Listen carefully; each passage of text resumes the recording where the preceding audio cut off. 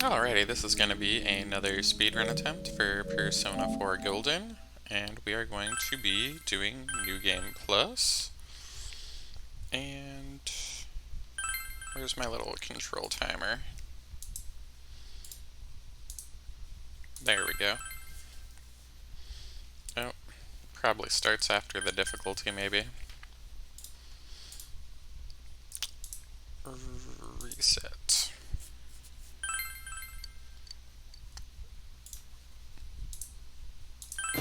There we go.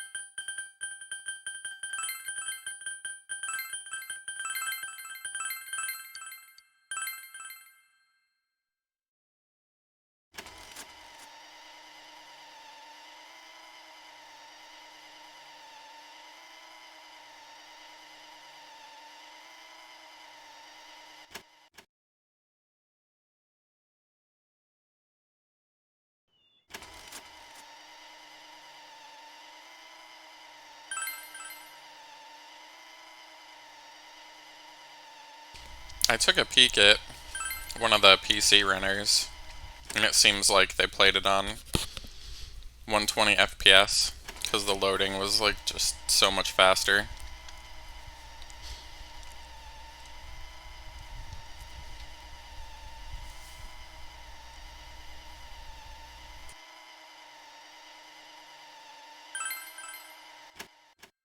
But yeah, I wasn't happy with my last run, and I knew I was going to rerun it anyway. So that's what's happening now, I guess.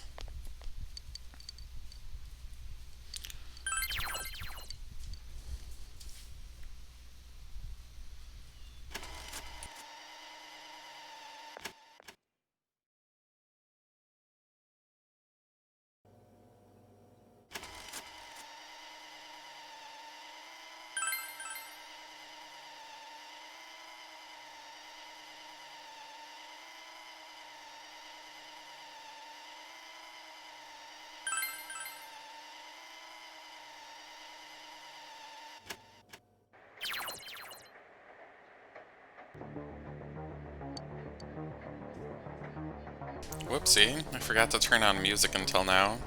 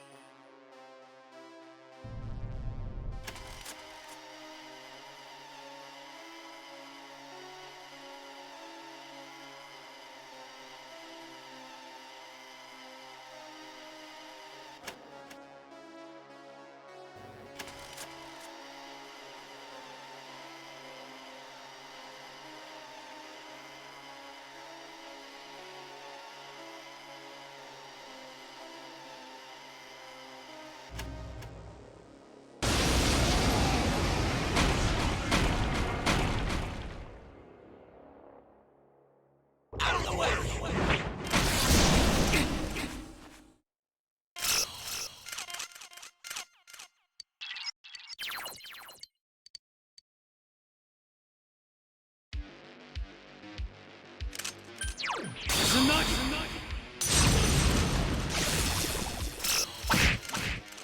Damn it, don't underestimate me! Soda! Pain in the ass! Out of the way!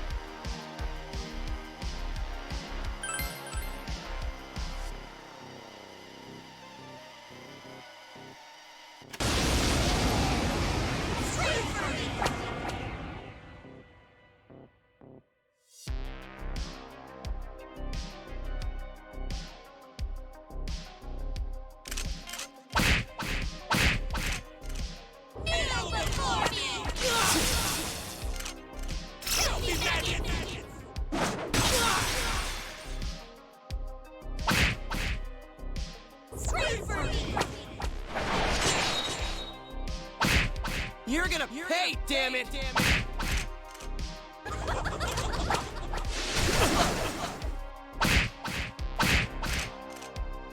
before me!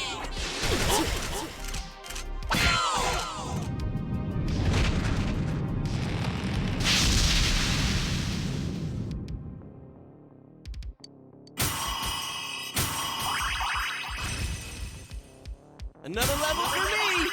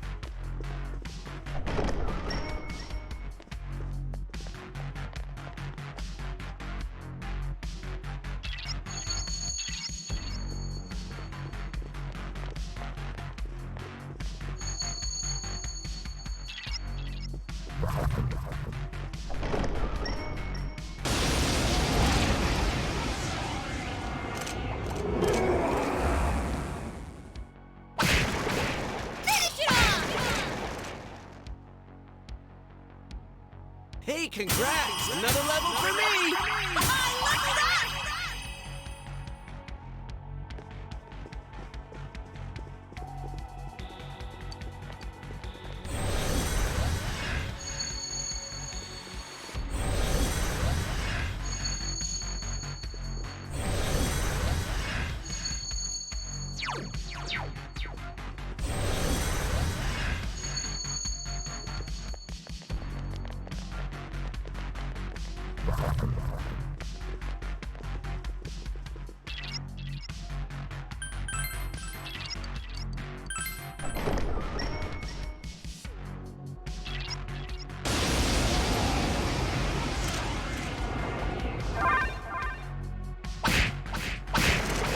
How about that? Hey, congrats! Another level for me! I leveled up!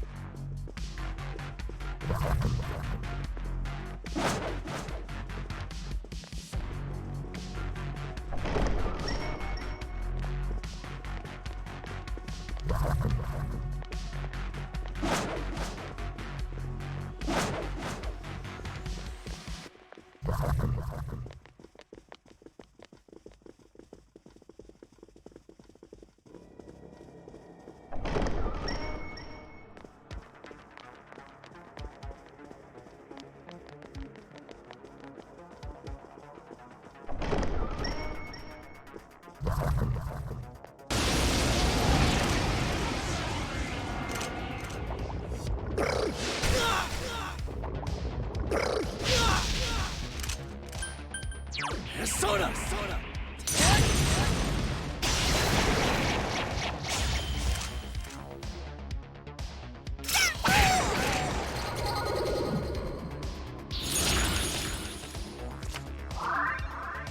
I gotta keep up my game. Alright, I leveled up!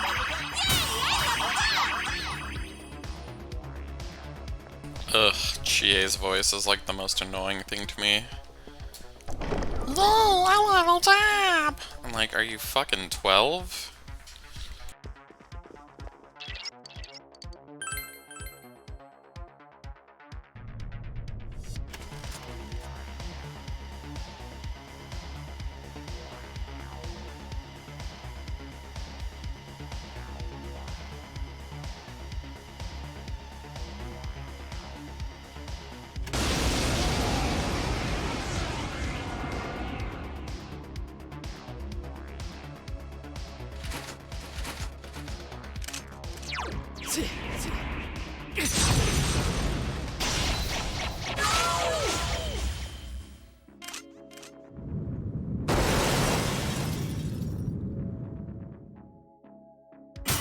Another level for me!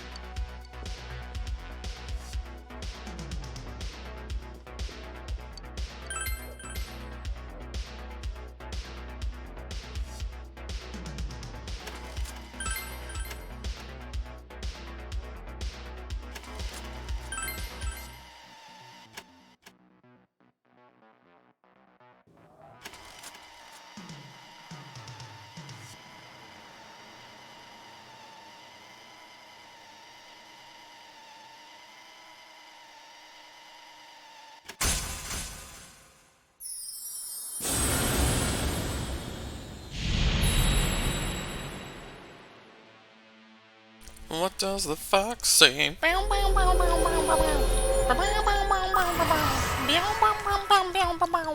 What does the fox say?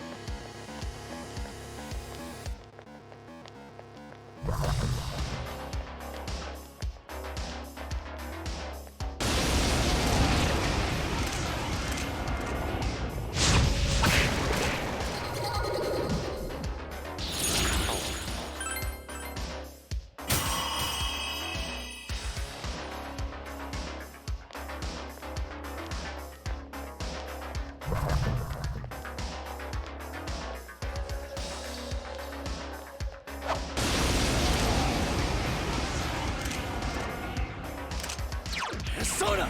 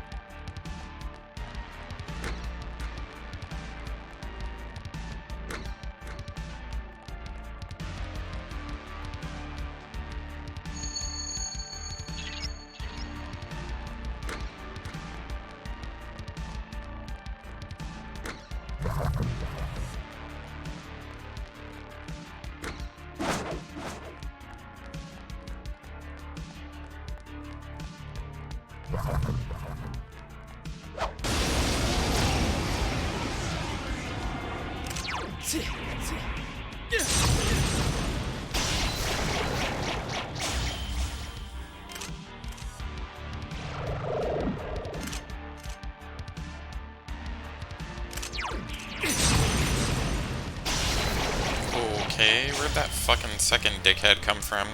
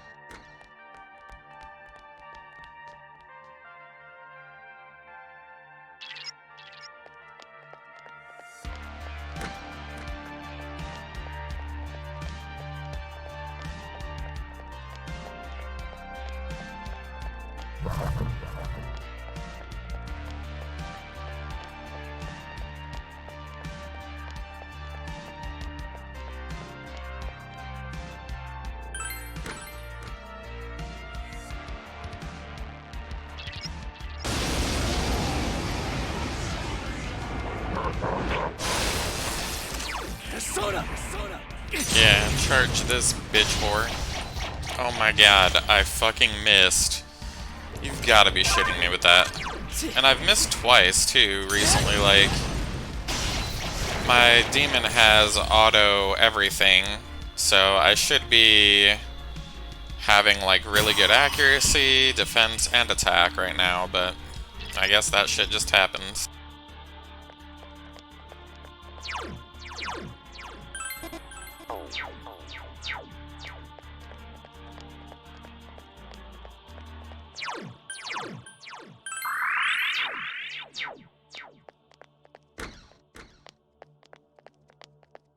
I thought Kaguya had a healing skill on, but I guess I accidentally deleted it or something.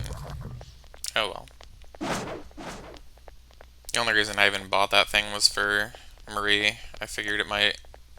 That and the, like, key from her would, perhaps help me level her faster. Actually, I think that room's just shaped like a cross. Okay, might as well kill this one too.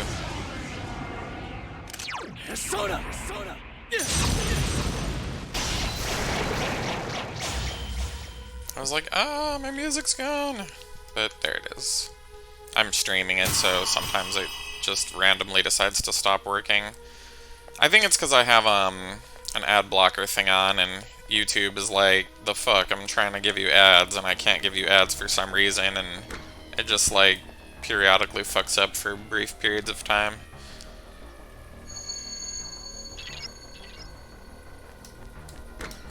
Sorry, I don't really like listening to ads while I stream.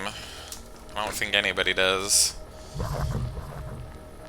Honestly, I think they should be illegal because some ISPs now are charging you based on, like, how much internet you consume. So, obviously, in that situation, like, I don't want to consume a premium product having ads in it, so, like, how the fuck should that be legal? It's just ridiculous, the stuff that companies get away with now. They basically can just do whatever the fuck they want since they bought and paid for every single goddamn member of the Senate and the House. It's charming. Meh. Where the fuck am I going? There we go. I just had like a feeling, I'm like, I should go back. was like, I don't trust the look of that bullshit. I could have swore there were only 10 floors here, but I guess we gotta go to floor 11. Cranking it up to 11.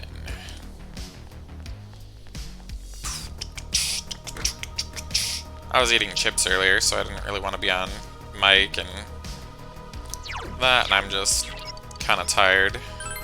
So I'm not very, like, bubbly / chatty right this second.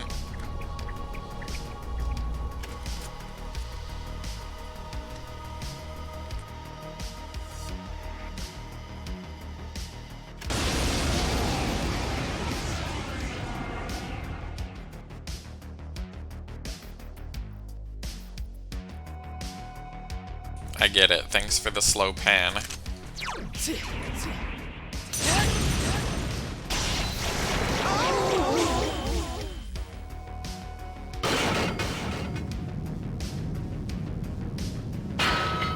Accept me!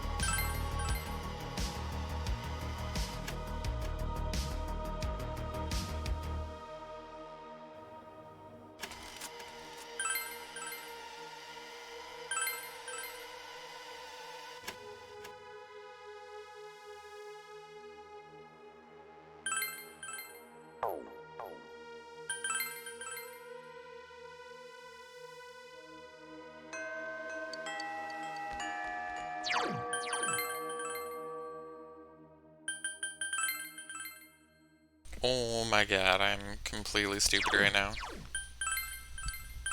That's okay. It happens. It's like 4:07 in the morning right now, and I'm like, oh, I'm tired.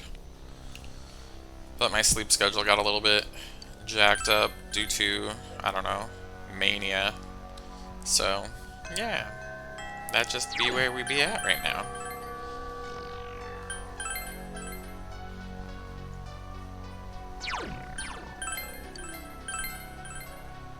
My diligence with these menus is already waning, and there's plenty of this game left.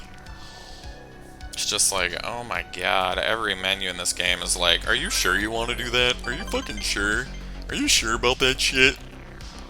Do you really know what you want? Why are you even playing this game? Why don't you just turn it off? Are you fucking sure about that? Are you fucking doubly sure that you want to go outside today? Who knows what could happen? There could be a goddamn meteorite that just fucks you up your asshole to death. Ho-ho! I'm like, please don't give me agoraphobia game. Just let me do what I'm doing. You son of a bitch.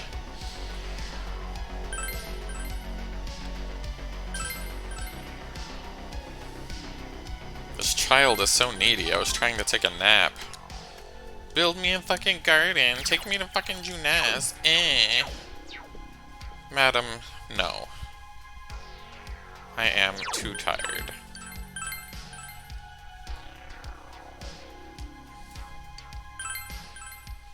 I don't think I can get past rank 3 with Marie until like August, so...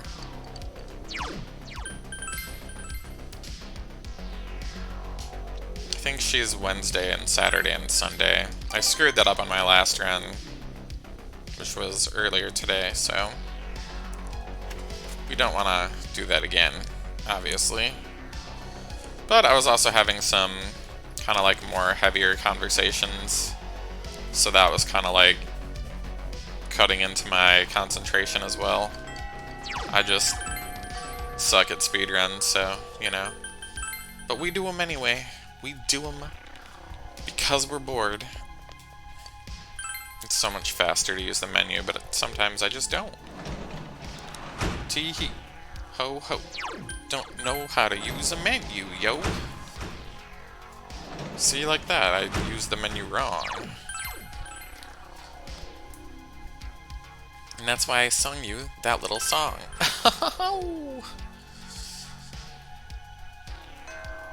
Oh, Jeebus. I'm like trying to fight through the tiredness to like be doing speedrunning correctly, but you know, we're just gonna get what we're gonna get, I guess. Ah.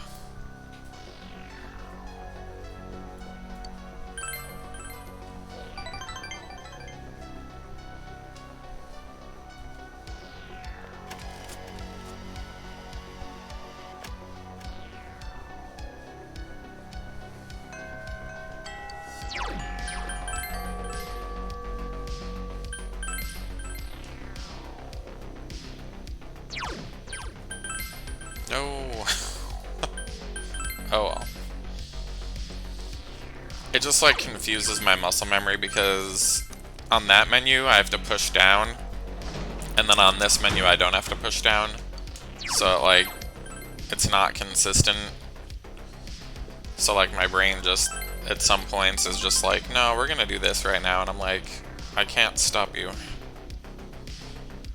You have decided to do what you wish with my body, and I have no ability to make you stop.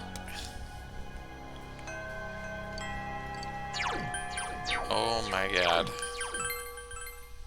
Look at me, kids, I'm doing a speed run. Holy fuck, I'm tired. This time we're finishing this son of a bitch, though. Probably. Oh my god, shut the hell up. He already told me to, like, look out for Adachi, and he was like, hey, remember that thing I told you? I'm gonna tell it to you again. I guess that makes sense, though. Parents oftentimes tell their children shit that they don't want to hear. Usually shit about real life, and it's crushingness. But then kids just kind of are, like, oblivious and don't listen to that stuff, and then, you know, they become an adult, and then it's like, oh shit, I probably should have listened to some of that stuff, because, yeah. Life is like a box of middle fingers, and work, and school, and soul-crushing responsibility, until you inevitably get so sick that you die. Sounds fun.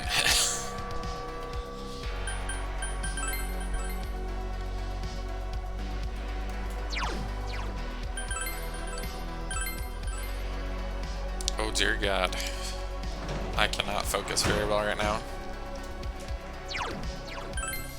It just always throws me off too, because whenever you enter the house, there's a chance that Dojima will talk to you if he's there, which is rare. There's a chance that Nanako will talk to you. And then sometimes there's a chance that when you go in your room that you'll get a phone call. And then other times, the game just randomly pops shit up, and it's like, would you like to do this activity because you haven't done it in a while, sort of thing? And it's like, you're going through like an entire year in this game.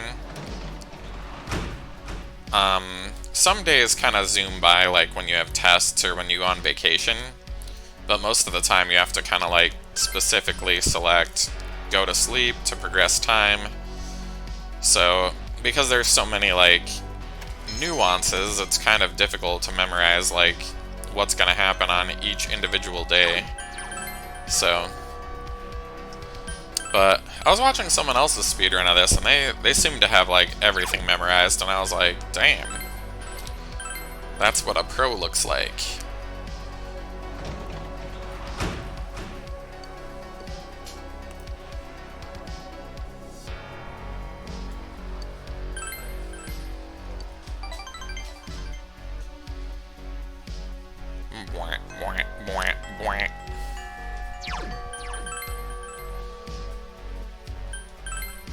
I did a really good job, I think, with my P3P run the other day, but I was like unusually focused. Today I am not that. I am the opposite of focused. But I have nothing better to do right now, as my sleep schedule is completely decimated, so this is what we're gonna be doing. It was like kind of wild, because I swear, like, I woke up from my nap in which I was, like, awake somehow, and then, like, several hours had passed, and I don't know how that happened. And then my dogs were, like, looking at me like, what the fuck, Daddy? Did you just do a time warp or something? And then they wanted to, like, go to sleep, so I put them to sleep. I was like, I don't know what's going on with my life today. It's just a hot mess. Today's just one of those hot mess days. It is what it is.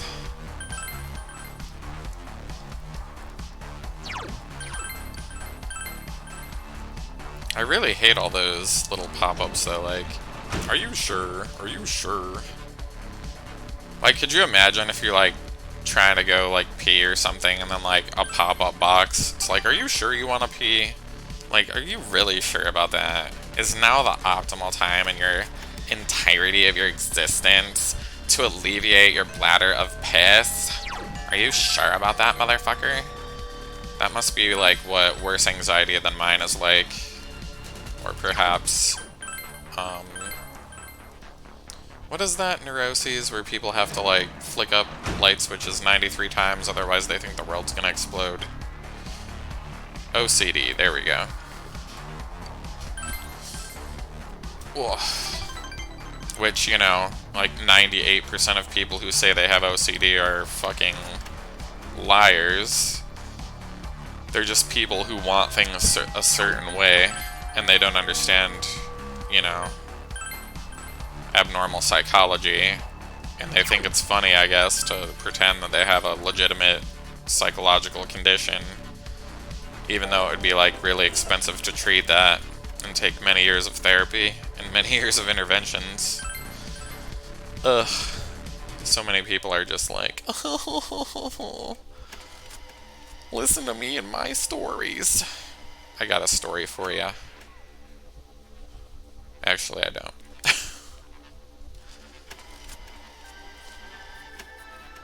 Really, like, this game just has, like, 200,000 slow pans over the environment to make it seem like they have more than 10 locations in this game, but they really don't. This game is mostly made in menus. All menus, all the time. Here on the Menu Network. Oh dear God.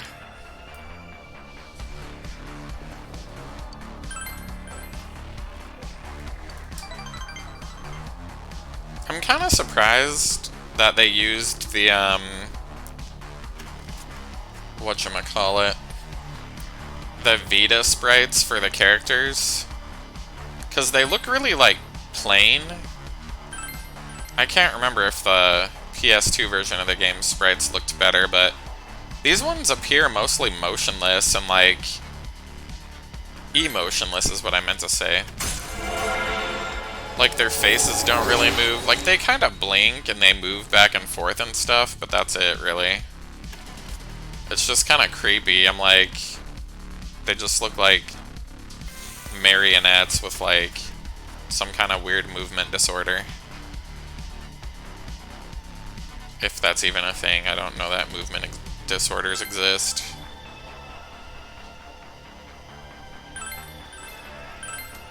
Oh, god damn it.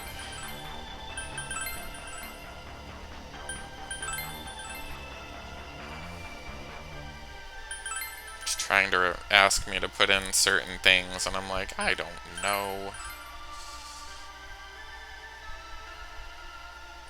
Bunch of teenage detectives in high school, going to school 6 days a week and spend their only day off trying to investigate fucking crimes and shit. If I had to go to work 6 days a week, I would probably jump off a cliff. 5 days a week is even too much. I just... Ugh. Our society needs to rethink work, I think, to a huge extent. It is just broken right now, especially in the US. I feel like employers are being petty about how much power they've lost in the marketplace with regard to being pieces of shit to human beings. And it's just not great. A lot of companies right now, I feel like they're just posting, like, fake jobs. They're like, oh yeah, we're looking for someone remote. And then, like, I apply for it, and then I get an email the next day, and it's like, oh, we took that job posting down. We're not actually hiring for this role. It just makes me wonder if, like, the, like, 2 recruiters that are left at each of these firms that are actually still hiring are, like, in situations where they just have to do, like, Salesforce stuff. Because recruitment jobs are usually sales positions, and you get paid based on how many people you onboard to various job openings that you are responsible for. And, yeah. I forget where I was going with that. Alright, Kanji, that's enough of that shit. Learn how to send a text message. Daddy needs a nap.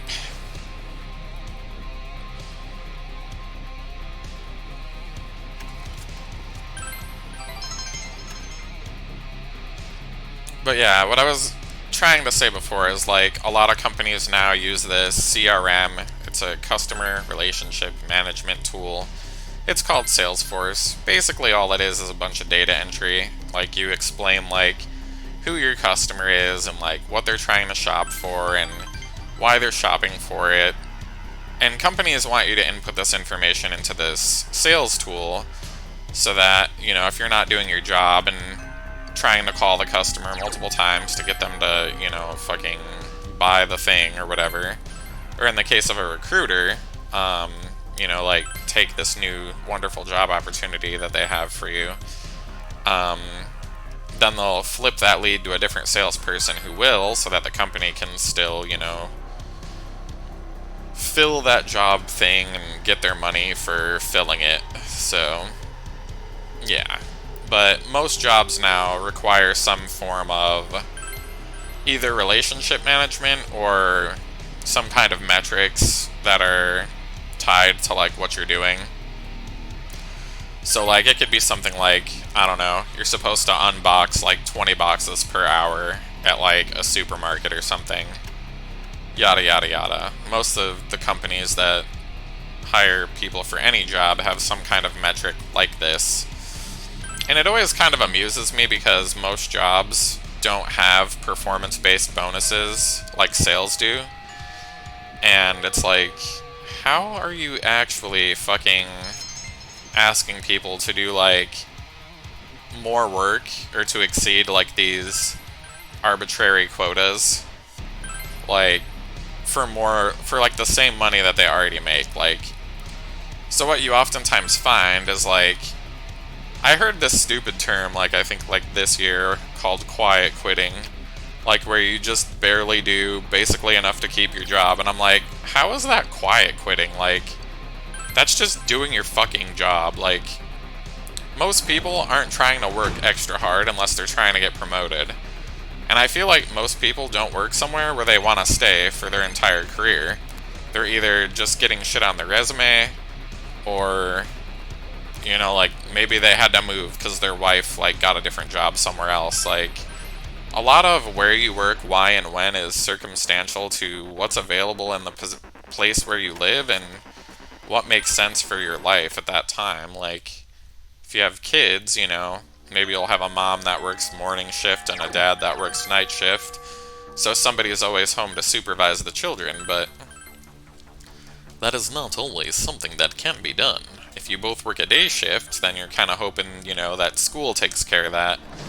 But if you both work night shifts, you might not ever fucking see your kid, so that's if you even have them. Most people my age don't have them because they can't afford them.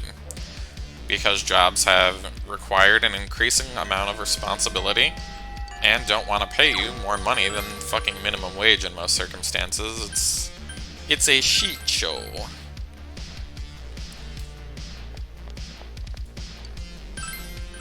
Oof. But yeah, that's just one person's opinion regarding the job market right now that has 20 years of sales experience and can't sleep right now, so is speedrunning Persona 4 Golden on PS5, baby.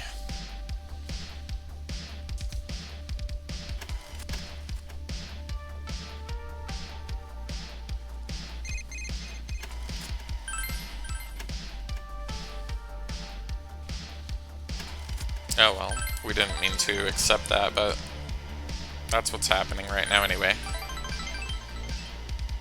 Usually the first couple ones are pretty short, so it shouldn't be too bad. You definitely don't want to, like, take that to, like, level 5 or 6, because then, yeah. Those conversations start to get longer and have a lot more inputs.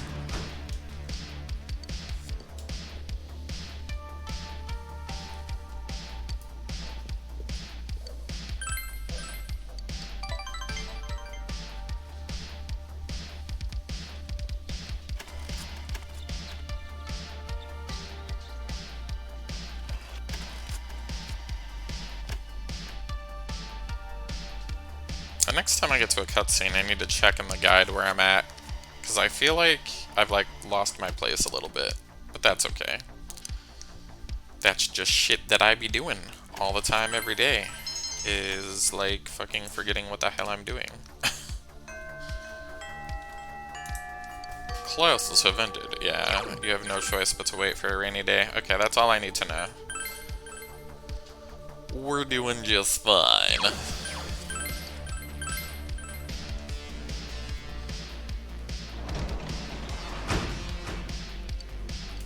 It just drives me nuts that when you say to go home in the thing, it actually takes you, like, outside of your house where there's nothing to do other than go inside your house. And then when you try to enter your home, it's like, do you really want to go to your house? And I'm like, yeah, why wouldn't I want to go to my house, you motherfucker? Like, oh my god. Who is this voice in my head that is asking me if I actually want to be home right now? I think most people, 99 times out of 100, if you ask them where they would like to be at that moment in time, they would prefer to be home. They do not need additional verification of this information. They would like to be home watching Netflix or sleeping, or fucking their spouse. Who knows, maybe petting their dog or watching their children, eating a delicious meal or making a big poop. Something like that. Oh my god. Welcome to my life. I'm a fucking hot mess. My name is Rebecca, and I'm a prostitute. For $5 I will do really weird stuff to your wiener and make it shoot ropes, baby. Oh my god.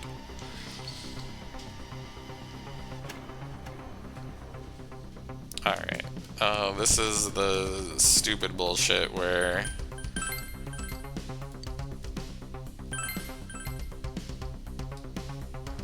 you have to hit on ladies, even though I'm a homosexual. Excuse me, madam, I'm a homosexual, and I'm having a competition with my other buddies to see who the hottest guy is, I guess? And the only way that we'll know that is whoever gets a phone number from the ladies.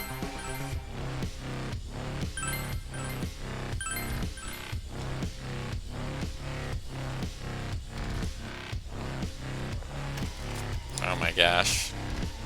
You can tell how dated this is, because now everybody just uses Tinder to fuck each other, I guess. Oof. I'm so glad I'm married.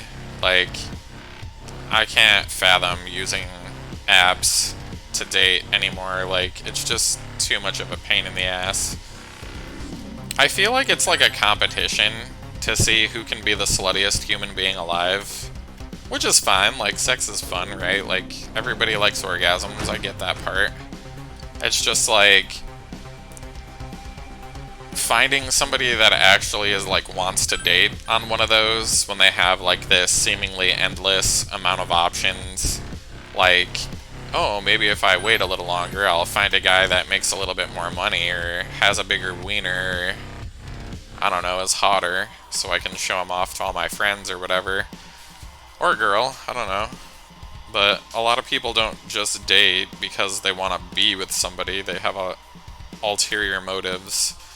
And most of those ulterior motives are social. Like, you want them to hang out with you and your friends and make your friends jealous, or you want to have a family. But I don't think a lot of people my age and younger want to have families anymore because they can't afford them. Because companies have removed any realistic form of retirement from their compensation plans. Ugh. Their whole goal is to, like, siphon as much money out of the company as they can to give to one billionaire cocksucking asshole so that he can fly private for the rest of his life and the rest of his family's lives with their eternal fortune that gets passed down forever because we have stupid tax laws that don't tax the absolute shit out of billionaires that are passing money down to their descendants. Like, I don't think anybody should have more than $1 million of funds that they don't need, like, at any given time. Like, if you have $1 million in cash, you can easily live like a fucking Rockefeller for the next 20 years of your life. Just completely haphazard spending. Unless you want to buy a ridiculously expensive house every year or something, but nobody needs that much shit. I just don't understand why everyone is so fucking greedy. But when you let a bunch of sociopaths into your government and then into your companies, that's kind of just what happens. They start playing Game of Thrones with money. It's like, there's no point to it either. I can never spend all this money, but I can laugh in the face of everyone else on Earth because I have more of it than everyone else. Like, okay. So you have an endless amount of a finite resource that everybody needs, and you're jamming up all that cash in bank accounts, most likely in different countries, so that you can avoid paying taxes, so that you have a perpetual dynasty level of cash to pass on forever to unknowable people, like, that you'll never meet because you won't live long enough for your grandchild's grandchild's grandchild's grandchild to shit babies out. But I don't know. I think people like just trying to live forever through getting their name in books and getting their name on buildings and stuff like that. I don't understand it. It doesn't make any sense to me. Like, I would rather live a private life as a regular citizen than be beholden to the public for, like, fucking being nice all the time on days when I don't want to be nice. Yada yada yada. It's just not my thing. I just can't fathom, like, oh, I have to leave my house dressed like a fucking, I don't know, in a dress or something, or a tuxedo, like, looking hot every day. Like, it's just so tiring. Like, I guess I kind of used to, when I was younger and went to bars a lot, like, tried to keep up appearances, like, when I went out for the most part, but I don't know. I'm married. I don't think my husband, like, stares at me all day, like, wondering if my hair needs to be cut or something. Like, we just don't have that kind of relationship. Thankfully, we don't, like, bother each other about shit like that. So, I don't know. Feels pretty healthy to me. So bizarre. But, I don't know, I always kind of wanted kids, but I'm never going to probably be able to afford them. And for me, like, affording when it comes to a kid might not be the same idea that everybody else has. Like, I would like to have, like, the kind of cash on hand to where the kid wouldn't have to wonder, like, if there's money for college or something. Because I don't accidentally shoot babies out of my non-existent vagina, and neither does my husband, it's just not a concern of ours, I guess. And, I don't know. I've thought about fostering kids too, but I also worked in the foster care system for a little while, and shit got kind of ridiculous. Like, a lot of these kids are just, unfortunately, like, they've been treated terribly, like, by the system. It's just like treating a kid like a hockey puck, basically. You know, drunk mommy's not drunk today, so she's, like, returning the social worker's phone calls for, like, 2 or 3 months, and the judge doesn't want the state to have to pay for these child care expenses if they don't have to. So they pretty much just try to give the children directly back to the families. But the problem is most of the time the families want the kids back because if they have a dependent on file, they get more money for fucking food stamps and shit, so the parents don't usually have a good reason to want the kids back. And it's easy to slip back into old habits, like if you're a junkie and now you have to take care of a kid again. Like, eventually, you know, that itch you can't scratch of using drugs might pop back into your mind, and then, you know, then we start using drugs again, and then we lose the kid again, and then we go through the process again. Like, there's no, like, static, usually, like, one-time entrance into the system, and then the kids, like, you know, pass healthily and safely through to, like, the end of the tunnel. A lot of times, these kids just turn, like, 18 or 19, depending on the state, and the government's like, we don't want to pay for you anymore. You're an adult. You can go get your ass a job and take care of yourself. And a lot of the foster parents, like, you're not their actual family. And when you turn 18 or 19, and they're not getting that stipend anymore for taking care of you, their patience is going to wear extremely thin because you're now a liability instead of a plus sign on their cash balance sheet. So they're going to be trying to get rid of you real quick. They're going to be like, oh, go to college, go take out loans, do whatever, as long as we don't have to pay for it, just get the fuck out of our house. Like, not everybody's like that, but non-related persons aren't usually treated the same as somebody that is related in the family.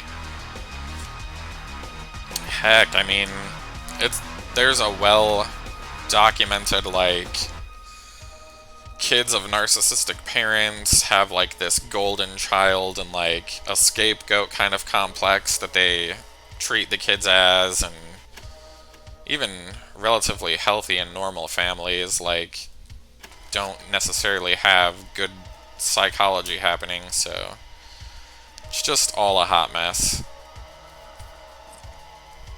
Anybody that makes it from childhood to adulthood, like, functionally capable of taking care of themselves, like, you did an awesome job. Like, regardless of how many hardships you've had, like, if you're fucking getting out of bed in the morning and going to work and, like, keeping shit going, like, you're doing fabulous. Like, a third of our society is either disabled or retired. So really only 2/3 of our society is propping up 100% of us. Oof. It's kind of wild.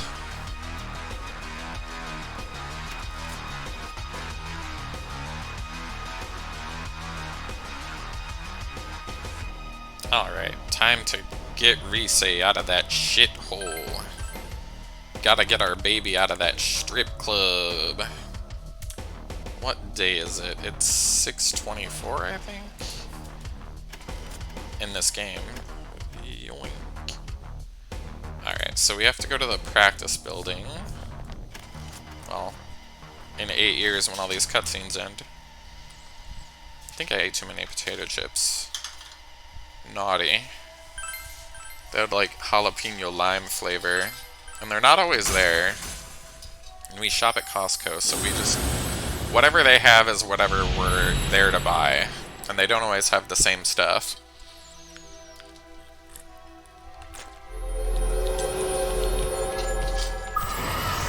Plus, it's like a gigantic warehouse, so their stuff gets moved around all the time, too, so...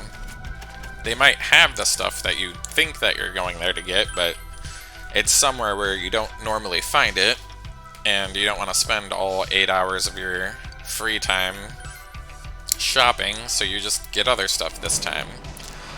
It's kind of weird. Why is it evening? Did I accidentally do something to pass time? Yes, I probably did. Oh well. We'll just have to do whatever these steps are. Tomorrow. Oh look, it's tomorrow. Oh my god. So fast! Oh my god. They just have too many, like, little mini cutscenes with dialogue that doesn't matter at all. Like, oh, look at this rain. Oh, it's fucking raining. Like, I don't have fucking eyeballs, bitch. If you're this boring, like, I don't need to talk to you. Oh, it's fucking raining. Really? Really? Tell me more. You vacant fucking prostitute. It's fucking raining. Yeah, it's raining out of your mom's vagina. Alright, let's see. We're going to the tofu place.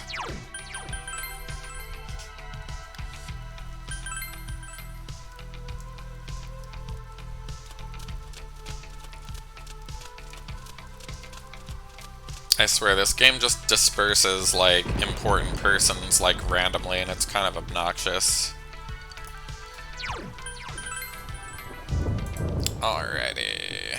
We need to talk to the weirdo at the floodplain, because people just hang out here, I guess, for some reason.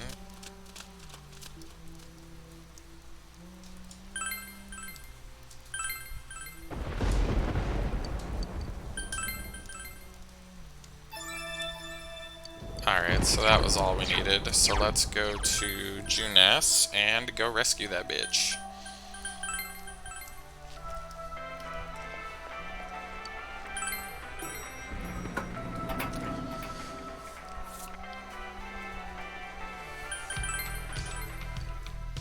Oof.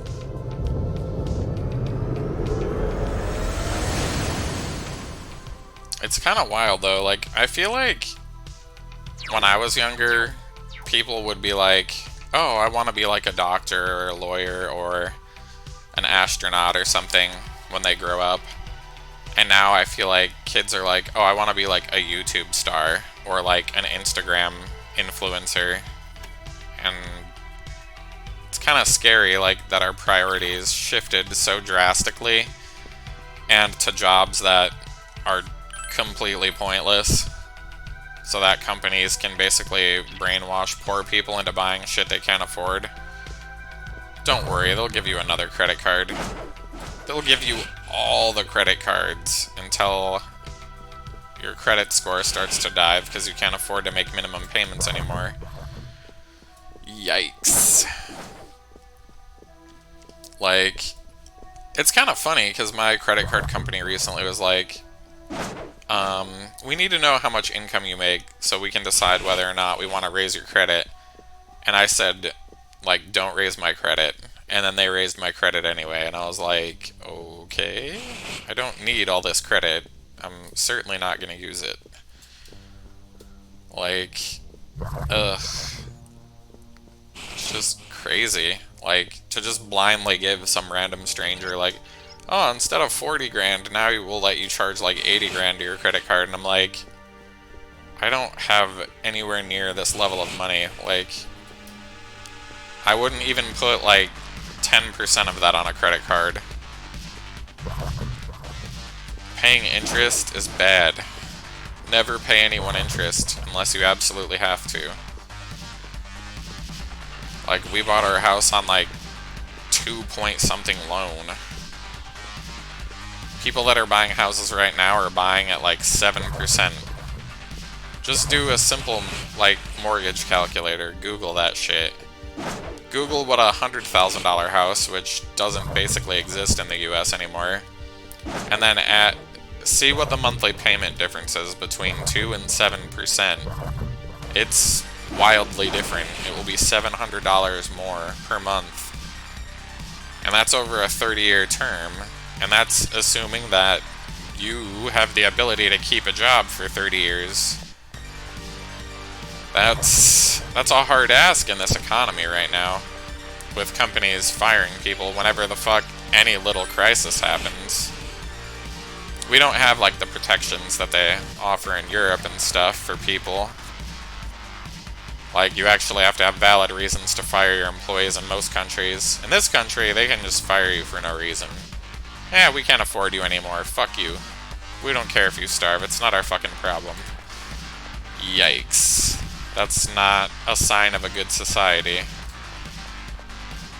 But I was born here, and it's very hard to move to a different country unless you have skills that are highly desirable that will allow for them to expedite your green card and immigration status.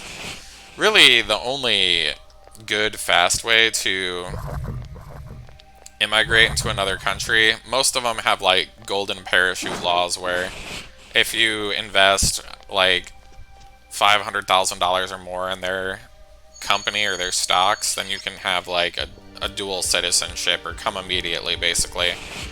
But most of the time you need to marry in. And when you marry in, there are, of course, you know, officials that are going to bother you for several years of your life, making sure that you're not getting married for any reason outside of actually being in love. And it's like, relationships shift over time. Like, you might have like a bad year with your spouse due to like financial troubles or something. And, you know, they might decide like, well, till death do us part is right now, because I don't want to keep this lazy piece of shit well fed anymore, because I'm tired of him this year. You know, and then they're just like, whatever, I'll just tell the immigration official I'm not into this anymore, and that person can just go back wherever the fuck they came from, sort of situation. It's all messed up all the time here in the US of A. Unless you're rich, then you're fine. Stinking, filthy rich. Otherwise, you're just scraping it like 99% of everybody. Oof.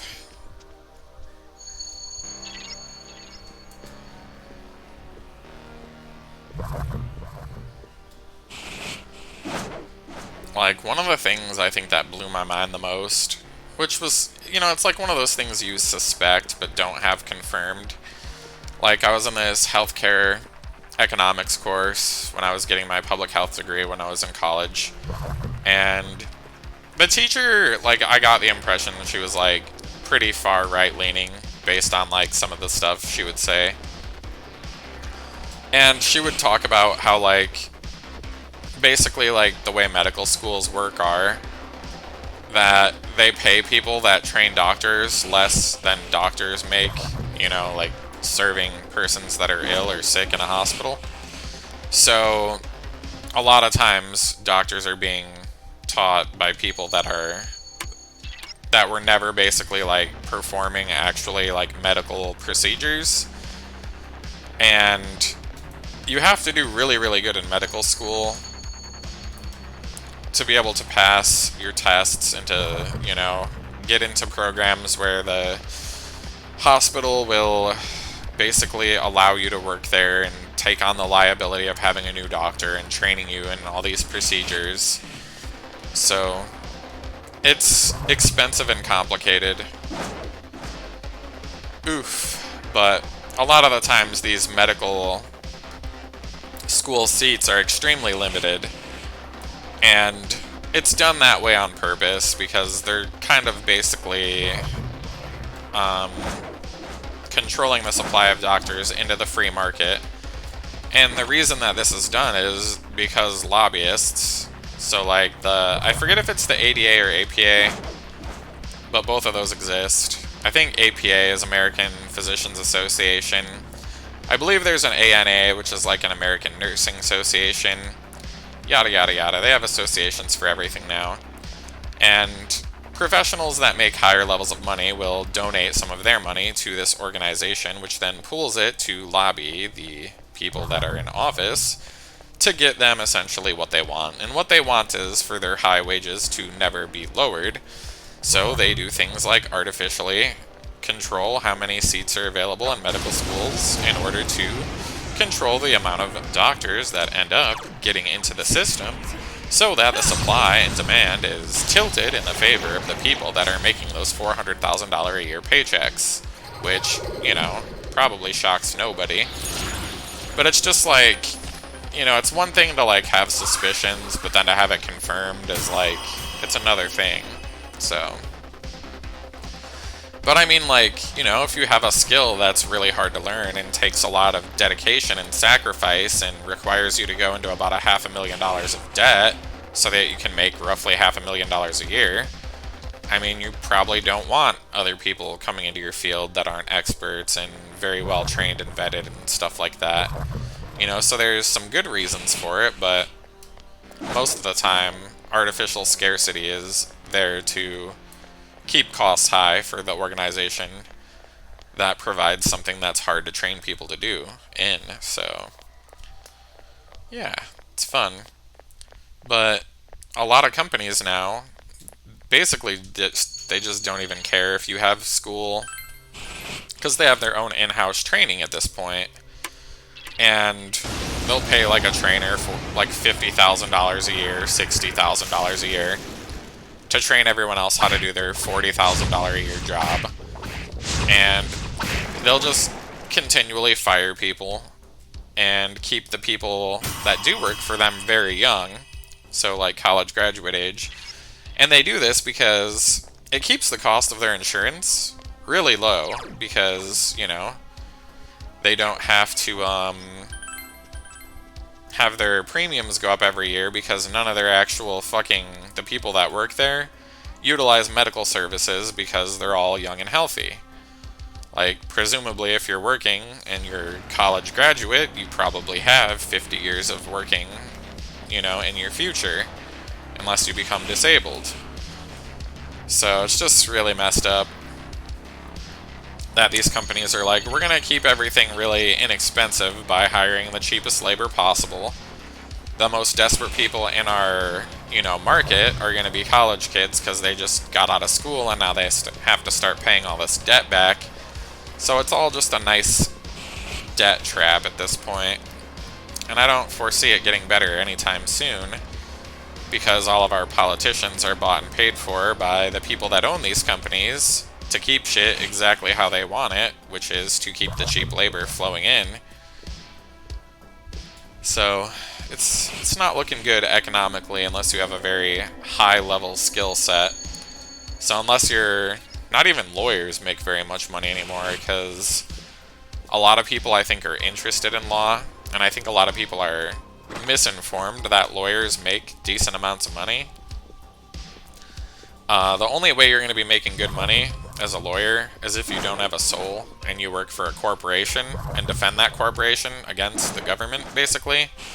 And a lot of those people, they feel like they're doing bad for society, and they don't want to keep doing jobs like that unless they're a sociopath, which, you know, it's not good to have all sociopaths be in your fucking workforce at high levels, because they only care about themselves and don't think laws pertain to them, because they view themselves as better than everyone else.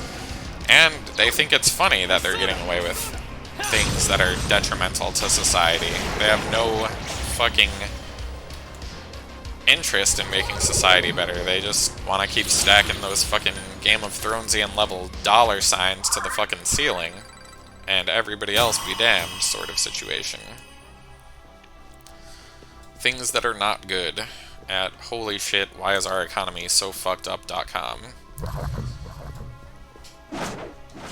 But yeah, we've let corruption infiltrate every part of our society, so it would be very hard to root out this corruption, especially due to the fact that most people, I mean, we have a pretty dichotomous society. Like, we have a roughly even 50-50 split of Republicans and Democrats. And when politics are boring, these people don't really care, like, to vote, because it's like, I can't be bothered with that. I don't get enough days off to go fucking vote. I don't want to think about it. I don't want to get on Google and research all these assholes. Like, I don't have time for this shit. Especially if you have kids or, you know, like, shit going on in your life. Like, it's very easy to just be like, you know, I don't want to do that. I'm too tired today. I'm just gonna throw that early voting thing away, or just not do it at all, sort of thing. Sometimes it's just easier not to do stuff.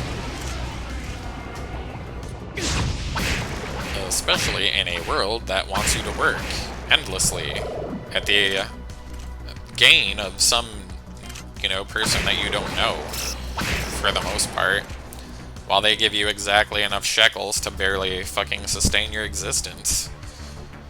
Oof. But the Republicans have twisted half the population into thinking that if we give poor people help, that our economy will collapse somehow.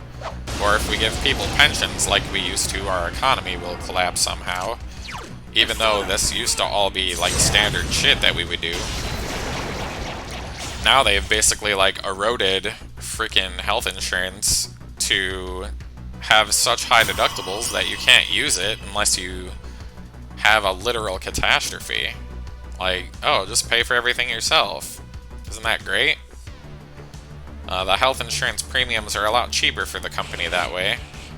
And then they can report more earnings to their dividends, to their shareholders, and pay out more dividends, which makes their stock look even more attractive and gets more people to invest. Like, we're not even in the business of having a business for the sake of running a business anymore. Like, we're in the business of having businesses that basically create money based on having lots of money. Like, it's just so bizarre, like, that.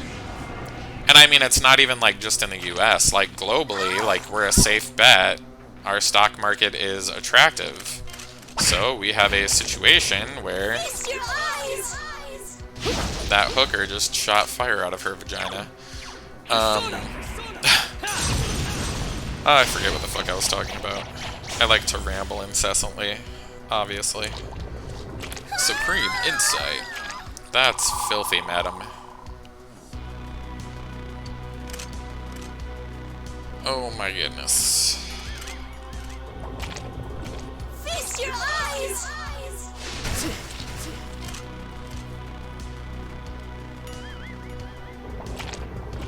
Feast your eyes!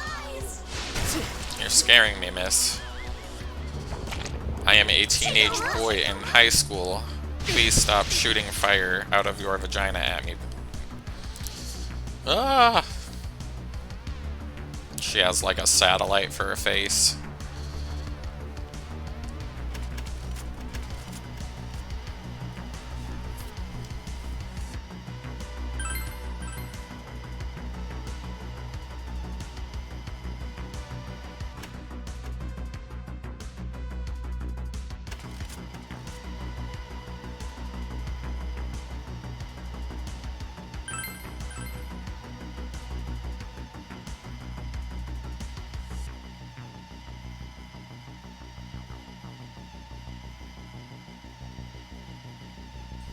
It just blows my mind though, all these like old creepy rich guys just like purchasing a brand new wife from wherever the fuck they import these hoes from every year. Elon has like, what, 4 baby mamas right now? At age 50. I don't think he's gonna stop, he's just gonna keep accumulating hoes. I'm like 99% sure.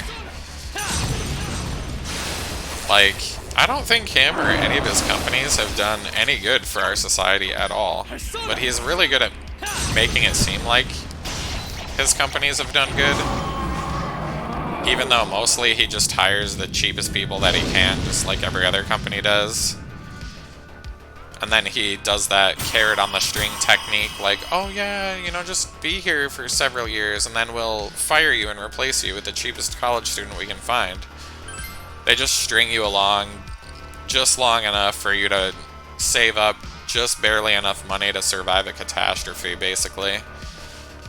I swear they have, like, actuaries that, like, pinpoint this information at this point. Like, oh, this guy's worked here for, like, 3 years, so they probably have, like, 10K in savings and can afford a house. Let's, you know, fire them out of nowhere so that they have to use that 10K to get their job. So they can never afford property. It'll be awesome. That's where we're headed. Straight to fucking hell.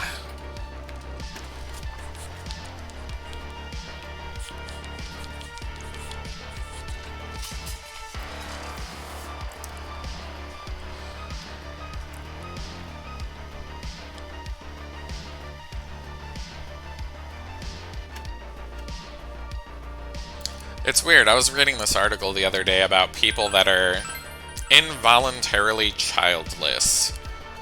And I was like, is this like incels?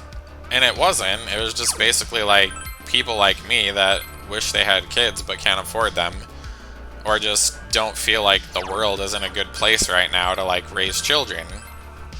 And I couldn't help but agree. Like, I don't see very many positive news articles these days. Most of it's just like everything's fucked.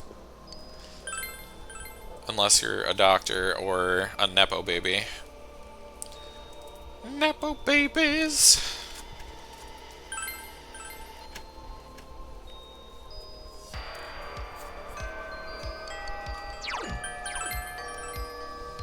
I have a feeling they're trying to reinstitute slavery at this fucking point. Jesus. Companies want to pay you in, like, fucking honor. Or they want to pay you in, like, your own interest. Like, oh, this job is your hobby, so since it's fun for you, we're not gonna pay you. That kind of shit. Like, that's how that shit be going these days. Oh my lord. Oh my Lanta.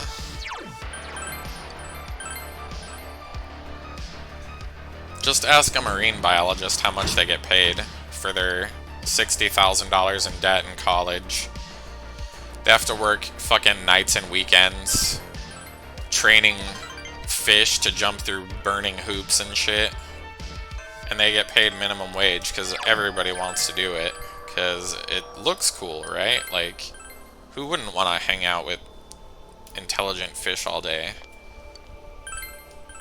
Apparently, when you create a situation where there's a high demand and you don't need, 27 SeaWorlds across the US, you only have like 5 or 6 of them, well, you have a situation where you can pay those people very low because you can easily replace them, regardless of how skilled they are. So you have to kind of find, like, jobs that nobody wants to do. And there's reasons that people don't want to do these jobs. It's because they fucking suck.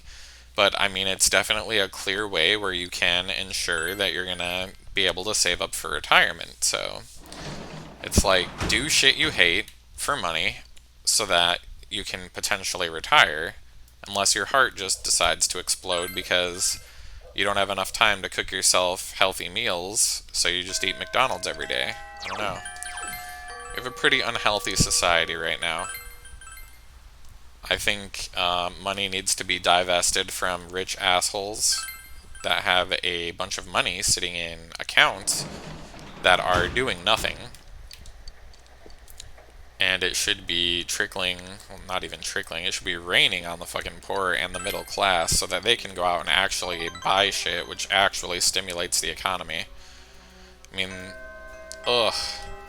There's this concept called the velocity of money. And if I pay, let's say I'm just making 50 grand a year. In all likelihood, I'm gonna spend probably $35,000 of that minimum on my rent, on food, on a couple of luxuries here and there. Like, I don't know, really hot months where I have to pay extra for my electricity. Yada, yada, yada. And that has a real velocity of money because that money is immediately going to be transferred somewhere else, essentially. It's not just going to sit in one bank account and do nothing for the rest of its life.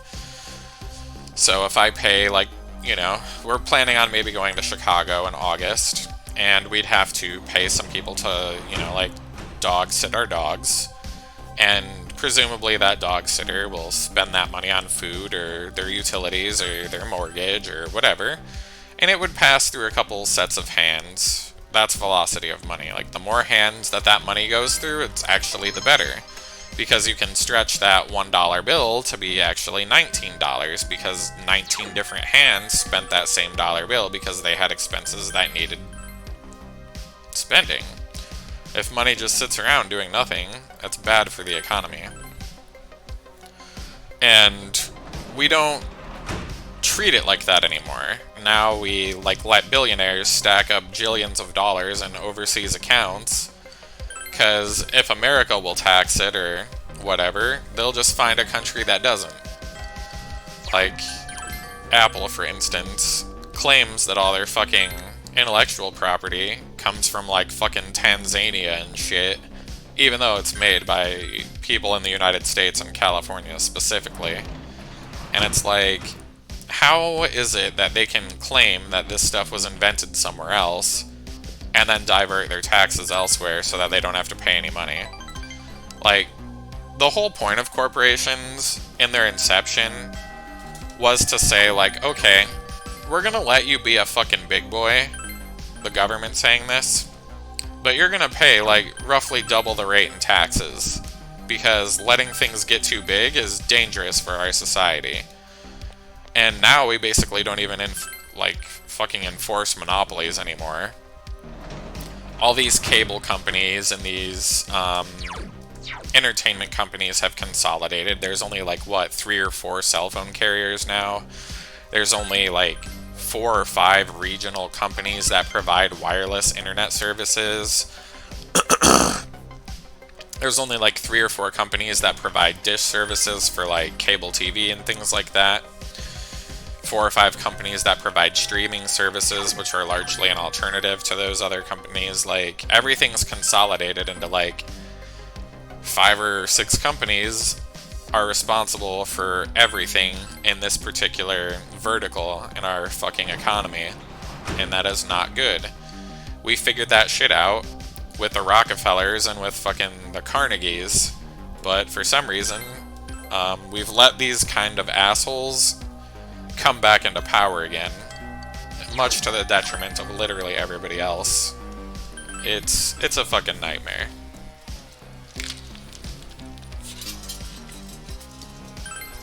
So anybody who's Republican, like, it just blows my mind that they have any justification for their obviously sociopathic things that they're doing to this society.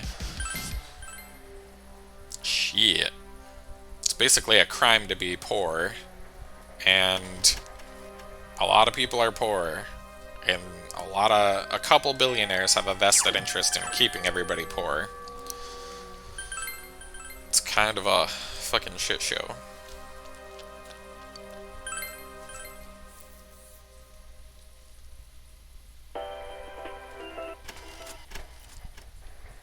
Oof. I think I'm like old enough to like remember when the news was actually like boring and it was actually news. Now I feel like the news is like flooded with like celebrity gossip and car chases and endless fucking shootings and things like that. It's not actually news anymore, it's entertainment. And I mean, that's what Australia exported to the US, was Rupert Murdoch's Fox News.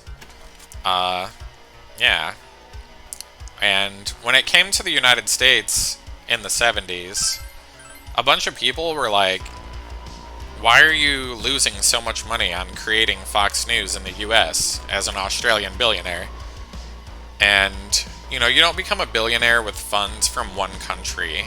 Usually, at that point, if you've made it to the big B, you have cash flow across a multitude of different countries. So he didn't mind losing that money, and he lost it for years. I think up through like the 90s, like 20 years, just losing money on a pipe dream, Fox News. And then people started buying it, you know? If you fucking show propaganda to people for long enough, they'll start believing that shit. And they all ate it up. And I think it kind of worked by playing off, like, religion. Like, oh, if you're not Republican, then you're not also religious either somehow. And I don't really know how that works when Jesus was basically like, give all your money to the poor.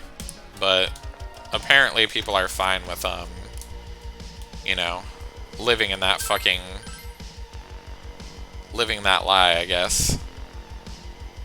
Like, oh, I guess I'm rich because Jesus wants me to be. No, you're rich because your daddy stacked enough fucking Benjamins to keep you and 10 other generations of his shitty family billionaires until the end of time. Ugh.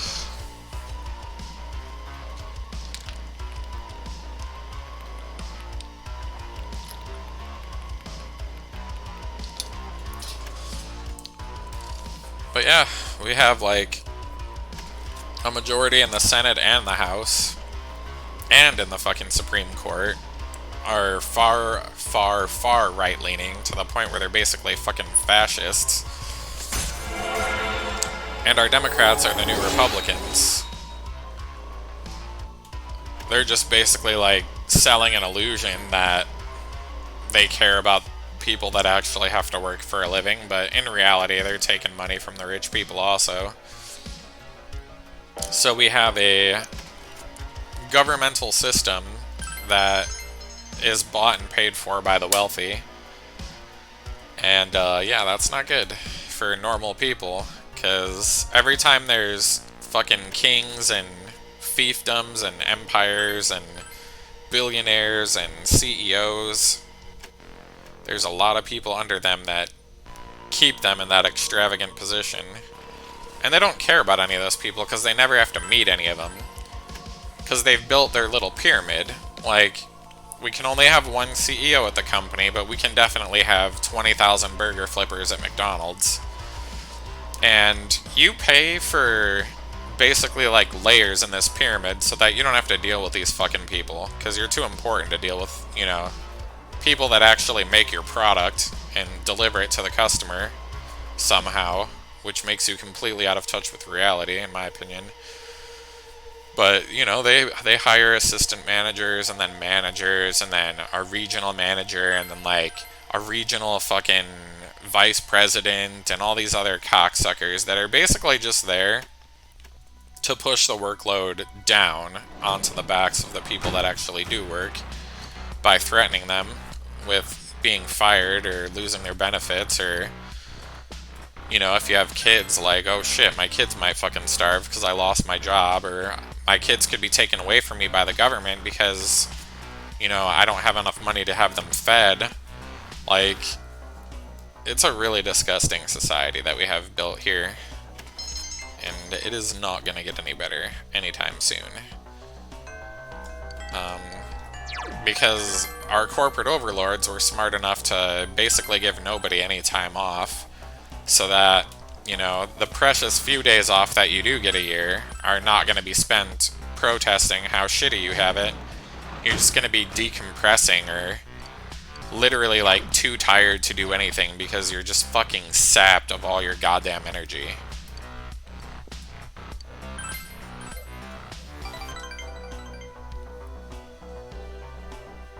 Fabulous! Alright, I need to get my guide down to 713-ish.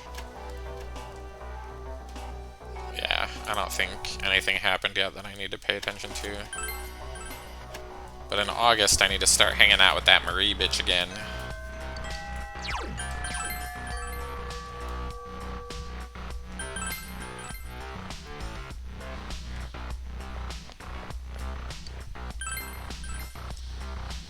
But yeah, when I looked at the runs that were on the PC, they have a load remover.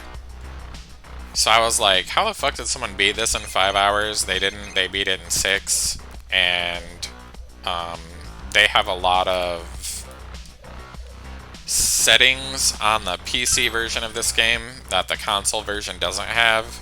So they can run the game with a lot faster load times and on 120 FPS. So the game is a shitload faster on PC. So there's no way in hell a console is going to be able to compete with that, obviously. Heck, the load remover alone already makes it impossible. Oof.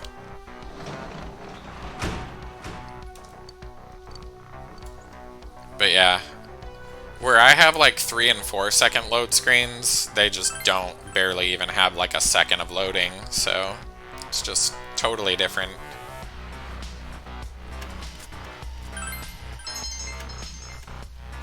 It's kind of amazing though that there are people out there that make load removers for speedrunning on PC games so that it can be more fair, since there's such a wide discrepancy in hardware in PCs. Like, somebody who's a good programmer just going out of their way to like make it so that speedrunning can be fair on the internet. Like, at least you know, there are people out there doing stuff like that, trying to make the world a better and more fair place, even if they don't make any money doing it. But usually the kind of people that do stuff like that, you know, they've made enough money to where they don't need extra incomes coming in from secondary sources. I'm sure some of those people have, like, followings on Patreon and things like that, too, where there's money, like, just trickling in all the time. But yeah, it's kind of amazing that people will, you know, kind of, like, give money away for free to people that they like because they're doing good things. I feel like there should be a lot more of that in our society. I feel like that's kind of like what church used to kind of justify itself on, was like, supposedly they were going into the community and helping people, but I don't really feel like they do that anymore. Like, churches should not have fucking investing accounts, in my opinion, but they definitely do.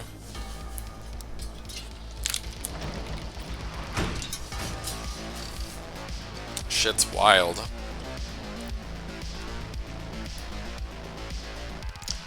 Like, my husband's an ex-Mormon, and his brother-in-law, my brother-in-law,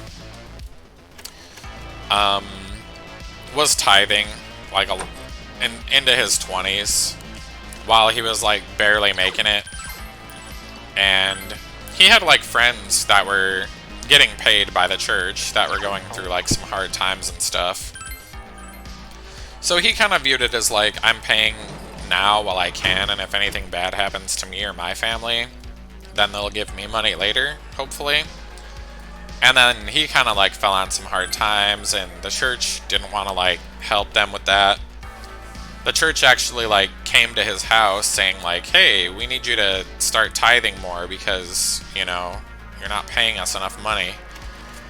And he just got to the point where he's like, I think I'm done with this religion because, you know, the whole reason I was tithing in the first place was, you know, I thought I would maybe get some security if bad things ever happened to me. But now you're just trying to extort more money out of me, and you won't help me when my family's going through some hard times. It's like, how do you believe in this fucking bullshit, like, anymore when they say one thing and do another?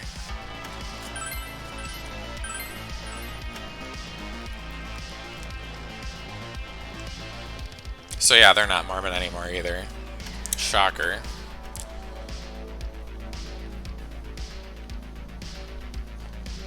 That's the fucking Republican suplex right there.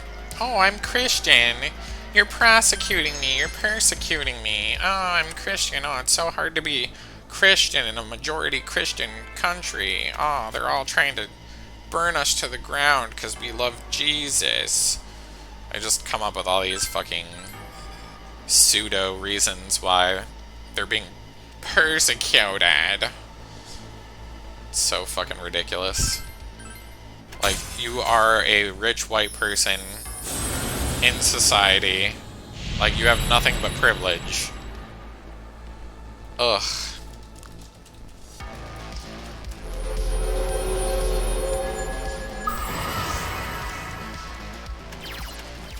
Like, it kind of blows my mind, too, when people are like, oh yeah, persons of color, like, they have all the same opportunities that I have as my white self.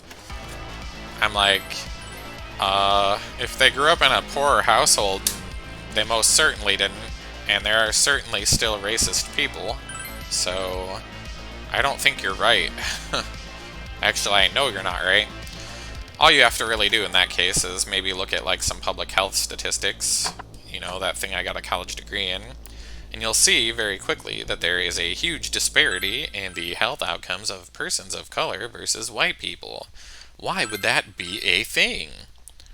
Even across the same socioeconomic spectrum, health outcomes are still poorer for people that are of color. And is that just because they're more predisposed to illness? No, you can actually account for these things with fucking computer algorithms and shit. It's just something that basically proves that racism is a real thing that exists, and that privilege is a real thing that exists. But white people just don't want to believe that they have it better than black people for some reason. I can't fathom it. It kind of blows my mind.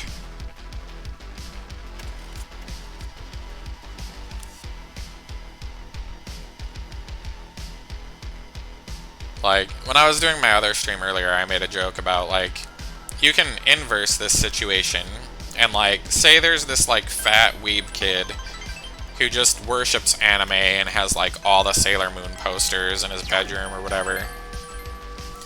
Like, let's say he goes and moves to Japan. How is he going to be treated in Japan?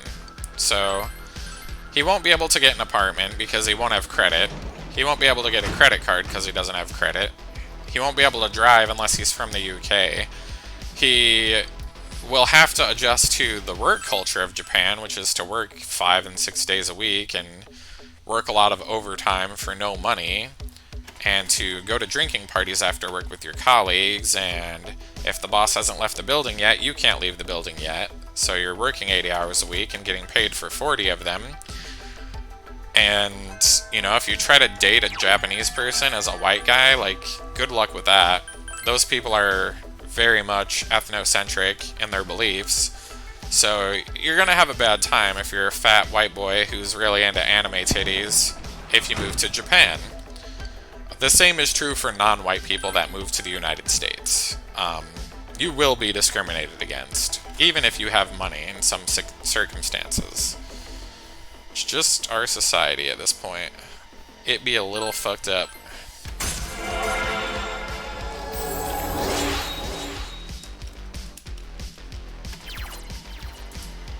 Let us see. Alright, we're on the 26th. We can't canvas the town until the 27th. Oh look, it's the 27th. Goddamn. Time just flies in this game.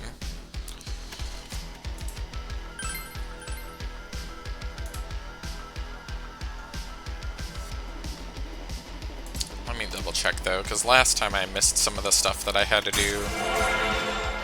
And it, like, made me waste, like, a lot of time, so I'm gonna try to avoid that this time. Where am I going again?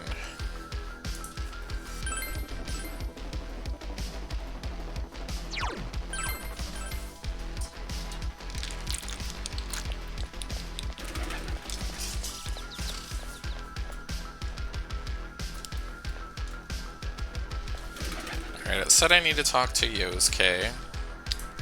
I'll talk to her too, just to be safe, since she's right there. Now we go to the floodplain. And Kanji should be somewhere around here. He suggests that we talk to Dojima, who should now be at the shopping district in the south part. Yep. Alright, he won't tell us anything, so I think now we go to bed. And then we have to find Adachi, since he's just a sloppy bitch and just reveals all kinds of confidential information to anybody who has ears. Which would get him fired extremely quickly, but since everybody in this town is an idiot, they need, you know, high school kids to be detectives or something. Shit is bizarre.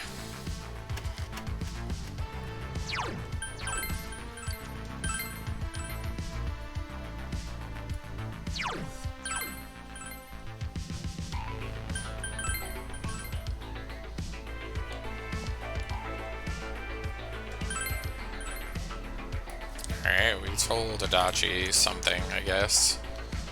Now we need to go to the place that sells meat on a stick. Because that's just how this game be.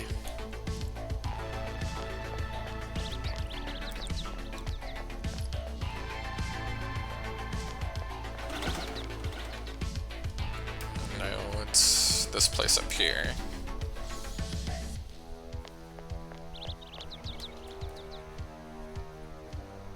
Alright, we talked to the meat on a stick person. We have to go back to bed.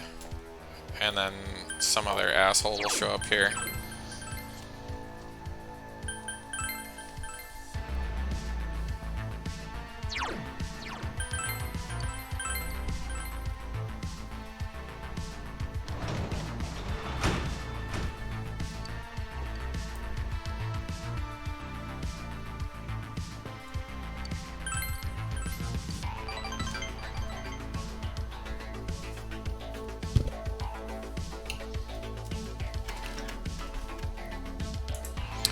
Alrighty, after we sleep, we go back to the shopping district.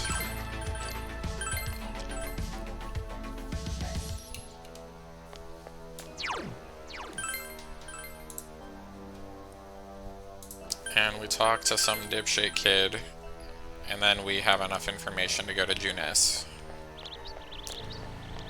Here's our little dipshit.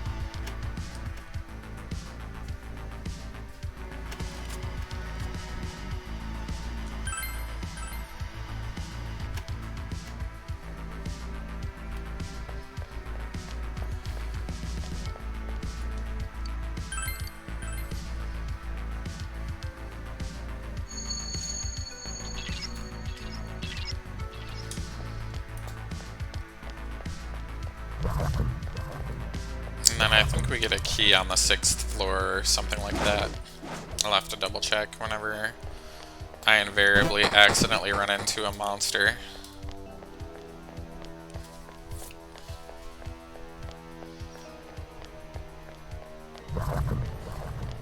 Should have made my notes a little bit more concise, but I accidentally made them too concise last time and it messed up my run, so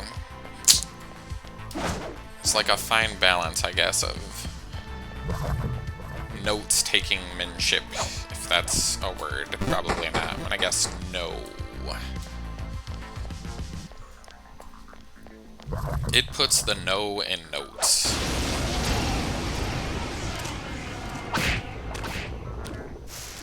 You piece of shit. And summon extra monsters. Naughty. Naughty little demon.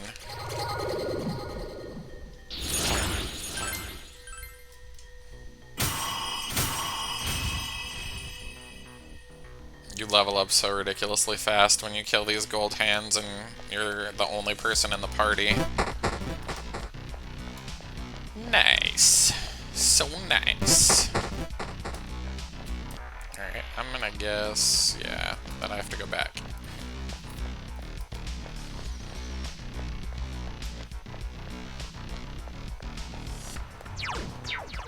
I swear this game knows I'm speedrunning it and it's like, we're just gonna make it so that the last place you go is the right way to go every single time.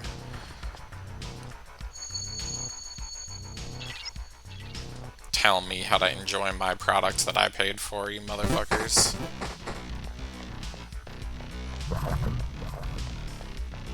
You dirty bastards.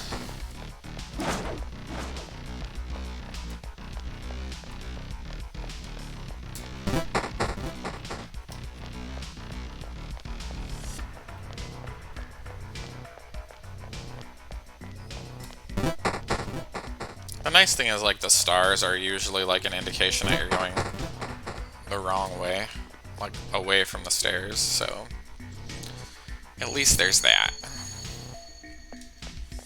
You're not completely blind.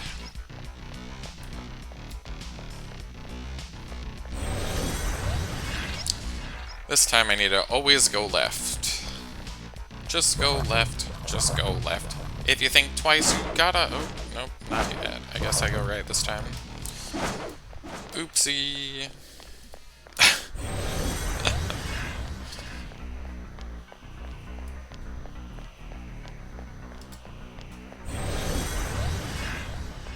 Hilarious. Yeah, I was like, I'm 99% sure that I don't go left there, but because there's a box blocking it.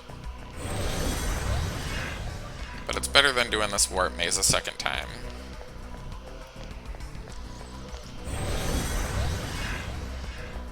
Alright, we're going the right way now.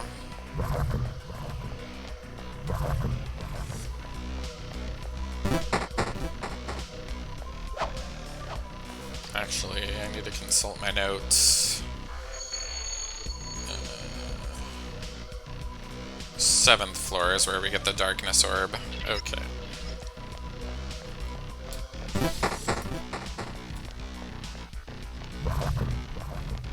I was like, I'm 99% sure I don't need to open that door, but I've thought that before and been wrong, so clearly my logic is not infallible.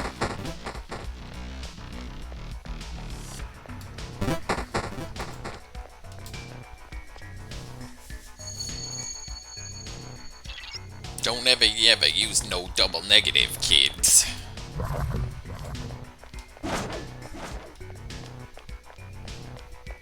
Yeah, I'm like 89% sure that's not a hallway, but...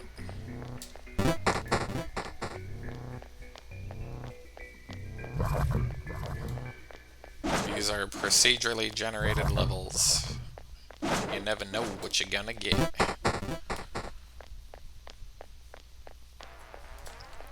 I thought that thing was gonna pull aggro and follow me for 800 years like some of the other monsters were on my last run, but thankfully that did not happen. I think it's because I'm running around with one person with a level 99 persona, and I'm now level 60 because I got like 10 level ups because I just killed 2 gold hands in one fight as only one person. So it's preventing me from dealing with the average level being underleveled.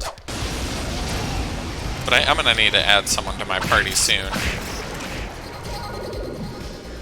I'll just add Teddy, I think, is gonna be the highest leveled one.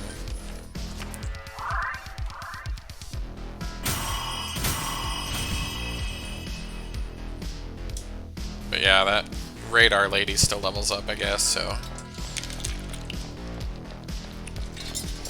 It's not a perfect system, but we're doing better than we did last time, so it's an improvement.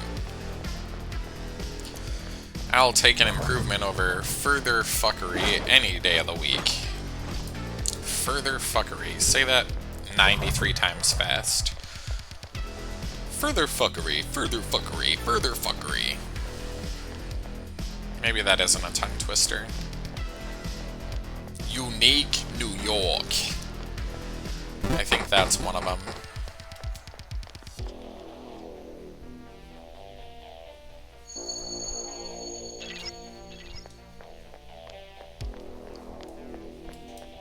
Oh, this is that asshole level that, like, fucking clicks and then you're not going the way that you thought you were because the game's an asshole. I remember you.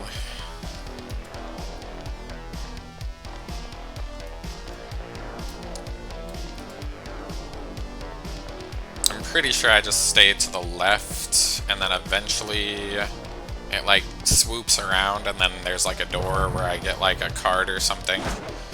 I don't remember. Who knows? I don't know shit about fuck. I usually pretend to be pretty stupid at work, because when people find out that you're intelligent at work, your only reward for being good at your job is more work, and usually never being promoted, so just be smart and don't tell anyone that you're smart. Don't even allude to intelligence.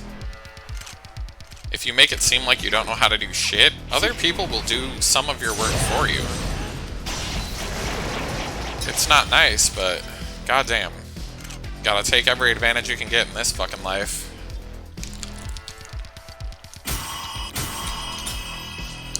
You start asking for promotions, your company is gonna start asking you to do some free work. That I know for sure. I think I did like free work for like 2 years, and then I like got to a point where I'm like, promote me or I'm leaving, and then they're like, we don't want to promote you, so fucking leave then. I was like, awesome. I did all that free work for no reason.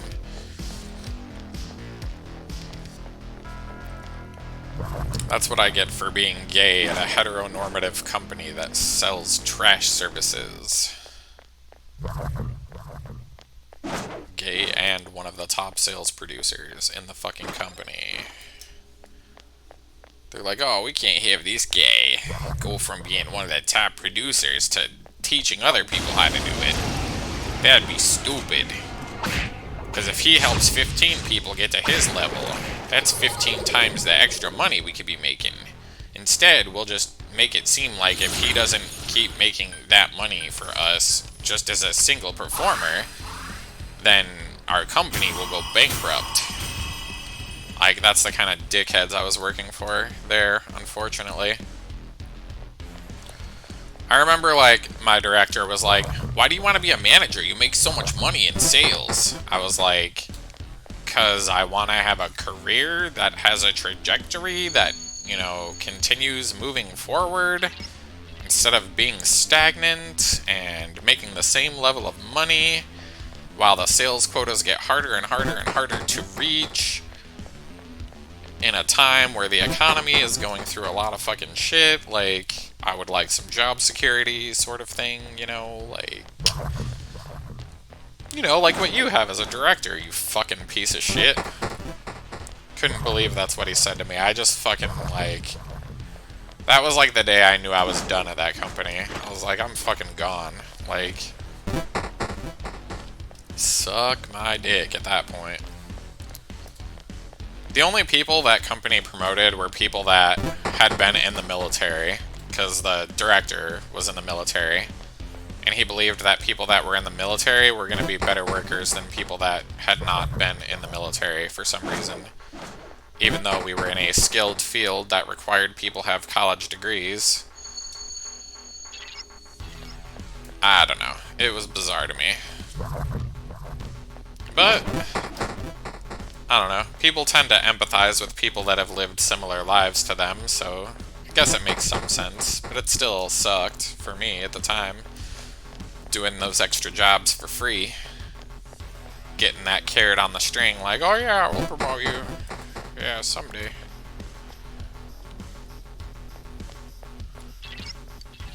At Nevuary.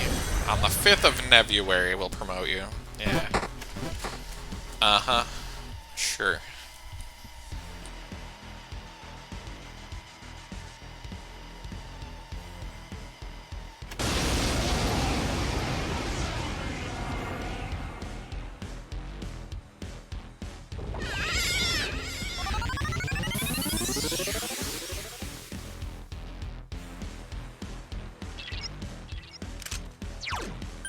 Persona! Persona!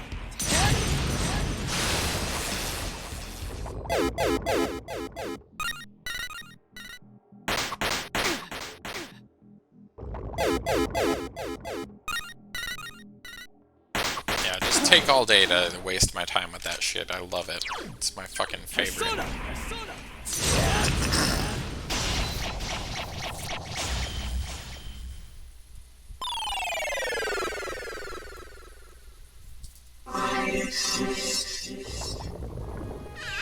No, it just gets to get back up instantly. Unless I have a secondary party member, that kind of sucks. Whatever. Persona! Persona! It is what it is.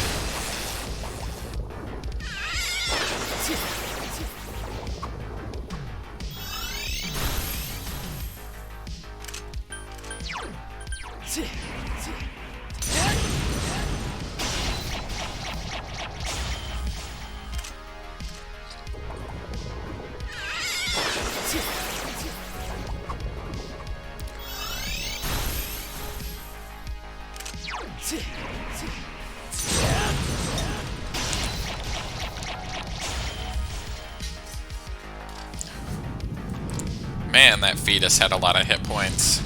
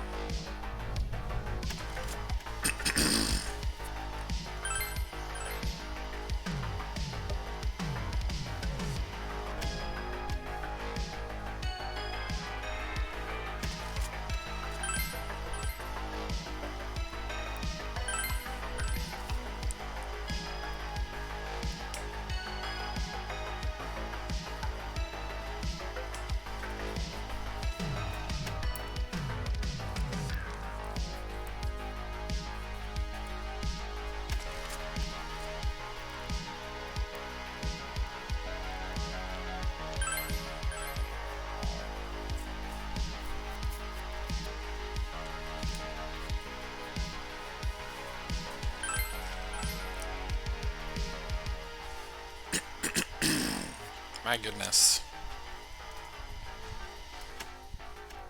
What could these teenagers be talking about? I could find out if I stopped skipping the scene, I guess. But it's a speed run, kids. You won't see that on this channel.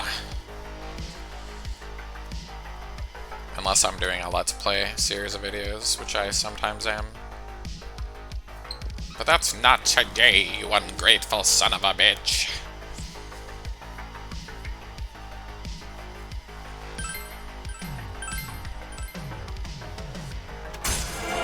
Kablam.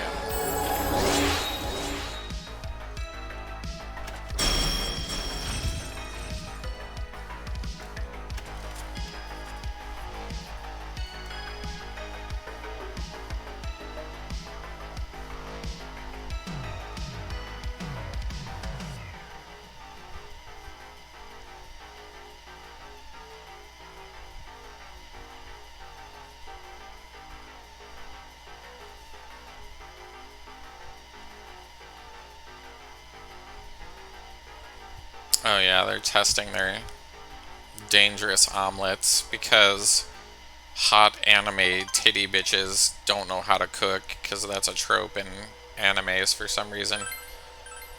I guess if they're pretty, they don't need to learn how to serve a man. They can just marry a rich guy. That doesn't always work though. Might want to learn something. At the rate these people are abandoning their wives, at least, might be good to have a backup plan.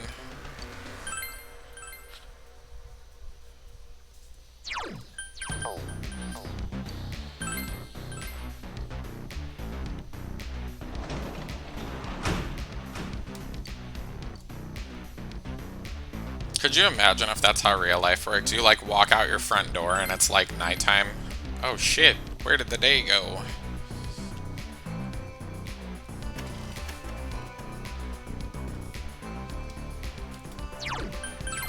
Do you really want to leave your house? Doing so constitutes that by our binding agreement that when you return home it will be nighttime, regardless of whether or not you did anything.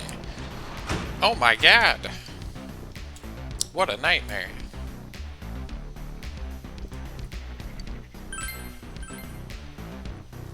Alright. Wednesday, I need to talk to the bitch with the blue hat, because she's really important to this game's true ending somehow. Who knows? I don't know. The more I think I know, the less I want to know.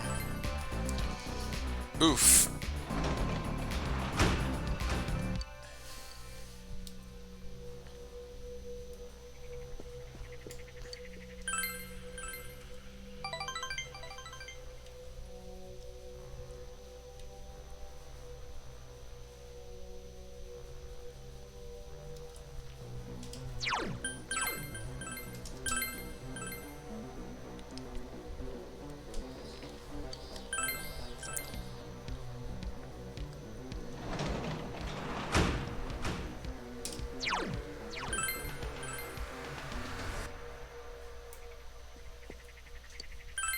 It's so messed up too, like, because Nanako is basically like, I don't know, 9, and her mom has passed.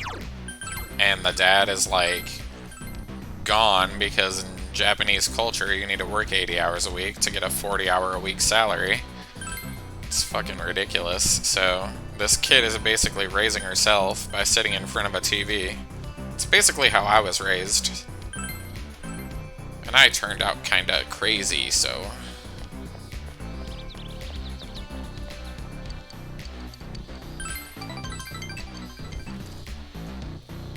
But not super crazy. Not shoot up the school crazy or light the workplace on fire crazy.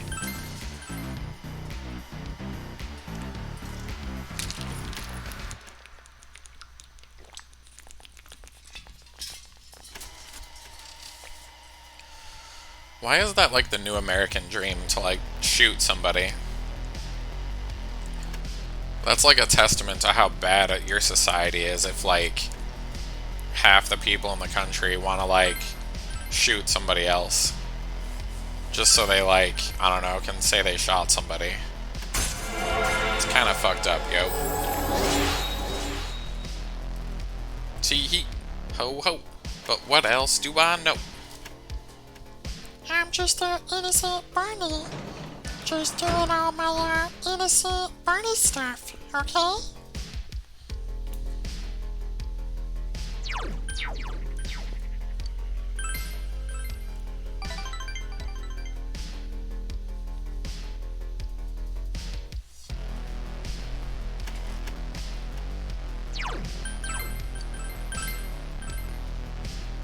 I don't remember if I thanked White Bat Audio for their copyright-free music playlists again in this video, or that anybody will actually watch the full contents of this video, but thanks to them again because they're awesome.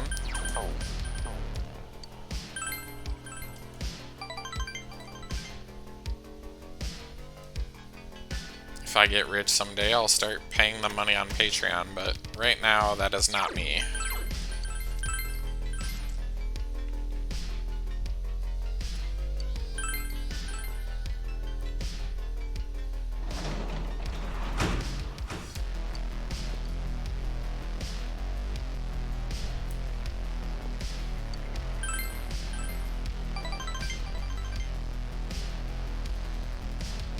Well, it's raining, so we can't talk to Marie today, because her corporeal ghost form can't get wet for some reason.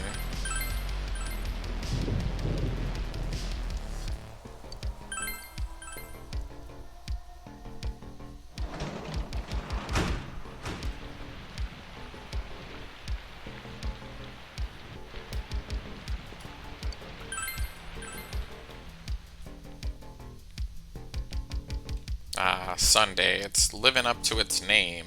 It's nice and sunny today. On Sunday.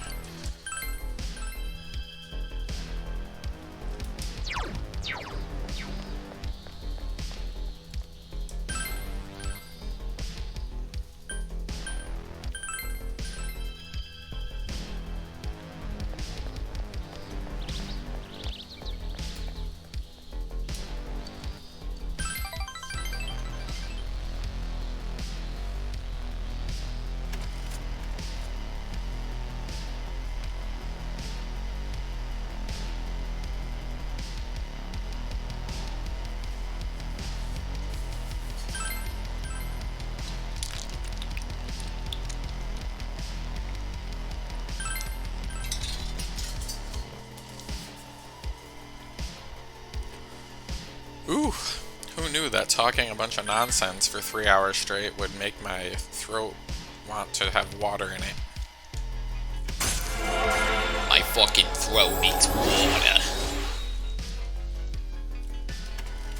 Christ on a goddamn cross, my fucking throat needs goddamn water.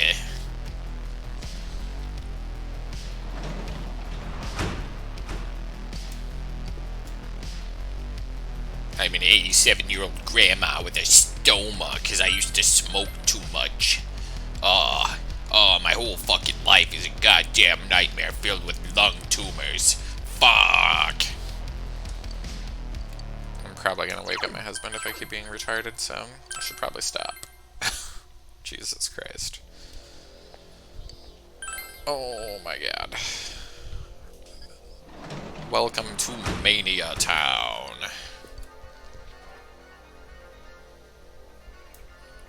But this is why I usually turn on a fan in the bedroom so that he can't hear my fucking loud, stupid shenanigans when I'm streaming. When I'm being all manic. Usually like once or twice a month, my sleep schedule just stops working, and then I start, I don't know, being a video game player in weird hours of the day.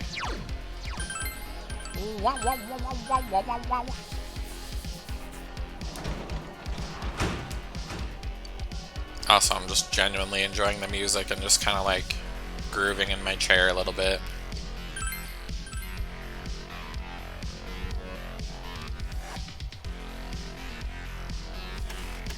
Wait, do I see that bitch Marie on Wednesdays? Yeah. Marie, you're so goddamn important.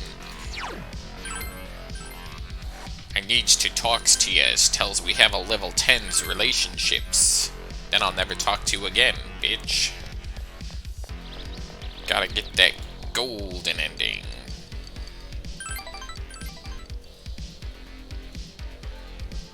Because the rules of the speedrun dictate that you have to get the most annoying ending.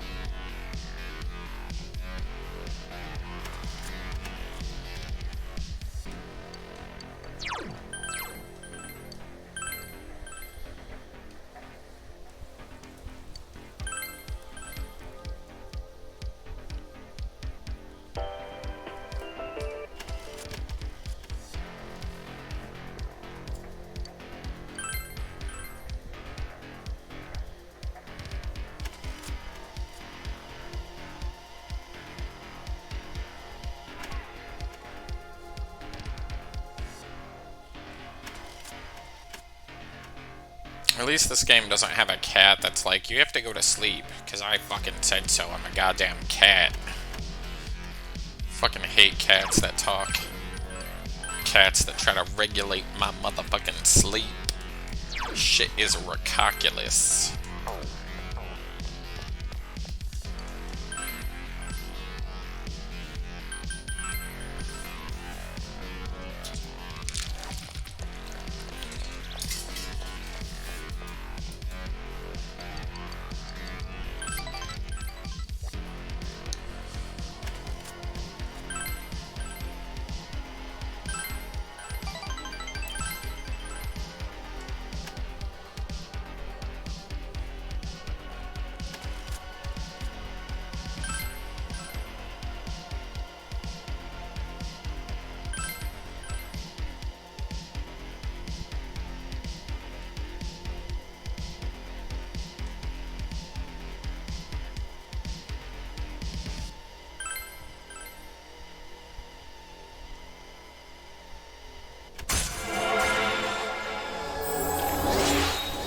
It's kind of funny to me that gaming was like largely considered like a male's hobby, because like basically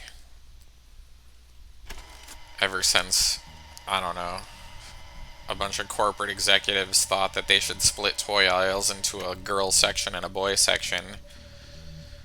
In America, the Japanese video game maker companies had to decide which aisle they wanted to put the video games in, and probably did like some kind of respondent survey in Japan, and you know, had like a higher percentage of boys playing video games than girls did, so they decided to put like the video game machines in the boys section of the toys aisles, when I don't even really consider video games to be toys.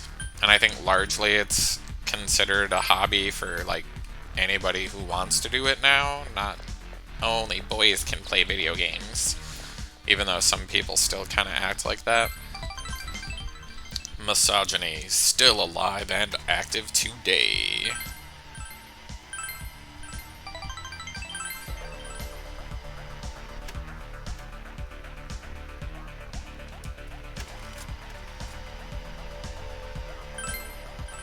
Am I even progressing this relationship? Like, I have no idea. I'm not paying any attention to this at all. That's probably not good. It's probably where I went wrong last time.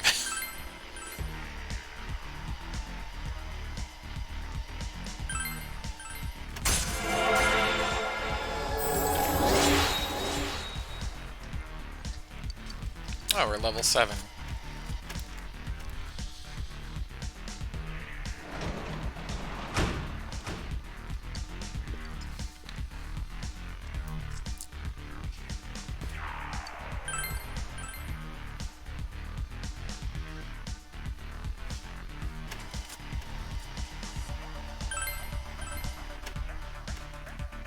Yay, we get paid to go work at Junas now.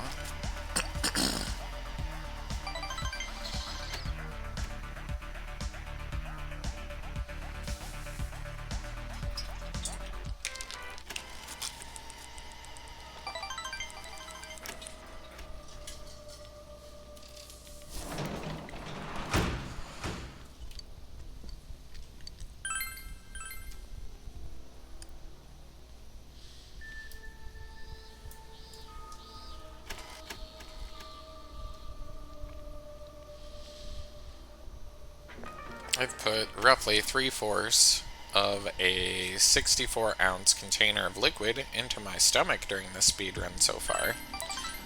So there's probably gonna be a pee break.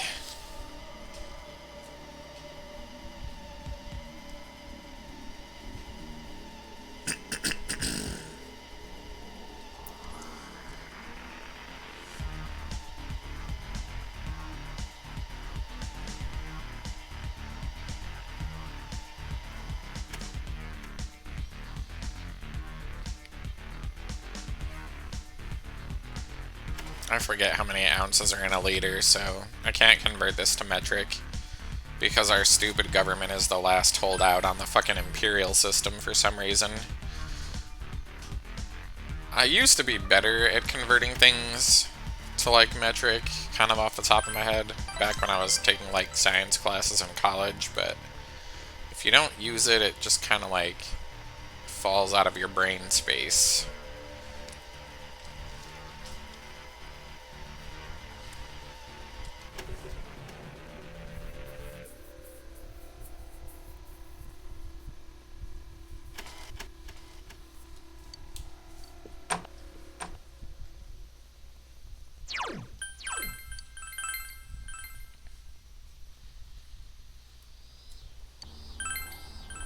I planted plants and I never unplanted them, so now they're dead. That's what that red thingy is, I guess.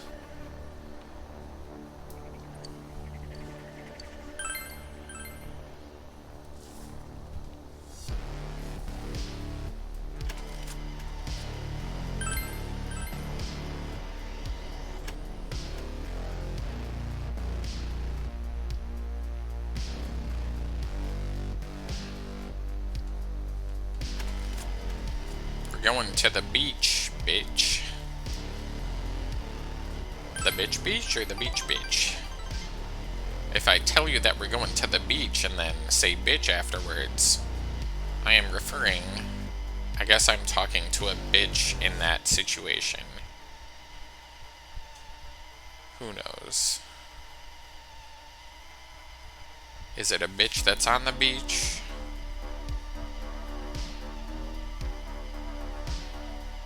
Kanji's naked, and apparently Ted seeing a wiener is horrific, even though he has to see one every time he goes to the bathroom.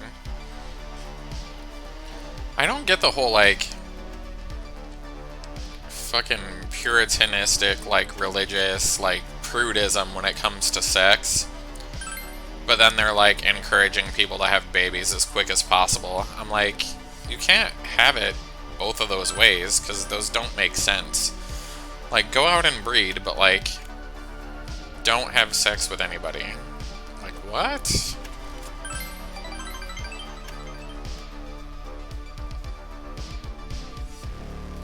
I do not understand.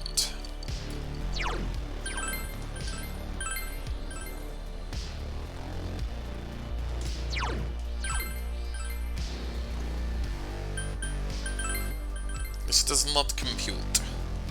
No habla.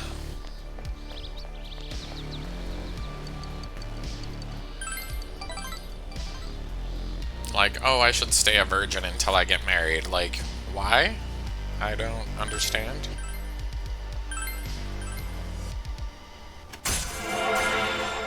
God wants me to go lay my seed and have all these people get pregnant, but he only wants me to touch one person? I'm just confused.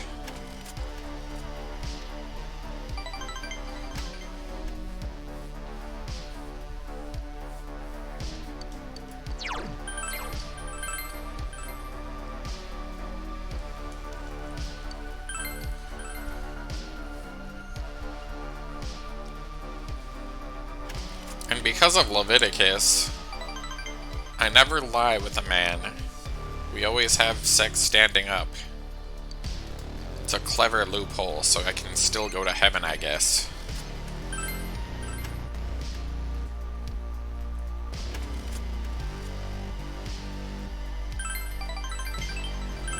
Oops, I said yes to this. Oh well, too late now.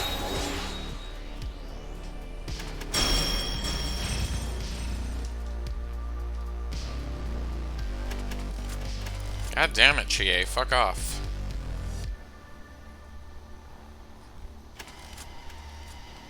Takes a dude on a date to the park and then pretends that she's like a fucking kung fu mistress or something. I'm like, bitch, how drunk are you?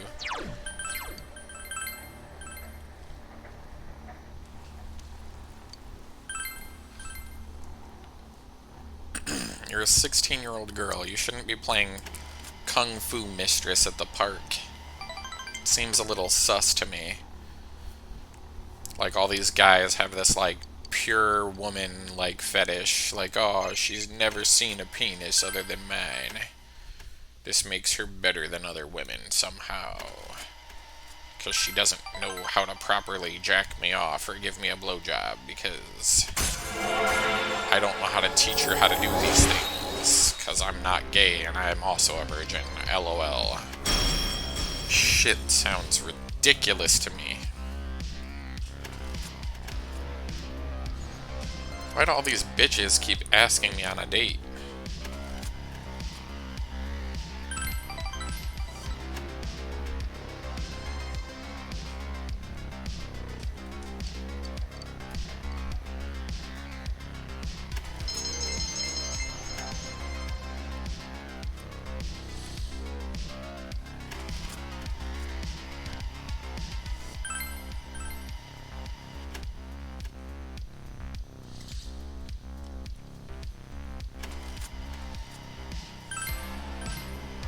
On my Let's Play of this game, I accidentally, like, was dating Yukiko, and then I kept blowing her off, and then she kept, like, getting all pissed off at me because I was not wanting to hang out with her because I'm a homosexual, and it was just kind of funny.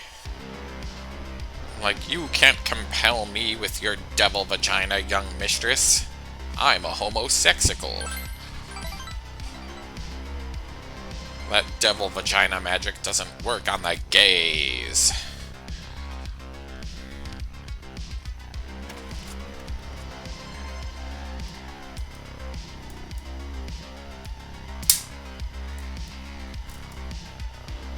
There's so many, like, horror stories of, like, girls only going on dates with dudes to get free food from, like, Tinder and stuff. Like,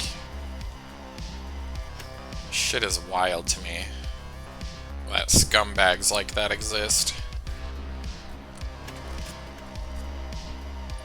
Yes, women can be scumbags too, children. Everybody can be a scumbag.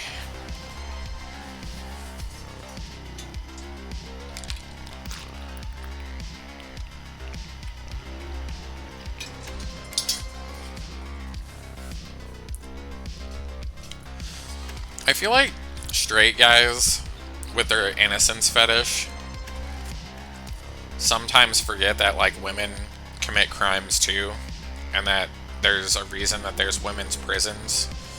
Like, it just kind of makes me giggle. Like, straight guys are like, oh, all women are innocent, pure little virgins. I'm like, okay, sure. That sounds like a thing.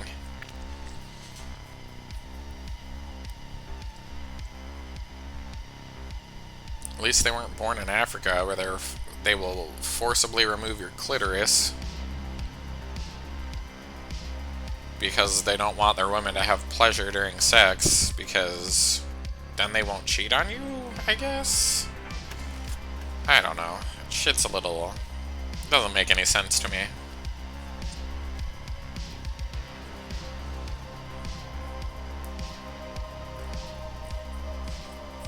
Like, recently there was an article my friend showed me about this town of predominantly Muslims in Michigan that passed a law that, like, you can't have a rainbow flag or some stupid shit. It was just totally bizarre. And all these men were like, oh, the gays are evil, and, like, all this other stupid shit. And I was like, why do you care? More women for you, right? Like, what does it matter if homos are banging? Like, or if they're, you know, proud of their culture. Like, what does it have to... how does it have anything to do with you? Why do you even remotely give a shit? It just blows my mind. And it's really strange, because, like, in Arabic culture, much like Roman culture, like, people will have, like, a side boyfriend, but, like, culturally, you're not supposed to, like, fall in love with them or date them or whatever. They're just supposed to suck your dick or something. I don't know. It makes no sense to me. Fucking straight people and their stupid bullshit and their stupid fucking religion and their fucking double entendres that make no sense to literally anybody. But if you don't do it, God will get mad at you. Prove to me there is one, bitch. You can't. God damn it, I keep inadvertently hanging out with all these fucking motherfuckers. Go away, Yukiko. You're annoying.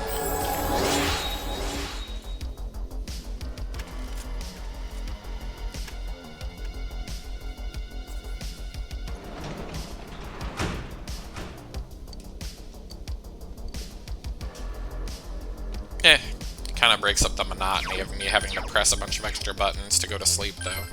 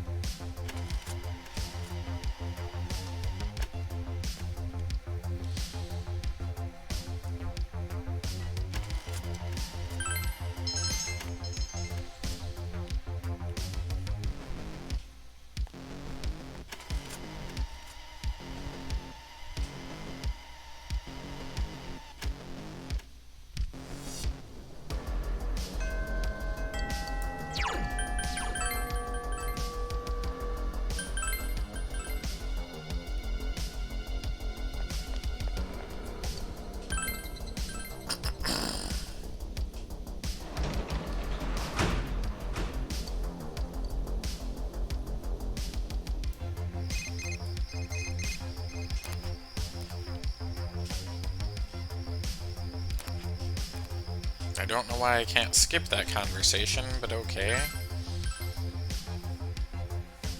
Some of these conversations just like, oh, you can't press triangle today, or the middle button like you could on other days. You have to press a different button to get it to go past this point for some reason. Drives me bananas.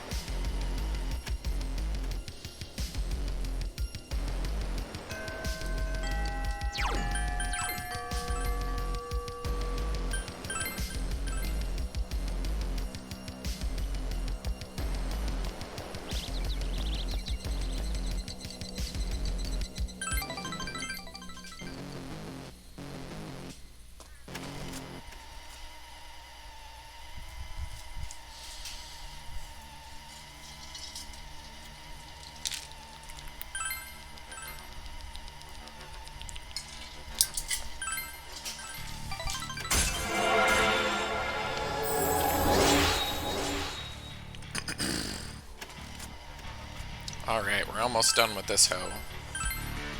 Oh shit, I think I'm dating her now. Oh well. She'll find out the hard way that I'm a homosexual and she's never gonna get any actual physical love from me. Just like Yukiko did on my last playthrough.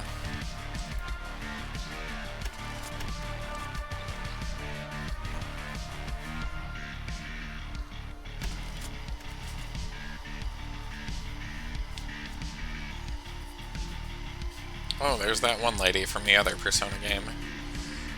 Bitch hooker.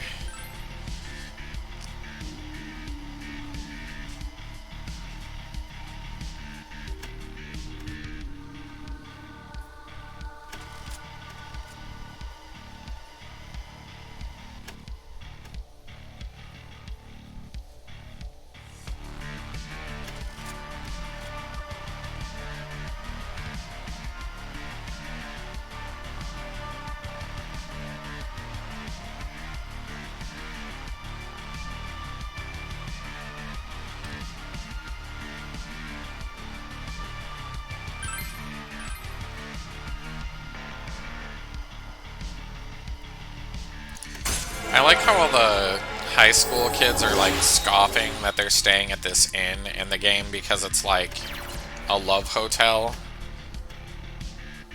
And I'm like, what makes you think people aren't having sex on like the beds at other hotels? Like, it just doesn't make any sense. These kids just have faulty logic because they're stupid.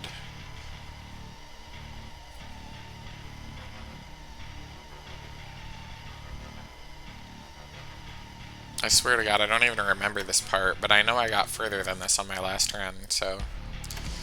Must have been zoning out hardcore style. I've been known to do this on occasion.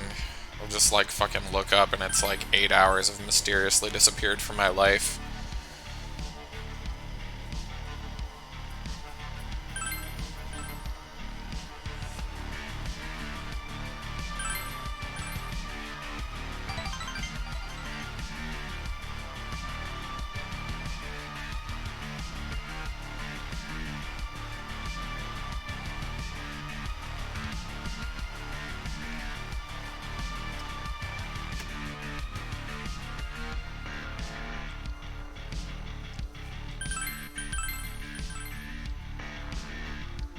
And all the kids are pretending to be drunk at the club. Even though that club doesn't serve alcohol, according to Naoto. So they're playing whatever the Japanese version of Truth or Dare is.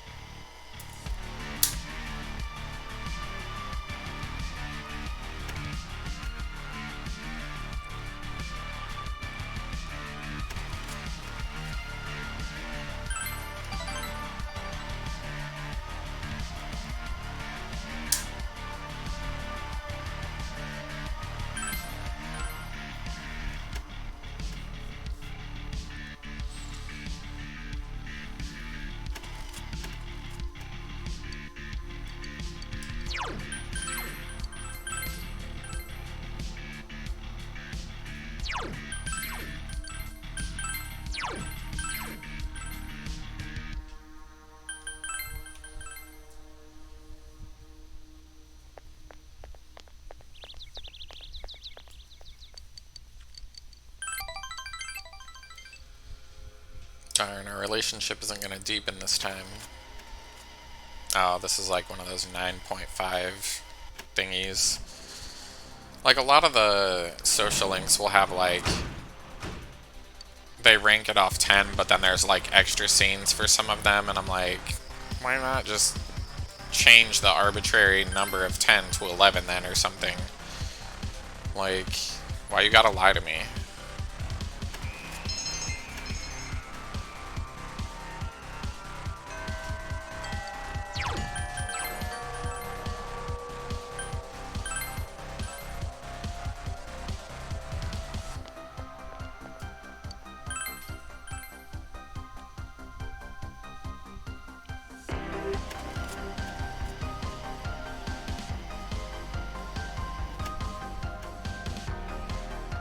Ooh, I gotta start paying attention to my guide again, because Naoto's about to get kidnapped.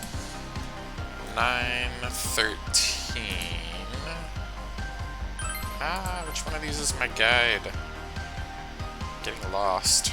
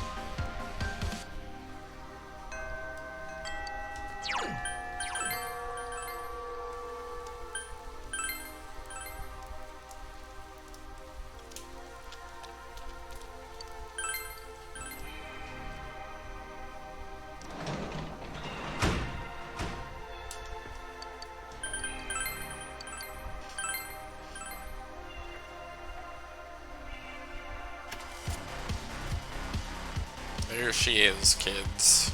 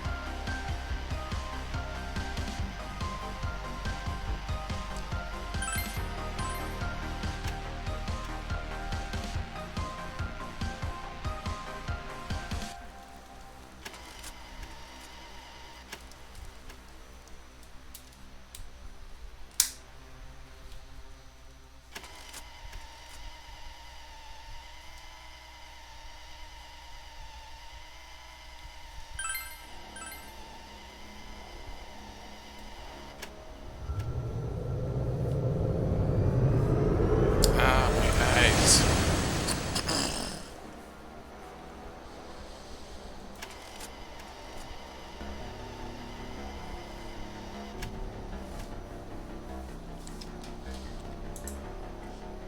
Alright, 9:16, practice building.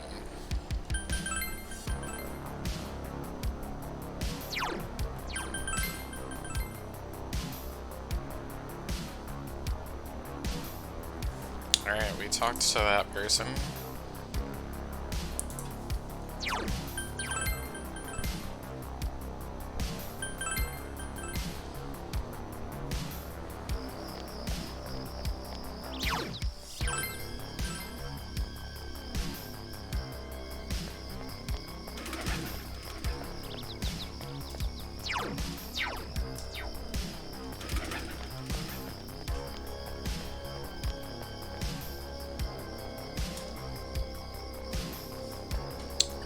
We talked to the cop. We need to go to the riverbank and talk to Chie. And then we talk to a different cop. The guide's working this time. if you do stuff on the wrong days, like, it just completely doesn't work. So you have to be, like, very specific. Otherwise you'll end up losing a lot of time.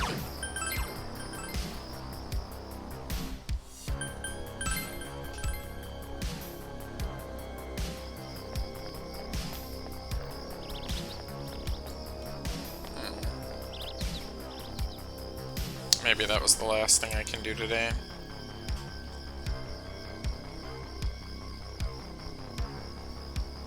I guess we have to go back to the North Police Officer?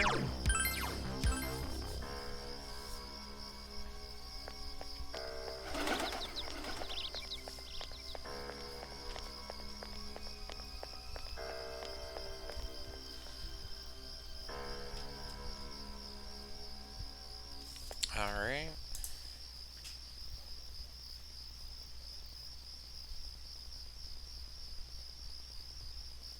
Now we go to bed or something.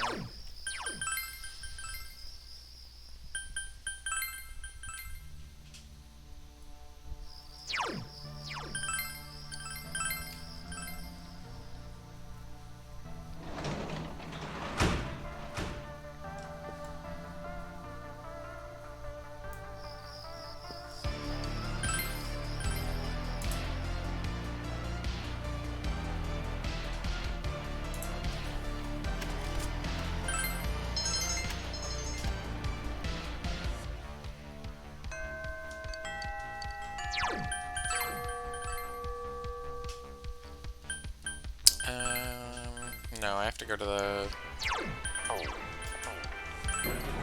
shopping place.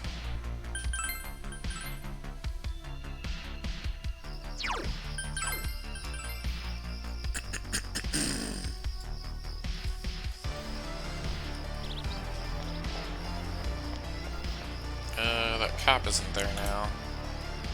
Oh, it's the South Police Officer then. Oopsie.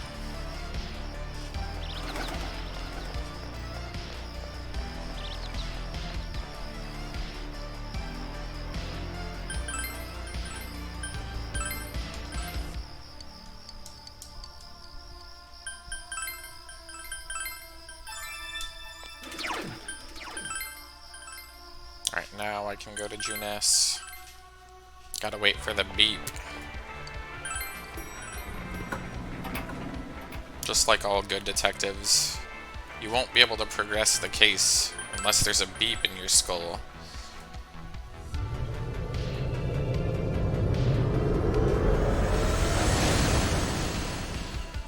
Sounds more like a brain tumor to me, but what do I know? I'm not a doctor.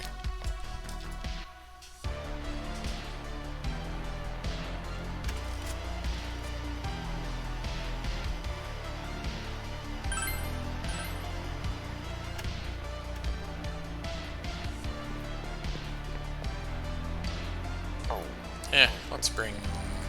I don't think I bought Teddy anything, so we'll bring this guy.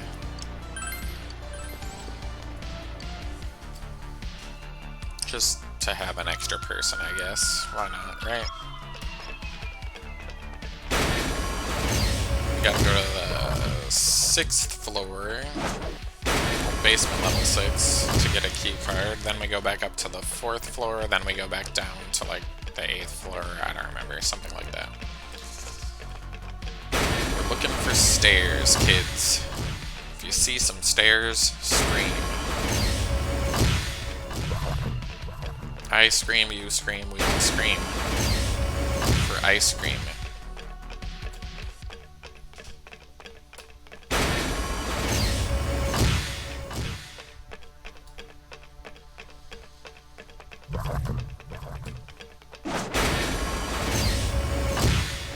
Shazam. Stairs.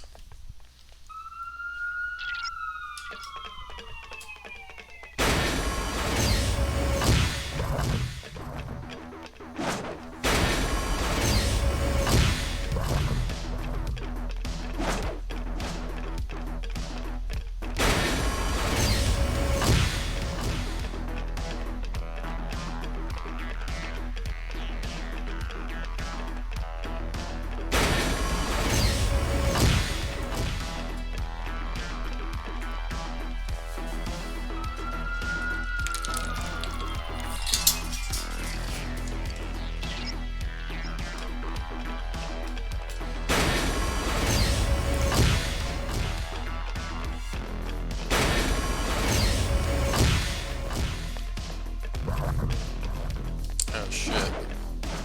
That's gonna be a treasure room, so... I don't want to get boxed in up there and then have to do fights that I don't want to do. Because then Kenji will get like 8 level ups and it'll take 40 seconds to get out of all those annoying menus. But if I see a gold hand, I will attack it. Because then I'll probably get like 20 level ups instead of just like 8 or something, I don't know.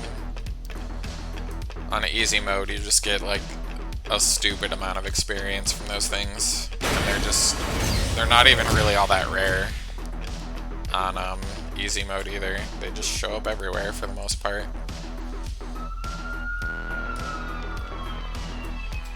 I think I go through the middle actually. Yeah.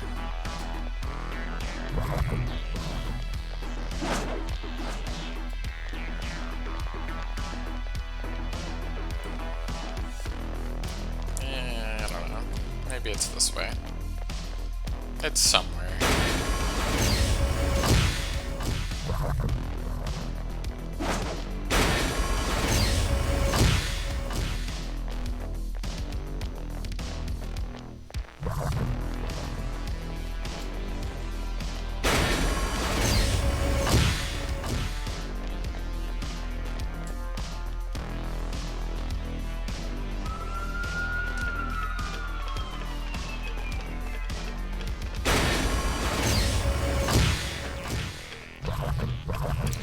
Take me to your mini-boss.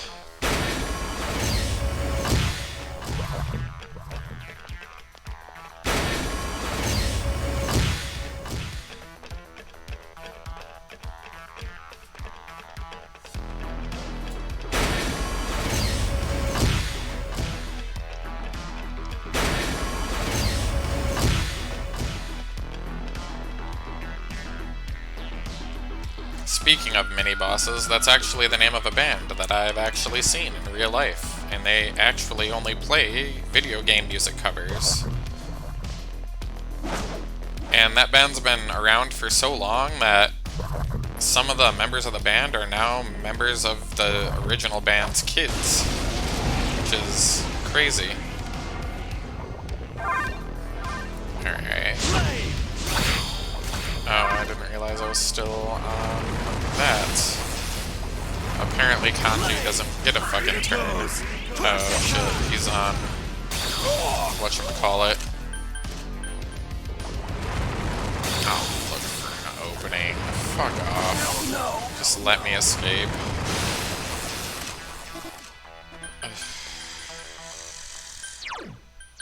Alright, fuck this. We're just gonna have to kill you since you have to be so goddamn annoying about it. Won't let me escape. It's probably because it's gonna be 2 fights. Maybe? Maybe not. Well, Kanji doesn't get any levels when he's dead, I guess.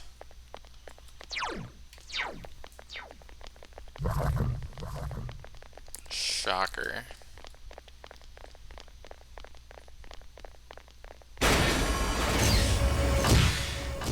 Have to check on my music in a moment here.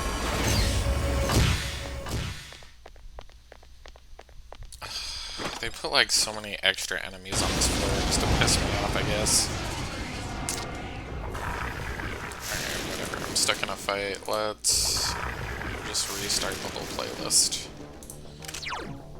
Alright, can I be done with this fight yet? God damn. None of the enemies like ever just do a normal attack. They always do a skill and it charges up and it takes forever. It's like, leave me alone, dude. More power for me!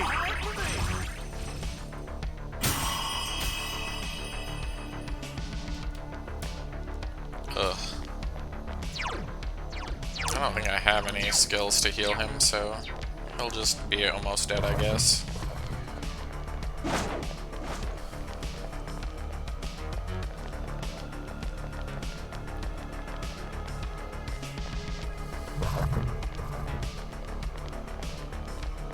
I really hate it when games do the whole, oh, we don't have random encounters thing, and then decide to, like, make all the fucking corridors super narrow so you just constantly get into fucking fights with all the enemies that are on the screen. I'm like, yeah, sure, these aren't random encounters at all. It's definitely something different. Uh-huh. Alright, that's our research card. So let's return to the previous floor. And why the fuck is the music incapable of playing? Have to ask YouTube.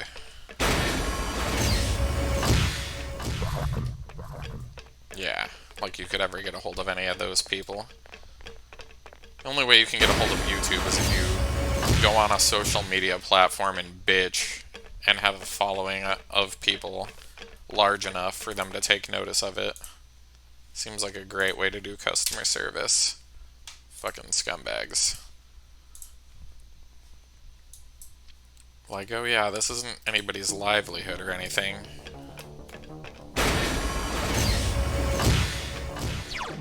Just fuck all creators that aren't fucking monetized, I guess. And especially fuck them if they don't bring in advertisers with your bullshit family-safe nonsense. Like, get the fuck out of here. YouTube has had so many scandals of, like, really fucked up shit ending up on their kids' channel because nobody fucking polices anything on YouTube, basically. Ugh. Shocker that the do-nothing company is doing nothing most of the time. Wow, who would have guessed? Ugh. Let me just switch back to my normal persona. Oh my god, I can't escape from this for some fucking stupid reason. Jesus Christ, this is pissing me off. Yeah, it ain't going down. It ain't going down. You can't run away until they attack you. Okay, game.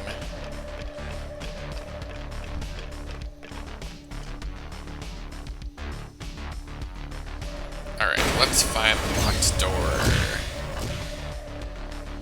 I hate all the running back and forth you have to do in this dungeon, it's annoying. We could have designed a good dungeon, but instead we're just gonna make you run back and forth looking for keys. It'll be fun. We've only remade this game like fucking 8 times. But we're not gonna update it at all. That would be too hard.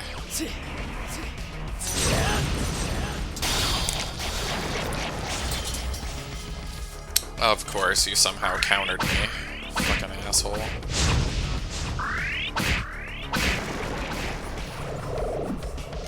And of course, there's more enemies, even though there wasn't anything near me. Persona! Persona!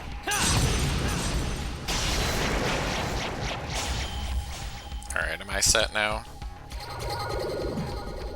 Jeebus. God damn it. All these fucking menus. I really hate that stupid, like, card screen.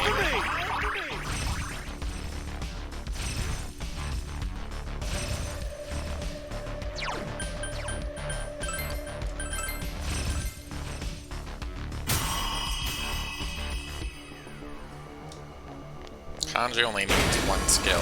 2 power charge and an attack skill, really. But he learns that charge up attack so late, it's like, Jeebus.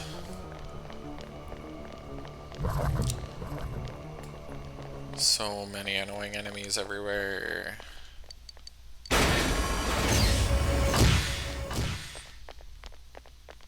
So many tiny corridors filled with gigantic enemies. So many enemies. Impossible to kill enemies. Oh, it's a fucking robot. It's Voltron.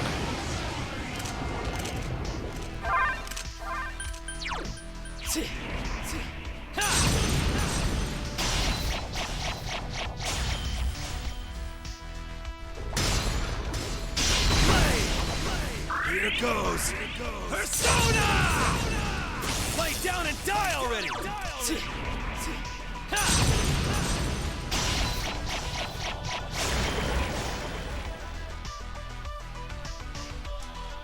did it. We killed Voltron. Maybe that's a good thing in this game? I don't know.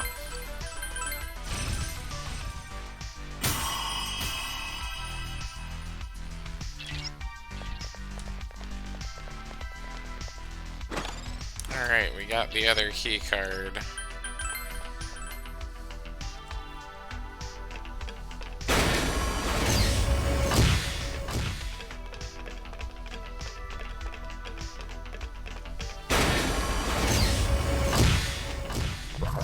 And all the enemies are back somehow.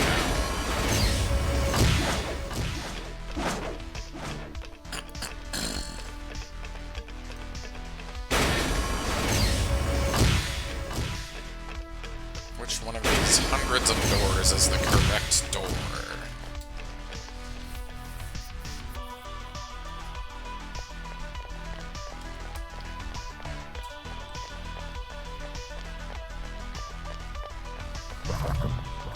Oh my god, I really hate dead ends.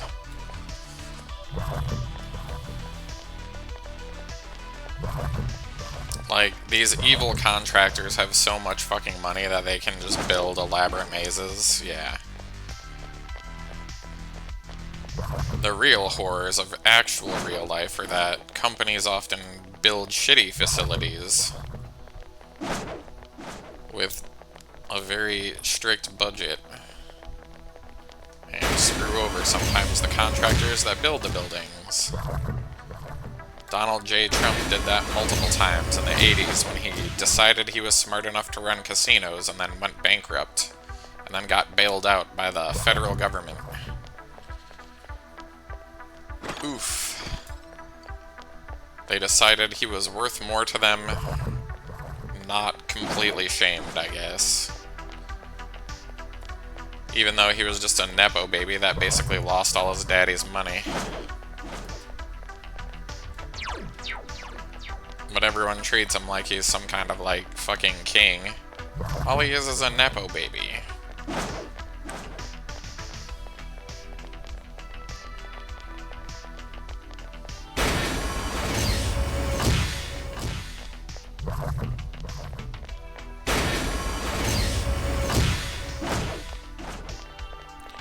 Jesus Christ, it's gonna be the last fucking door I open, I guess.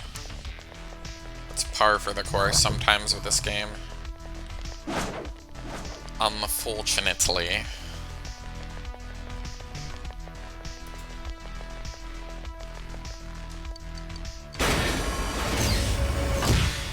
Let me out. Let me out. Let me out of this fucking shithole.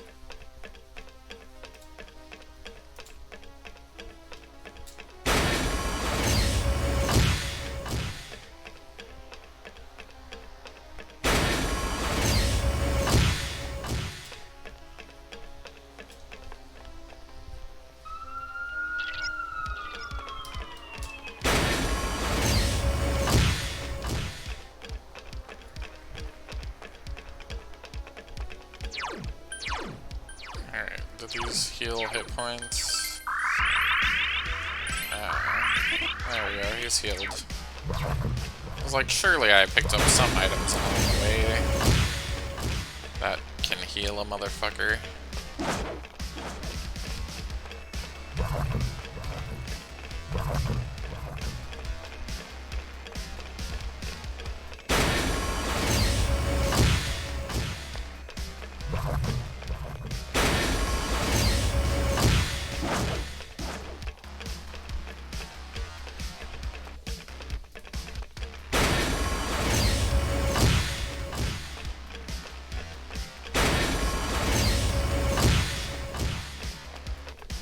Alright, I think it's finally boss time.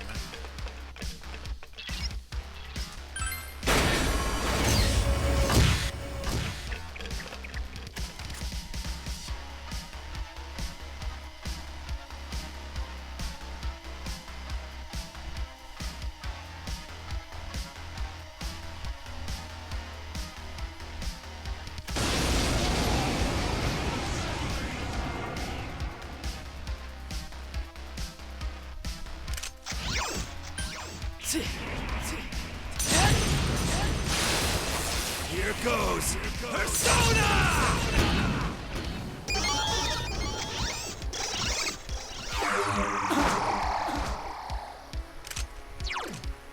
Persona! Persona! I...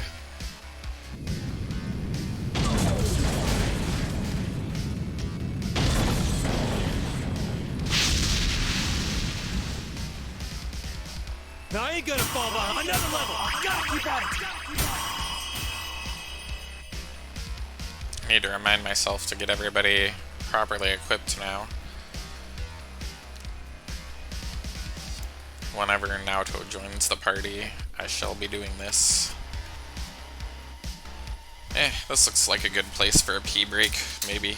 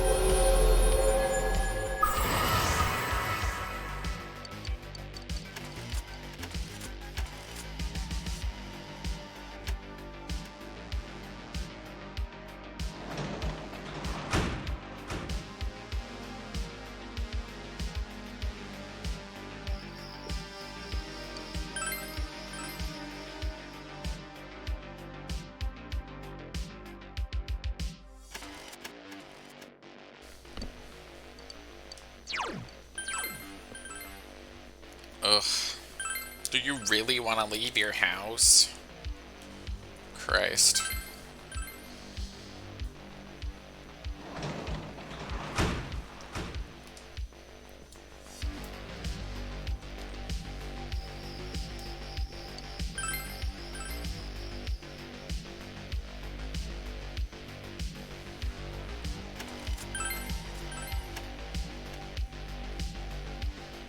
Alright, the next person that gets kidnapped is that one girl, whatever her name is.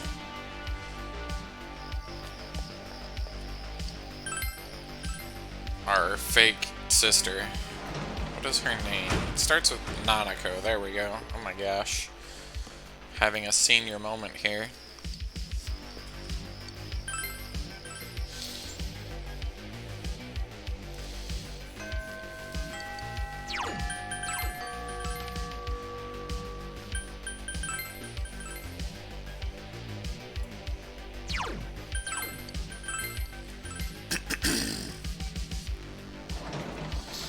It's kind of funny because I keep seeing these like weird articles where it's like Gen Z is like, wow, millennials aged really well in comparison to baby boomers. And that's not really all that shocking, considering like that putting lit cigarettes near your face is really bad for your skin, and that boomers ardently taught their children not to smoke. And during, you know, millennials' lifespans, the federal government put excise taxes on tanning beds and stuff like that, which also fuck your skin up really bad. So, avoiding UV rays and avoiding putting fire near your fucking face is amazingly great for your skin. And, you know, if you've treated your skin well most of your life, you're gonna look younger than somebody that didn't do that. What the hell am I doing right now? Losing my mind, children. So yeah, that explains a lot of that stuff. That and like people have skincare regimens now where they didn't really before. They actually use lotions and SPF creams and things like that.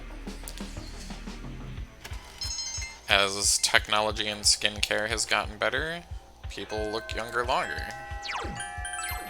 Especially as those things become more accessible as well, price-wise.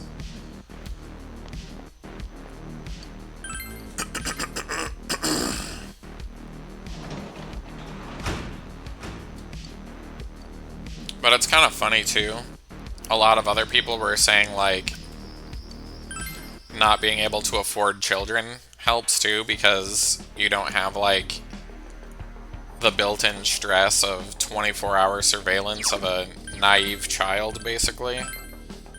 And kids get into all kinds of bullshit, so I guess that would help too. Living a relatively lesser stress existence would help with that as well.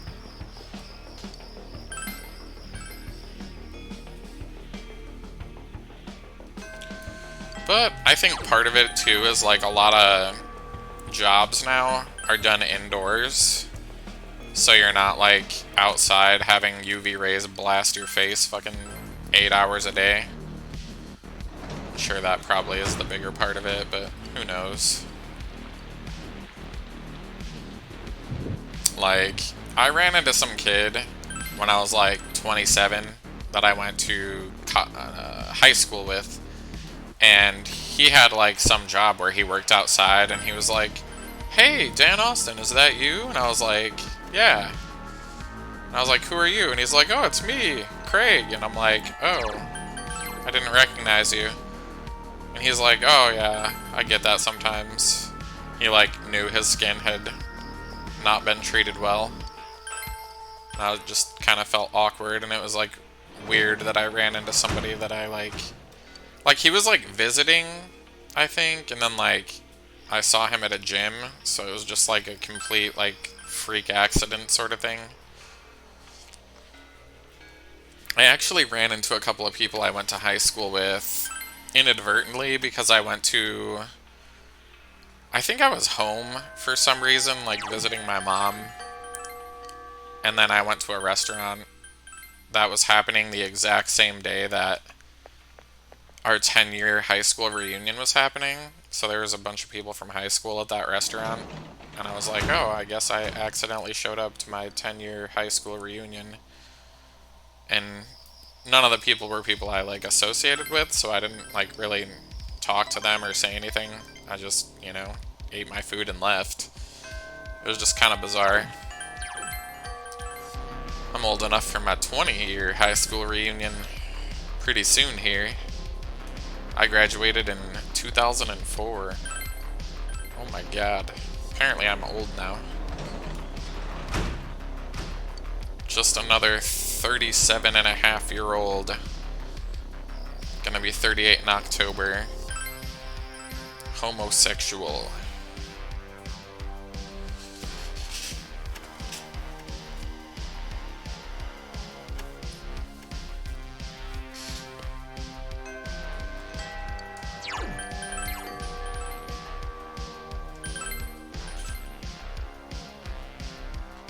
It's kind of funny, like, I didn't actually mean to use my whole name earlier, but it doesn't matter anyway, because if you Google me, you'll never find me, because there's a billion other people with that exact same name somehow. Apparently I have, like, a very common first and last name combo. At most companies I've worked at, like, if I get a corporate email address, it's never, like, d.austin@fucktown.net or something. It's almost always like d.austin2 or 3 or 4 because, you know, the company's hired people with my name before. It's just kind of a weird fact about myself that maybe you know now.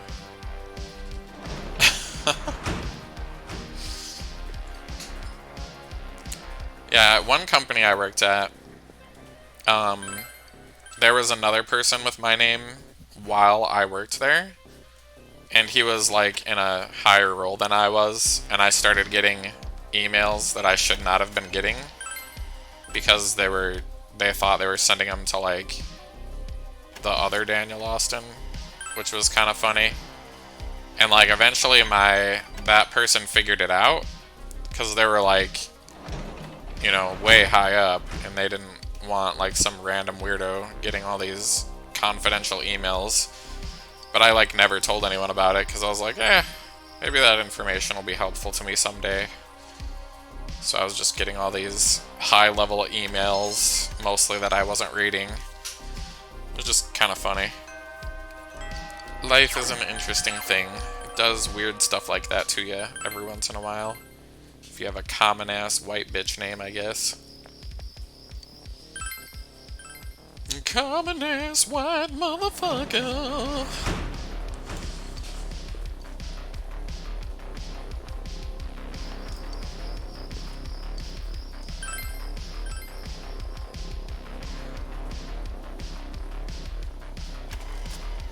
I keep meaning to re-dye my hair, and I also need to get it cut, because I look like shit right now, unfortunately. I've just been kind of on a janky sleep schedule and like I'm not awake when businesses are open sort of thing, which is kind of terrible. But yeah, we'll get there eventually. My hair is longer than it's normally is, and I hate it when my hair is long. That, and I dyed my hair brown. My hair was blue before for like a couple years. But I dyed it a normal color because I had an interview for a job that I'd actually like show up to in real life. You know, and I didn't want to like look like shit on camera or whatever.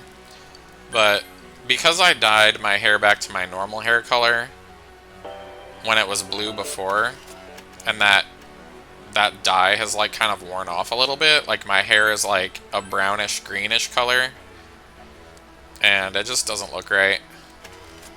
But I don't really go anywhere, so I have been kind of lazy about fixing it. I go to yoga like 5 times a week, but I don't give a shit what people think of me that I work out with. Like, I'm in a guided class where there's an instructor talking the entire time, so there's not really like a lot of opportunity to converse with the other people there that are working out with me. So I'm like, probably ain't gonna say anything about my stupid hair right now. Or they'll just think their eyes are playing tricks on them or something, who knows.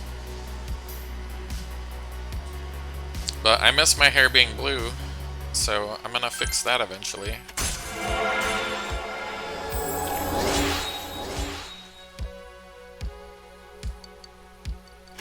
and then I'll probably get a fucking call for a job interview the next day. That happened to me once, and I was like, fuck, now I have to dye my hair a normal people color.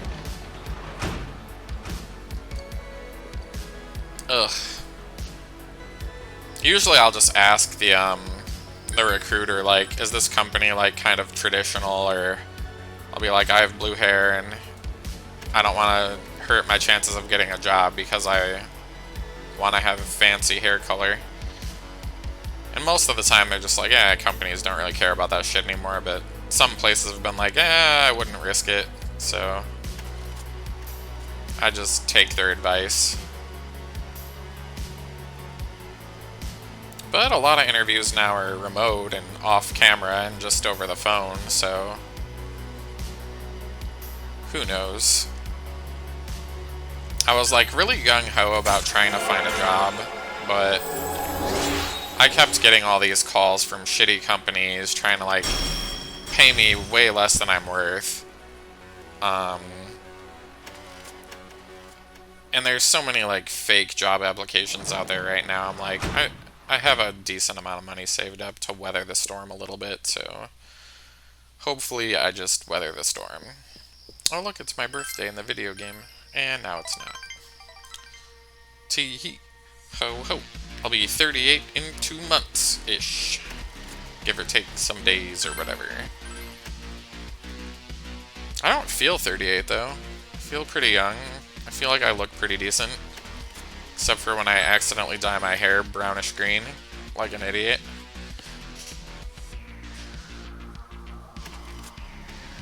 But my... never mind. Saying some crazy shit.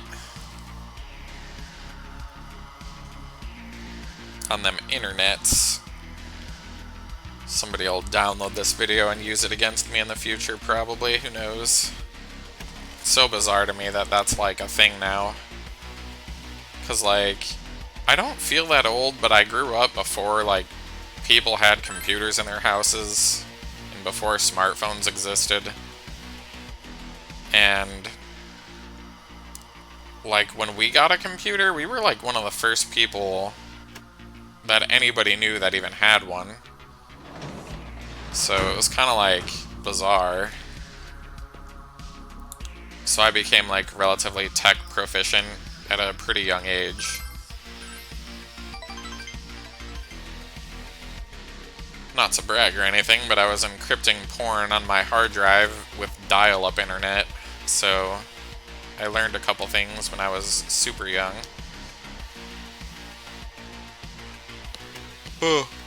Hiding porn from my parents on the computer.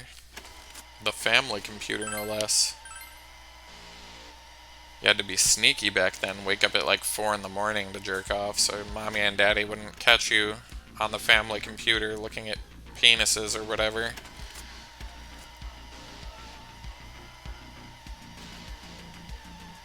Penises!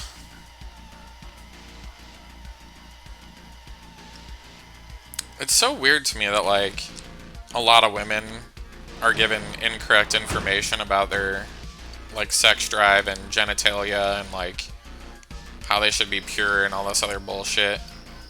So like some women like don't learn how to have an orgasm because they think like it's penetrative based, like it's the penis and the vagina that makes you come or something, when it's actually clitoral stimulation.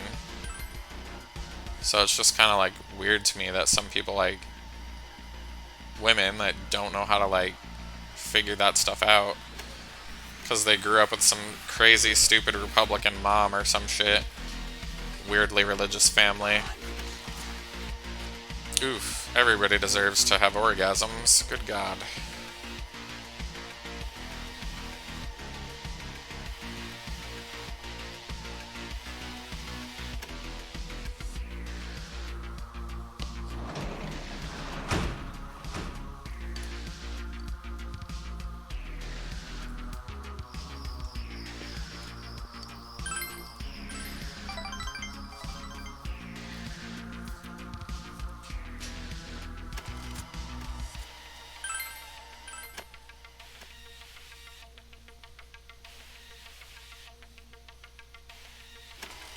And all the kids have like flip phones in this game.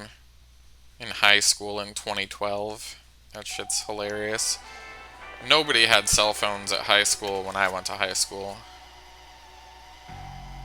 2004. You could have had like a $150 a month flip phone, but people weren't buying that shit for their kids. Like, once phone bills became a little bit cheaper, like, now, like, fucking 10-year-olds have cell phones. It's weird to me. It's even more weird when, like, a parent buys their kid a smartphone. I'm like, that is a mobile computer that can access the porn from anywhere. Especially with these, like, restrictive data plans and stuff. I'm like, y'all are crazy. I used to work at Verizon, and people's kids got into all kinds of trouble with their mobile devices.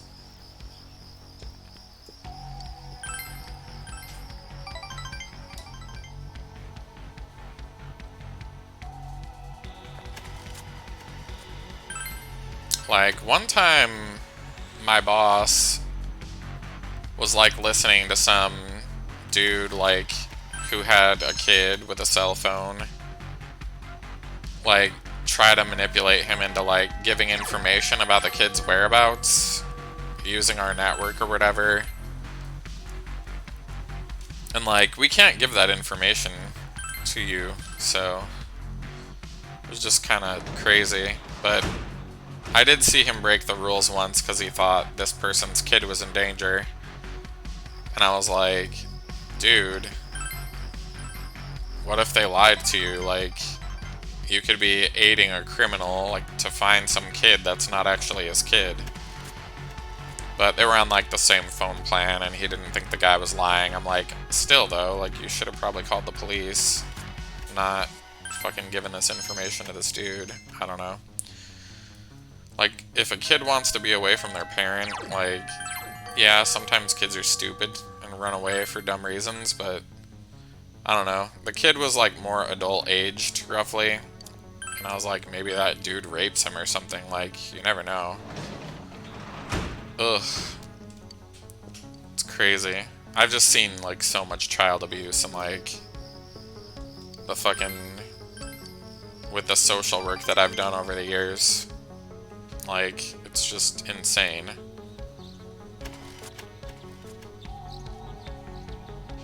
Trust no one. That is my advice. You never know when somebody's trying to extort information from you to screw somebody else over. People know how to fake cry sometimes. It happens. God damn, these people are fucking tested like every 2 weeks in this game. It's annoying. Really glad I didn't go to school in Japan. 6 days a week of school. Fuck that. Very small breaks. Usually they give you homework over the break. I'm like, hell no. Nobody needs to have this much general information crammed in their head to do fucking...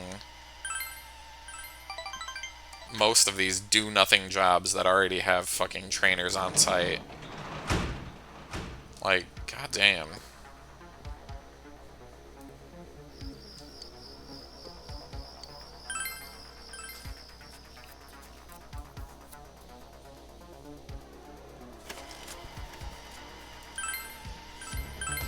It's kind of funny now, because, like, my generation is getting old enough to, like... they're starting to get pit against, like, the Gen Z-aged kids.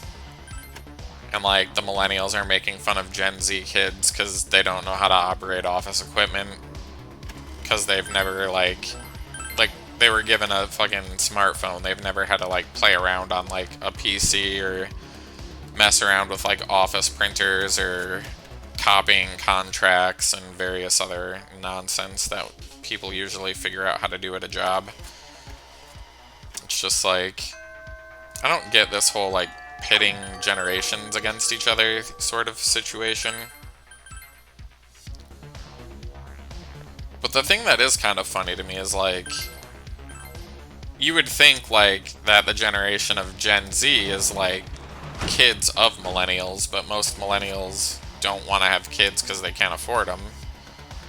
Because they're in crippling student loan debt, and the housing market went completely insane by the time they were able to afford one. That and 9/11 fucked up the economy, the dot-com crisis in the 90s fucked up the economy. Then we had the housing crisis in like 2008 due to speculation on housing prices. And then like now we have another housing crisis again. Like that's 4 economic disasters within our working lifetime. Like a lot of people my age have not a fucking penny saved up, basically. It sucks. Especially if they have kids, then they're doubly fucked. It's extremely hard to save money when you have a kid. Oof. Kids just get into trouble. You can't watch them 24/7. You gotta sleep sometime. You gotta work 8 hours a day. So that's 16 unsupervised hours a day. And kids can figure out how to sleep when you're, to avoid your schedule. I did that with my dad because he was an asshole. So kids are pretty good at getting creative if they don't want to deal with your stupid ass.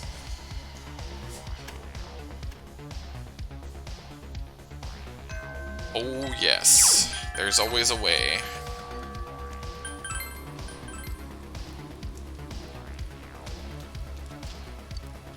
I can't tell you how many times I've gotten creative at work to basically simplify my workflow so that I could get 8 hours of work done in like 2 hours so that I don't have to do 8 hours of work, because nobody actually does 8 hours of work a day.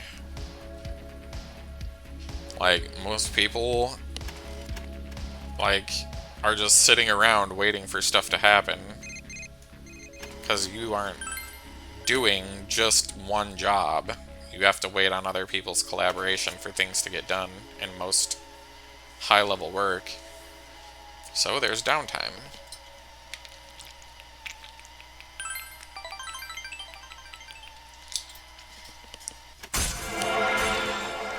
That, and believe it or not, sometimes you'll work with lazy assholes. And if you're reliant on a lazy asshole to push the next phase of a project forward, that's a great company to work for, because you'll be sitting around doing nothing a lot. There's no one to blame but the lazy asshole that they hired to be in charge. But oftentimes those lazy assholes, to protect their own job, will lie and blame it on somebody else, but usually there's a higher degree of accountability, especially at higher levels of work, so most people aren't gonna fucking let that shit fly if they catch you doing it. But when you're responsible for too many people to count, you don't have time to talk to all of them every single day, so shit falls through the cracks. And it's like, if these companies want to just continue to pay you less and less money while the cost of living is going out of control, then I say, why not find innovative ways to do less and less work so that you are actually being paid a fair wage?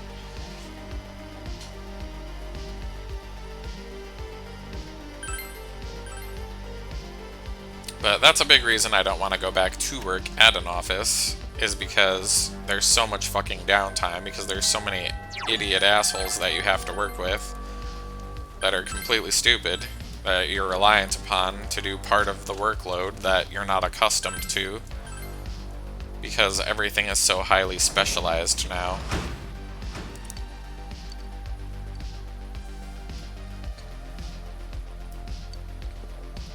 I need to watch something? I don't remember. Actually, I really do need to scroll down on my guide thing here. We're like getting into October. Yeah, I'm on the wrong page.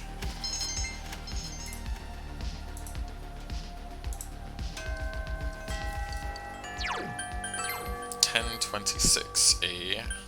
Let's control F our way through that.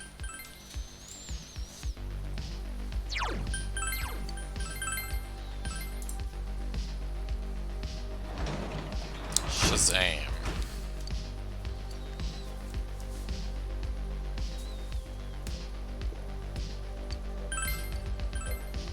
Having my PS5 hooked up through my capture card so that I can Google stuff on the fly while doing speedruns makes playing games so much more efficient. Because if I forget to write notes for myself, like, I can Google stuff and find it relatively quickly.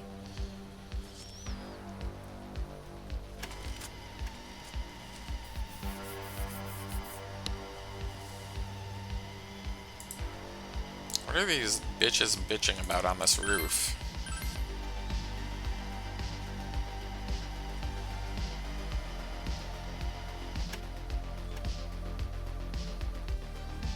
I've never seen, like, such large groups of people hang out like that naturally.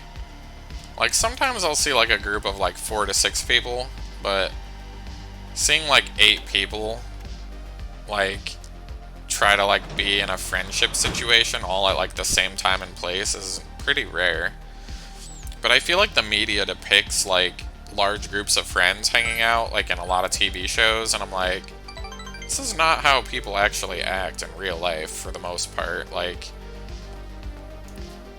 a lot of people don't like their neighbors, or don't like their coworkers, or, you know, because either they're lazy, or they're overly involved, like, they try to, like, force themselves into your affairs, or shit, maybe you're just tired, it's been a bad month, or, you know, somebody died. Like, it always blows my mind, like, when people are, like, in TV shows, like, able to hang out, like, Monday through Friday. I'm like, that shit ain't real. That shit is not gonna happen to you.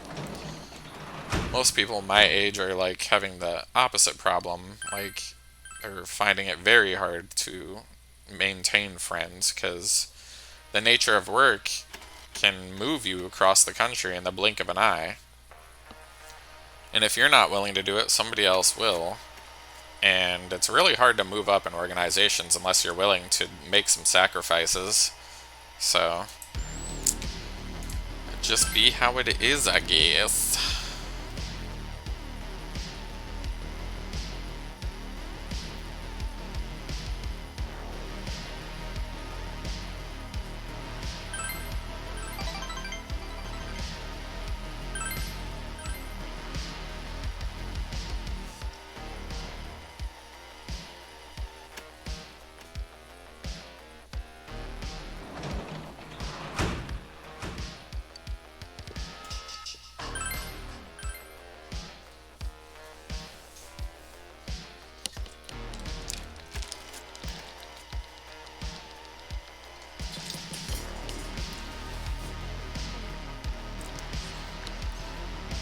But yeah, me and my husband are both kind of night owly, and we don't really fight.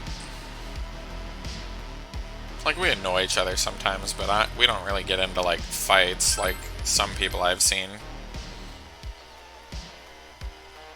Oof.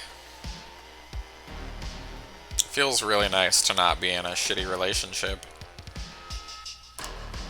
I think, like, my parents weren't a terribly good example of, like, how relationships should work.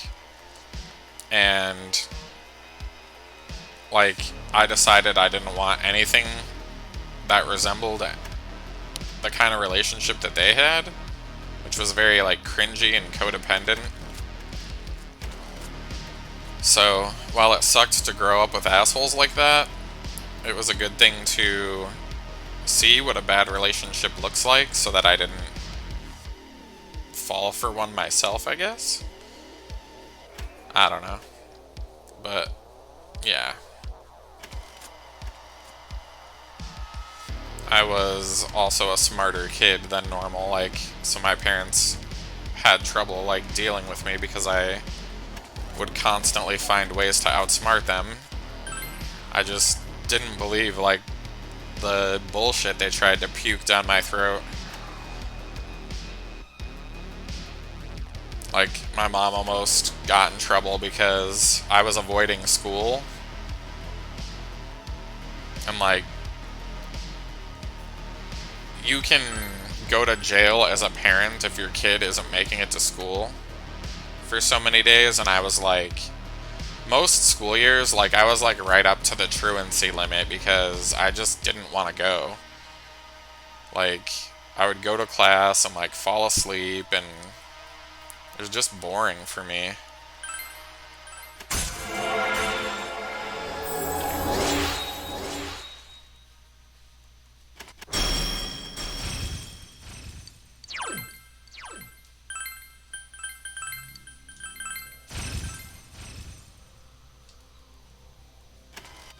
I just did not like school very much. I just found it so artificial. Like, I grew up in an area where there was a good amount of rich people, and we were not rich, so I would constantly be going to school in like clothes that were like not name brand and stuff, and like other kids would make fun of me for that sometimes. I don't know, it was just weird.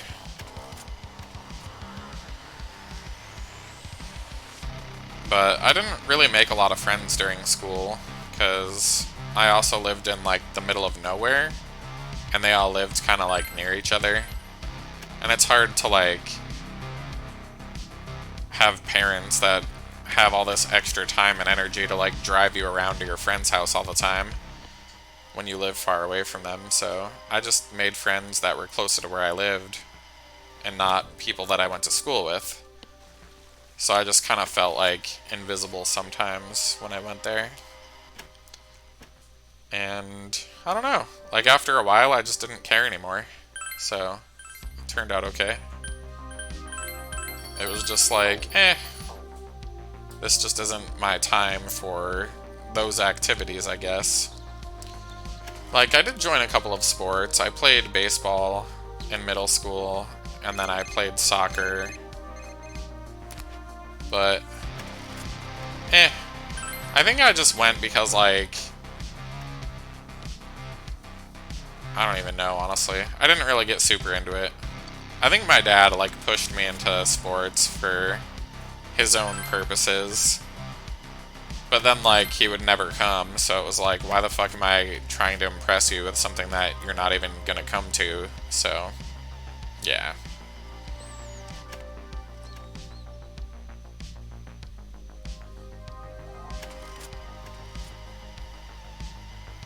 But I feel kind of bad, like one of my younger brothers, I think, fell for that trap, and he like tried really hard to like do all this stuff that my dad said that would impress him. And then my dad never showed up to anything, and I don't know. He ended up like a completely different person than I am, and we are not close at all. Like, we just have completely different philosophies on life. Like, we don't talk to each other really. Like, I didn't get invited to his wedding. I haven't met his kids. I don't basically have anything to do with him. And, I mean, it might be nice to, like, I don't know, like, know my family to some extent, at least with him, but I don't know. I don't feel like he wants to know me, and I don't want to make a bunch of effort for somebody that, like, I just feel like he holds grudges against me. And I think partially it was because, like, my family was, like, abusive. Like, my mom and... not my mom, really, but my dad was super abusive. And I think, like, when I left the house, because I was older, like, some of that abuse probably shifted onto him. And I think he blames me for that. Like, I don't know. I'm like, it's not my fault that I escaped a bad situation, like, and that you were still there. Like, there was pretty much nothing I could do. If I stayed in that house, I was gonna commit suicide. It was really bad. But I think he's never forgiven me for that, and I don't think he ever will. And it just feels petty to me. And it's like, why should I work hard to make you have a different perception of me when you've never tried to like connect with me either? So it's just like, it's a big fat fucking meh. But it is weird to be like an uncle to kids that I've never met. I don't remember if he has 2 or 3 kids now. It's just hard to like keep track of somebody that you don't talk to, I think, for the most part. But I don't know, like when my sister passed away at age 17 and like I went to the funeral, like my brother and his wife were there and neither one of them talked to me, so I was just like, okay, whatever. And like, I was actually relatively close with my brother's wife because like we have similar interests and we're both pretty smart, so we found it like pretty easy to talk to each other. And I think my brother was like kind of jealous of that, like even though that I'm gay, and I don't know. It's just weird. I can't really put it into words because it's not something that makes sense to me. But I don't know, like we chatted once very briefly, like a year or 2 or 3 ago, I don't even remember. And I thought like maybe things would like continue, like maybe have a momentum, but then we just never talked to each other again. Like, I don't know. I think he like started dating some weird religious bitch like in high school, and he also like had a thing against gay people for a while as well. So I don't know, it's just a bunch of things that there's not much I can do about. And it's like, I don't want to like try to be friends with people that hold a grudge against me, like, because then it's just me doing all the work or whatever. And like, how the fuck am I supposed to be like how much do you have to pay before somebody like decides they want to like treat you like a normal human being again? I'm just like, what's the point? It just doesn't work for me, so it doesn't go anywhere. Our family is just like completely broken at this point. Like, after my grandmother died, I've spoken to no one on my dad's side of the family. A lot of them are like criminals. And my mom's side of the family was like more religious, more rich, like, so I feel like our family was like the black sheep because like it was a case of my mom being like, she should have known better than to get with my dad, sort of thing. So we were just kind of always like, we didn't quite fit in with either side of the family. Just weird shit. Like the rich and educated side, like, I think like viewed us as like poor. And then like the criminal side of my family, I think like viewed us as like soft and weak because we haven't been to jail yet or whatever. I don't know. So it just never really felt like I fit in with either side of my family. Oof. But yeah, couple in the fact that I was like told I was like really smart as a kid and saw through a lot of my parents' bullshit, and you just have a recipe for a kid that didn't really want a lot to do with his family, I guess. And I think my brother kind of like saw that and thought like, oh, well, if he doesn't want anything to do with us, I don't want anything to do with him. Who knows? I thought I was escaping abuse, and I didn't maybe necessarily think very much about the fact that it might have transferred onto him when I was escaping my own bad situation. It's complicated.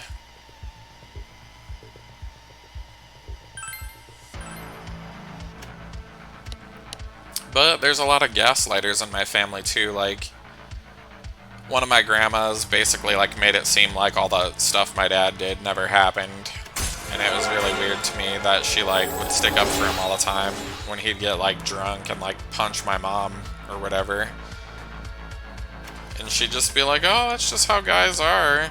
And I think I kind of had a messed up assumption of like what relationships were and like how family dynamics worked because of that.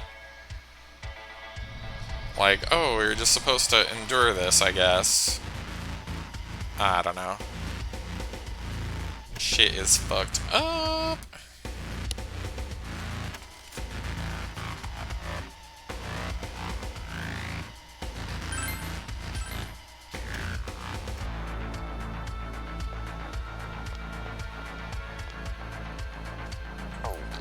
Oh yeah, I should add someone to my party. Let's add these two.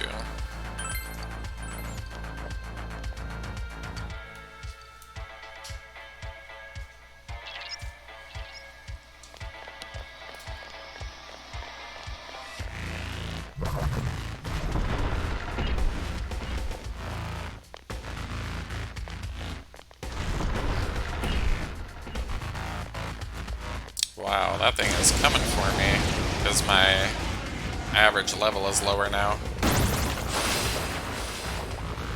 I guess they all are just faster than my level 99 agility fucking demon somehow. Seems like bullshit to me, but whatever. I didn't program this game, so I don't know how it figures out all its bullshit. Why am I picking cards? That's just time waste in this round. I think I just kind of went off on a tangent and stopped paying attention a little bit. It happens. It happens. But yeah, it was a hell of a thing to grow up in an abusive household and to be gaslit and told that you're not actually being abused by some of your relatives. That this is just how life is and you just need to be a man and suck it up and get through it or whatever. Like, that's some fucked up shit. But it's kind of bad too, because I think like like the brother that I'm not very close with, I feel like he's kind of kept my mom away from his kids. Like they basically never visit her. And I don't know. That guy can just hold a grudge. It's just impossible for me to like I can't understand the capacity to just hold a forever grudge the way that my brother can.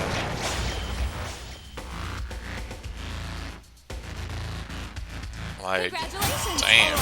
Like, fucking give it up. Like, heal, move on, go get some fucking therapy, like, something. My level has risen. Like, neither myself nor my mom did anything to him, so that I think he has a valid concern to hate us for the rest of our lives, but I don't know. I guess after a certain point, it's just easier to continue existing the way you always have.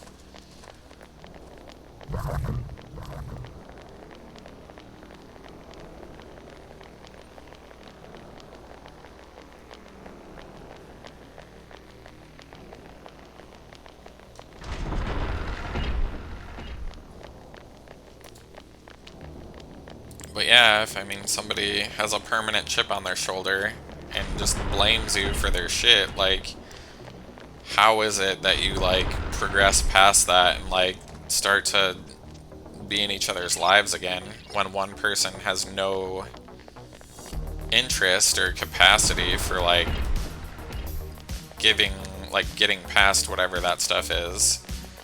I guess you just don't. It is hard to say, I suppose.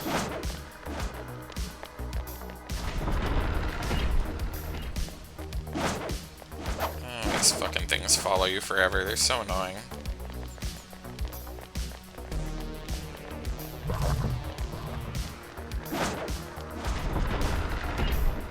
Where the shit is this fucking staircase at?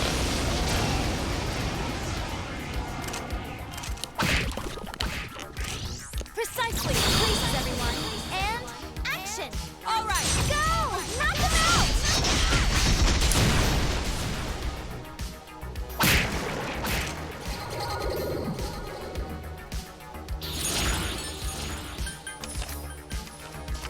so that'll be some ridiculous You've amount of become even more experience. Powered up!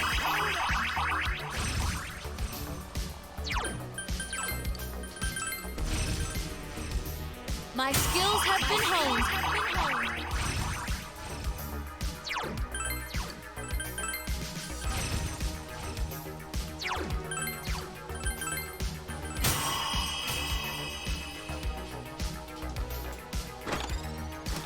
Oh, god damn it. Fucking enemies in the treasure chest, too. Soda!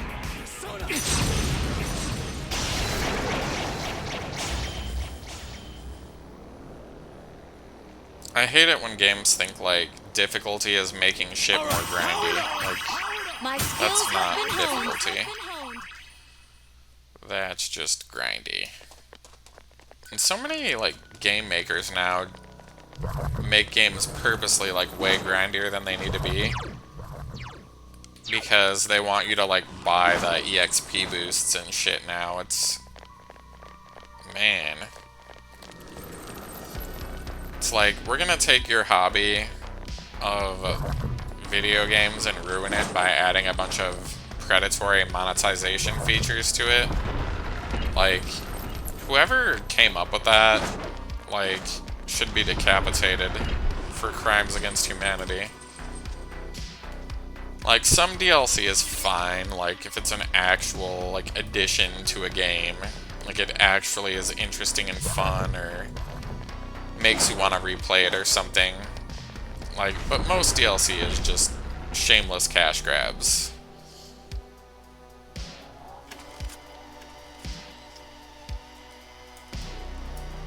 And as with most other forms of corporate culture, the process is always to try to forcibly make it seem like it's normal, so that people just accept it and just fucking surrender their money. Like, yikes. Like, that's what unfettered, unregulated capitalism is. It's just fucking getting raped. Getting fucking taken for every penny that you have by government-sanctioned assholes, basically. Soda!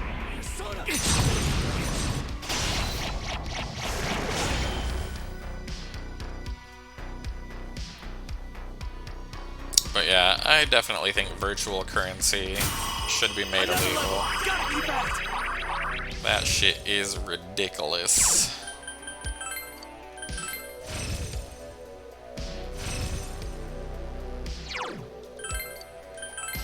My skills have been honed.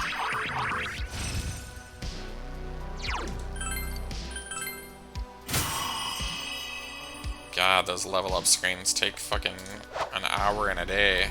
It's ridiculous. Like, the hero's level up screen will just be like a really quick flash, like, oh, you're level whatever now. Everybody else, it's like a fucking casino sounds and like, yay, I leveled up. And painstakingly, like, choosing which skills they have or don't have. I really wish they just would have left it more similar to, like, how P3 was.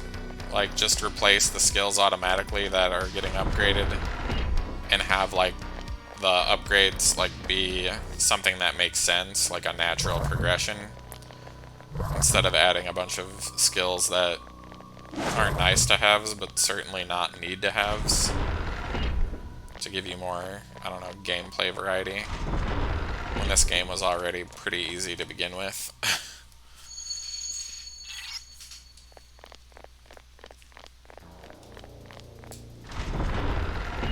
But I think the same thing could be true said of any RPG for the most part, like, especially turn-based stuff. Like, you can eventually grind yourself into godhood in most RPGs.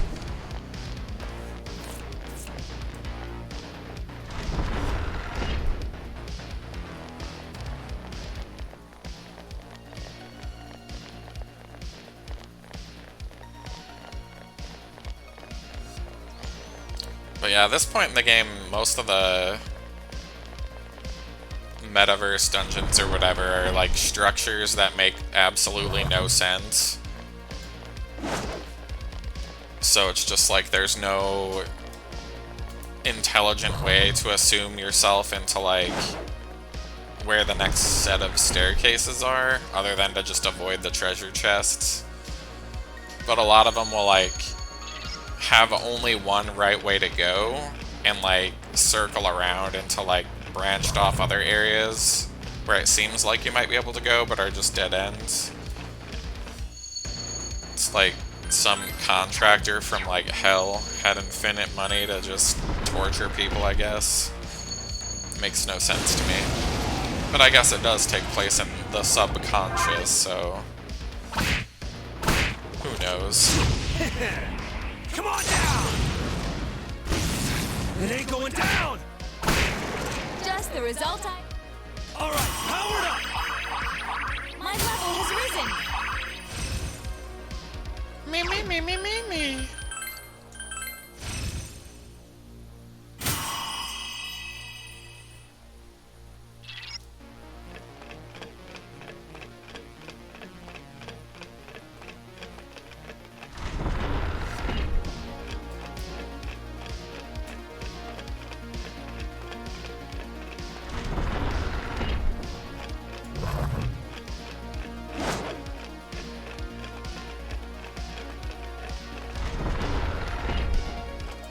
Yay! Like that branched off into 4 different areas, and like I could have very easily went the wrong way 3 times to go the right way. Like that's how they design a lot of these like endgame things.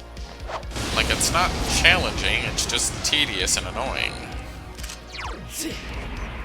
It isn't a puzzle, it's just a stupidly designed floor plan.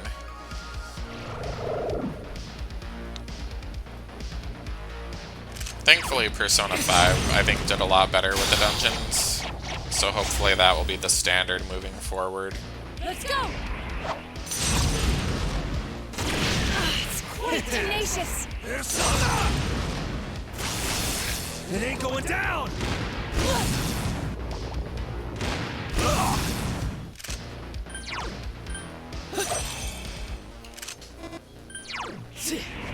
God damn it. Wrong skill.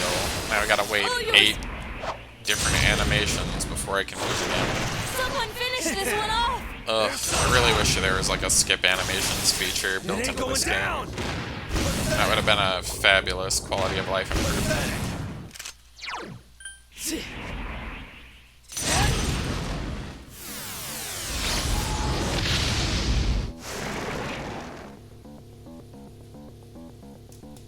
Oh my god, holding the triangle button. Skip out of this shit.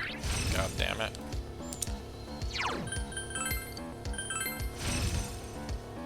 My level has risen. Me.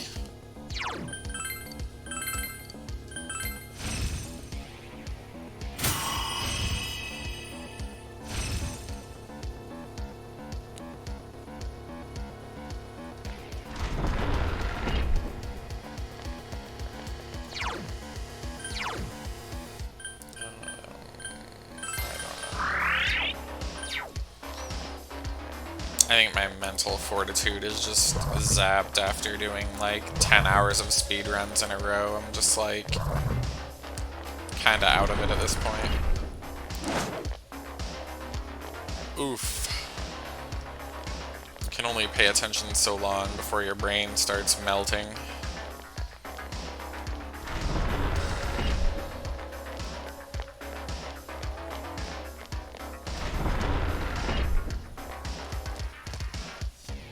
Meh. Whatevs, we're almost out of here anyway, it's not so bad. Then I can zone out for a little bit and regroup mentally.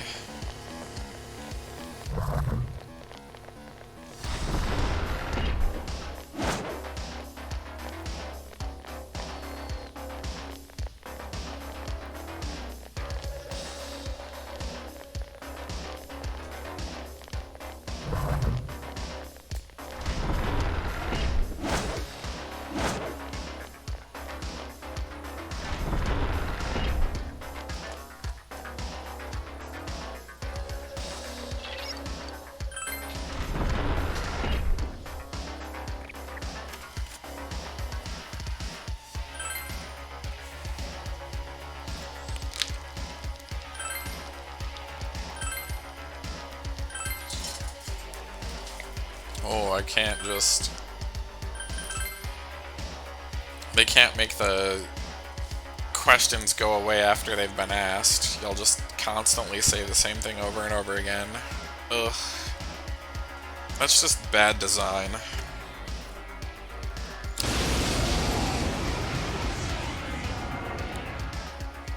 Like, the Persona games have a lot of good innovations, RPG-wise, but they add as many bad ones as they offer good ones.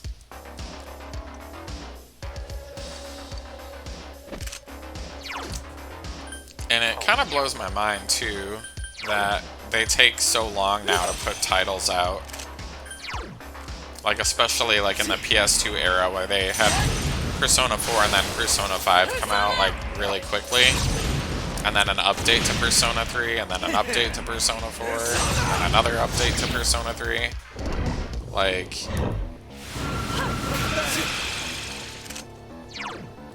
It kind of just blows my mind that consumers will just continue to pay for the same product over and over and over again. Like... Persona!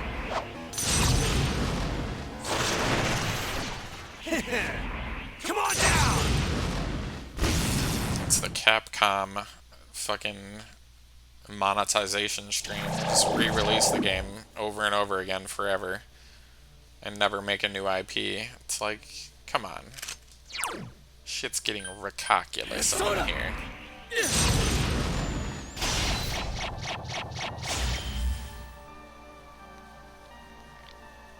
And like, it happens with movies, it happens with a lot of different forms of media now.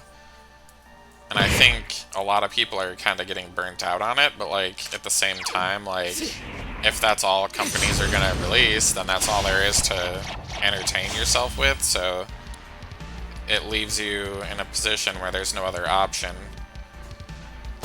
I love that with a level 99 Persona with 99 agility, with an auto agility boost, I somehow missed hitting that fucking boss. Like, really?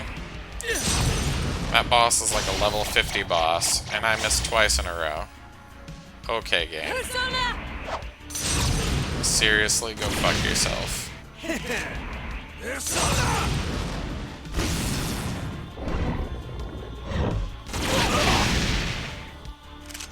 Alright, can I hit you now? Or do I have a 33 fucking % chance of hitting with 99 maxed out agility? Jesus.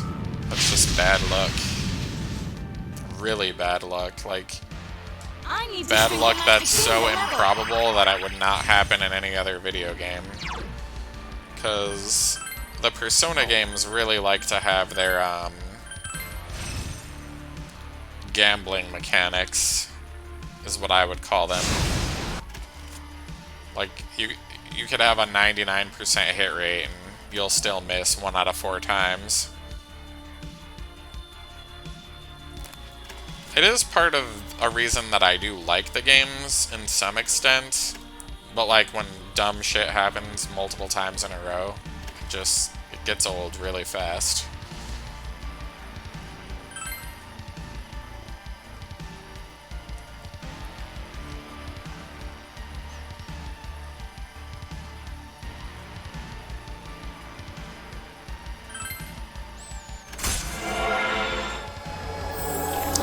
On the easiest difficulty, no less, which I chose specifically to not have this kind of stuff happen in the game.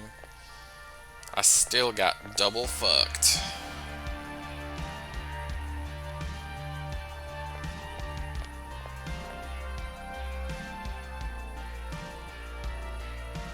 That's okay. Everybody gets fucked sometimes. Some of us more than others.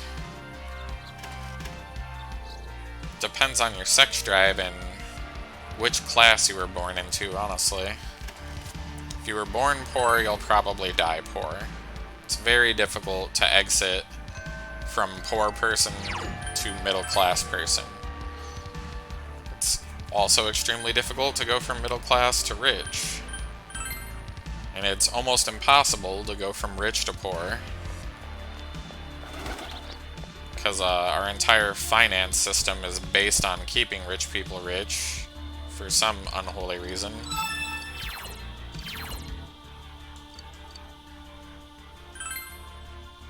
Yeah, let's just get everybody new weapons.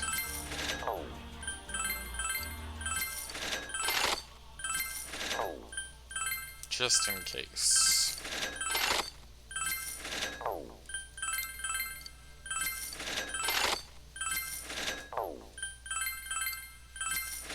Oh, she already had that, so we need now armor.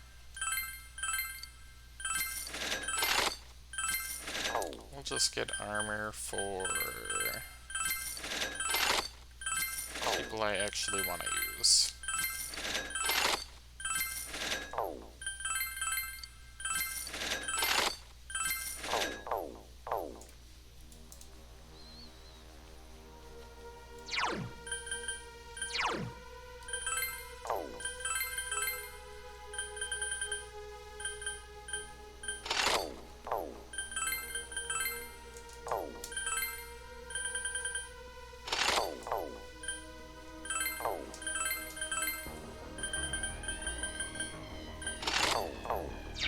There we go. I like mine men halfway naked, baby. Or all the way naked, but I don't think the game will let me do that. Unless I mod it or something. Which, I'd rather just Google porn at that point. It's just already readily available.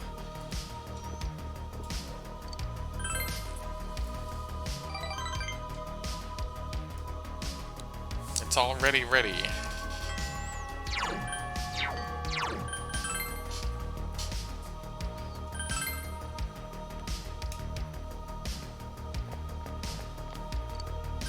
Yeah, 120 FPS and much faster load times. I don't get why this game loads so slow on a PS5 though, like... The only thing I can think of is that they just don't have the game actually loading, like they just have it set to a timer or something. Because it's on a fucking SSD at this point, like goddamn. Elden Ring loads faster than this shit does. This game has like 10 maps. Could probably load the entirety of the game into the fucking RAM on the PS5 at this point. But they wanted to squeeze out a cheap cash grab, and that's what they did, kids. That is what they did. They probably actually had to put effort into releasing this on PC versus just releasing it onto another PlayStation platform. Which is why the PC version is so much more fucking superior.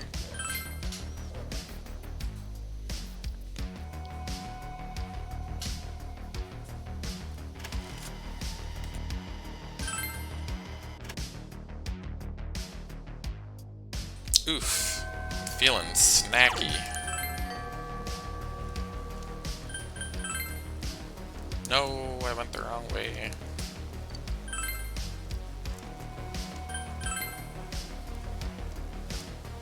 Like, why would it take 4 seconds to load this map with a house on it? There's nothing to interact with outside of the house and the little bike. And the lady who sells seeds.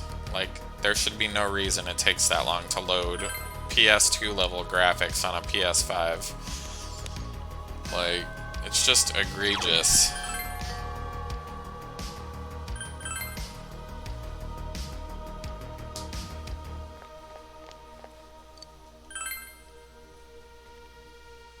Like, I bet if I go and pull up a speedrun of somebody doing this on PS2, the load times will probably be exactly the same. Fucking cash-grabbing motherfuckers. But it's like, what's the alternative? Like, am I gonna go downstairs and hook up my PS2 and, like, with RGB cables when they're basically not put on TVs anymore? Or to buy an old PS3 that still works, that's backwards compatible? Like, or am I just gonna save myself a lot of fucking headache and rebuy the game for $10 or whatever during a sale? It's like, let's be real.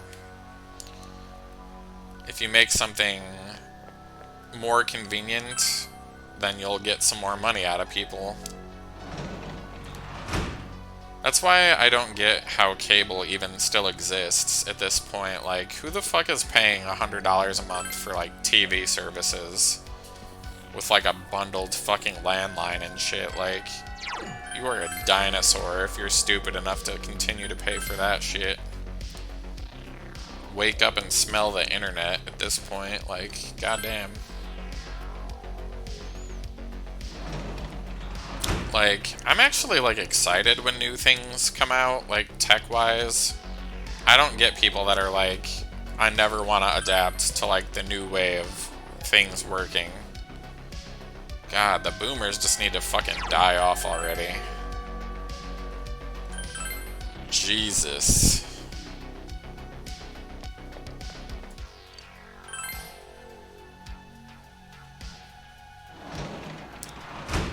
I think the boomers generation has put, like, done, like, 500 years worth of fucking damage to society at the bare minimum. Like, just with how fucking backwards and stupid those cunts were.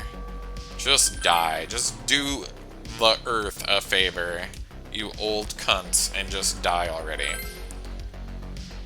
Jesus.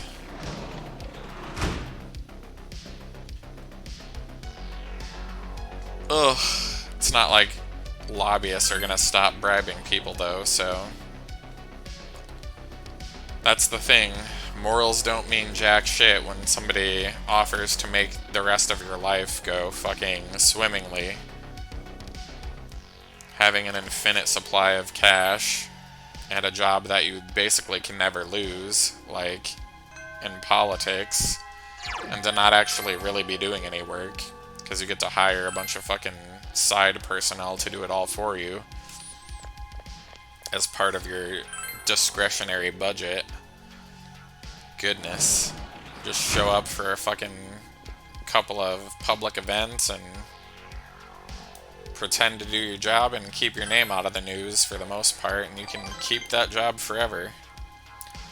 Like, the government just doesn't fire people. It blows my mind.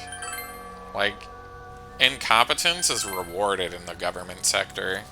Like, the dumber you are and the longer that you're willing to stay a government employee, like, you'll eventually be the fucking president of the United States, like, as long as you don't start showing people dick pics for the most part. But shit, even Donald Trump now is just like, oh yeah, my dick's so big, everyone loves my dick. His wife won't even hold his hand. They haven't seen each other in like 4 years because she can't stand him.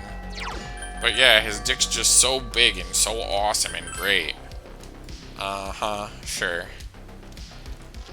The only people who believe that are nobody.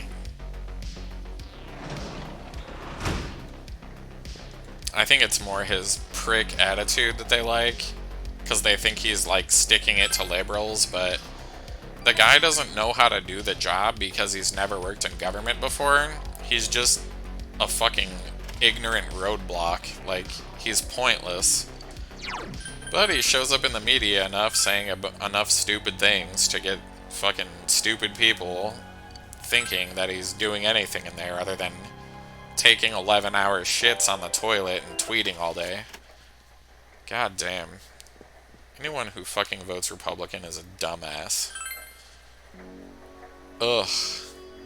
You are actively making society worse.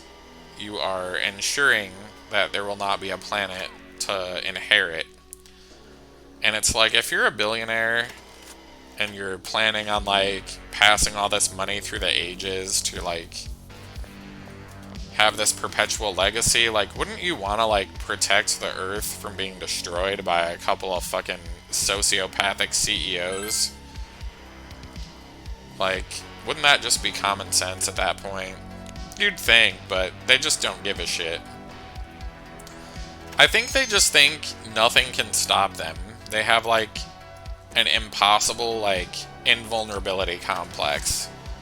Like, nothing bad will ever happen to me because I'm better than everyone else. Like, it's a logical fallacy. I just don't understand. Bad things happen to people all the time for no good reason. And then, you know, some fucking retard will be near, like, a child that dies in a car accident and be like, it's God's plan. It's God's plan that that happened. He needed that infant child to fucking wipe his ass or something in heaven. Like, how fucking dumb are you? Throw yourself into the nearest fucking river and drown. Because you're a useless fucking cunt, if that's the kind of shit you believe. Well, it's God's will. God just kills babies for fun. And then these same people will be like, oh, no one should ever have an abortion. It's against the Bible, even though that shit was never written in the fucking Bible, because that procedure didn't exist back then. God, these fucking religious Republican cunts are just the dumbest pieces of shit I've ever had the displeasure of listening to. Ugh. Release Coronavirus 2.0 and kill everybody with a fucking 10-digit, like, fucking IQ, and I'm like, oh, I have a 70. Goddamn. Kill him. Kill him in the face. And they get so offended when liberals that don't own guns say shit like this to them. And they just get mad and elect even dumber idiots the next term. And so the cycle spins, round and round. How many more insufferable assholes will we have elected because people without teeth in Montana think that they fucking have outsmarted people with college degrees? Jesus Christ. Probably a couple more. They called me dumb on the internet and my ego is so fucking fragile that I need to elect Cheeto Man. Just throw yourself in a garbage container. Just go away. Or just go open fire into an arena and then execute yourself afterwards. Like, whatever you gotta do. Whatever takes you off this fucking mortal plane the fastest before you fuck shit up even further. During this critical time in our fucking inhumanity where there's like 130-degree temperatures in like certain places, like, really, like, let's ignore science for 100 years because we want to fucking sell chapstick to the Chinese or some shit. Like, these people are so fucking dumb. Just, God, I can feel a brain tumor forming in my fucking skull right now thinking about how retarded all these people are. Ugh. But that's a mean word and you shouldn't say it. Well, if you ignore hundreds of years of scientific evidence, then at some point one has to wonder. Ugh.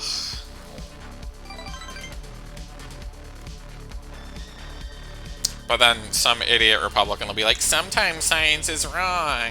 Yeah?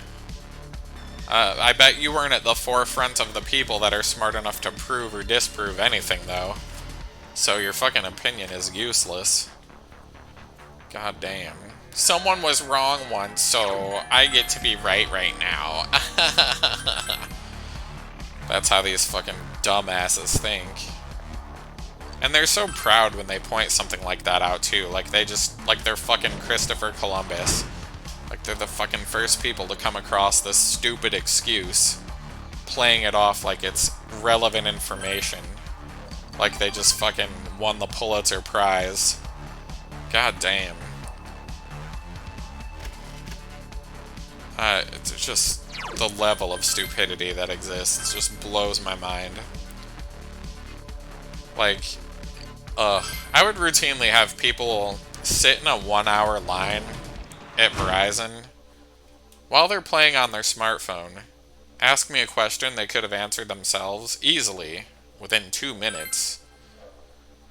But then I have to, like, go in their settings and fix something stupid on their phone because they can't figure out how to use Google on the computer that's in their pocket.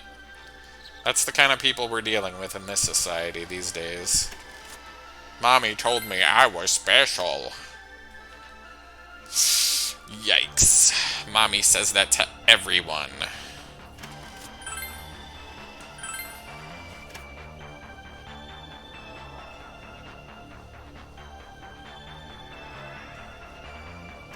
Ugh. So much cultural warfare going on. I'm dumb, and me and my entire family's entire life was breathing in hazardous coal fumes, and we don't want to stop doing that, even though that's not how people mine coal anymore. Now they just fucking blow up an entire mountain.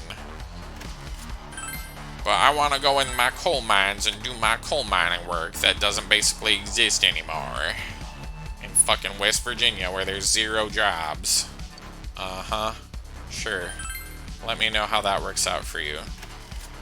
I don't care how many Cheeto men you elect. They aren't going to create enough jobs to stop you from not having one. Technology gets better every year. If you don't adapt, you will be obsolete. Complaining about it to Cheeto Man is not going to get you your job back. And the faster you figure that shit out, the better.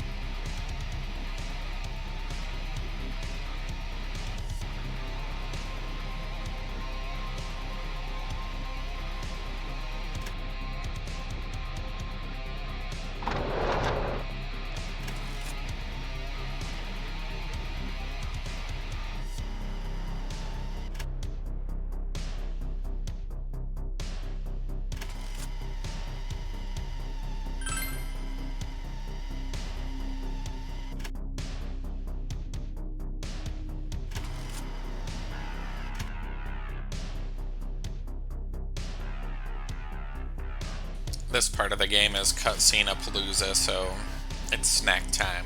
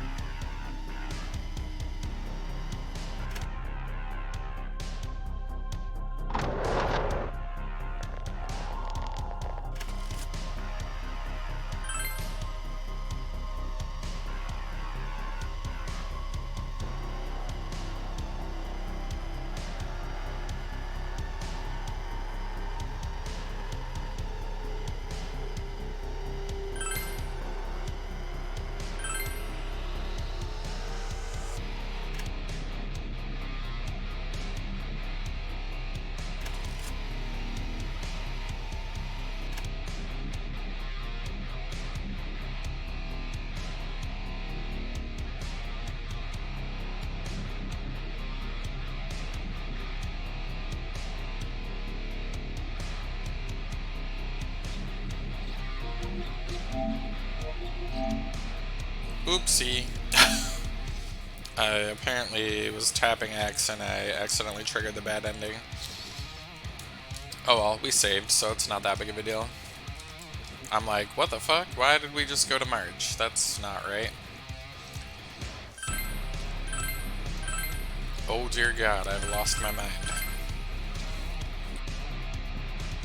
Wow, I'm snacking too hard if I'm not paying any attention to that degree. Jesus.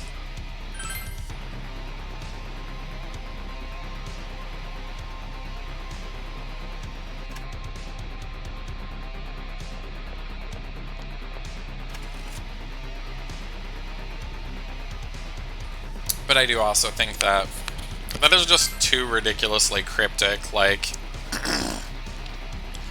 you have to select, like, this sequence of 6 things in a row correctly, otherwise you just get the bad ending. Like, I don't think that's necessary to have, like, 3 or 4 bad endings that are very minorly different from each other and don't really add anything to the game. Also, I don't really like games that kill a character off and then just immediately, like, bring them back to life. It's like, really? You couldn't have thought of a different way to do that other than kill children to get some kind of emotional rise out of people for the sake of your plot? Like, I don't know. Seems a little weird to me. I've never really been a fan of making shit sad just for the sake of it being sad. Like, if it has some kind of, like, catharsis or, like, actual meaning, like, fine, but most of the time, people are just playing on emotions just for, I don't know, because some people like having their emotions played with.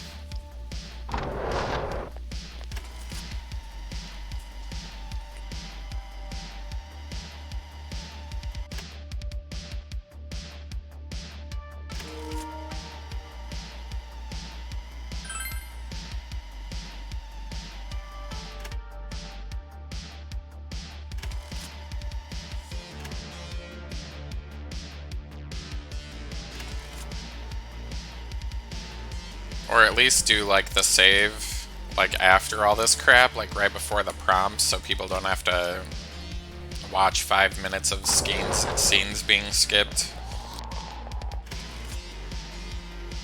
I mean, they could have done a lot of updates to this, but they didn't. They went for the easy cash grab, the Atlas Special. But really, it's just my fault for not paying attention. Wompity.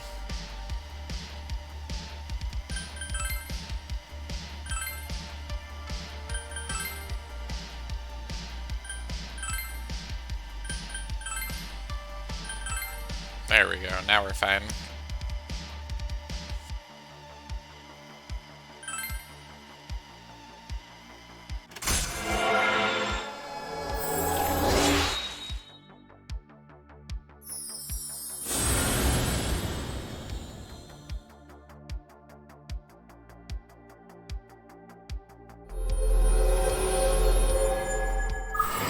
And why is that, like, cutscene of the exact same information multiple times unskippable, like with the cards? Goodness. It's just so important to see that animation.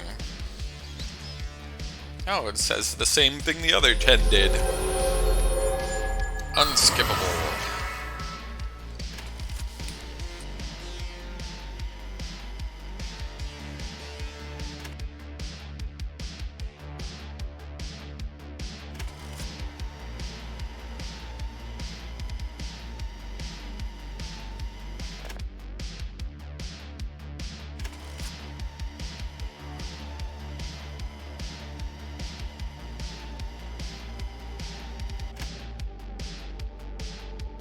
Oh well, that could have easily been a lot worse had I not saved.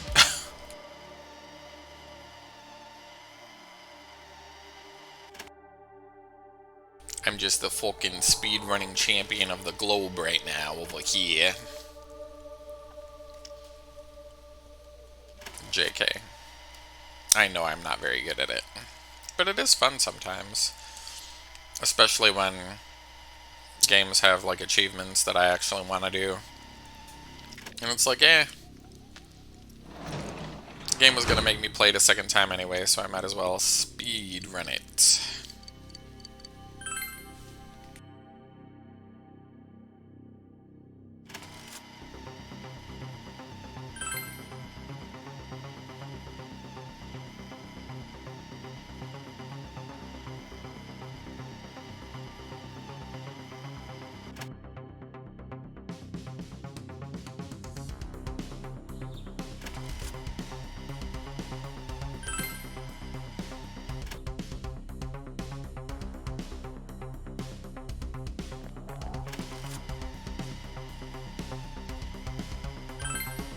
The thing that's weird to me though is like,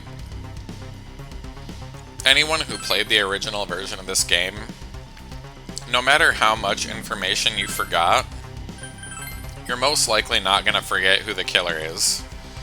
Like, so forcing people that already know like the twist that's gonna happen to replay the whole game, it's kind of like, do you have a good reason for that? Or are you just, you know, being a douchebag? Because really the only reason to play this game a second time is to fight Margaret or whatever. Or if you're just like, wow, I really love anime tropes, they're the best. Making fun of women that are bad at cooking just tickles my fucking balls.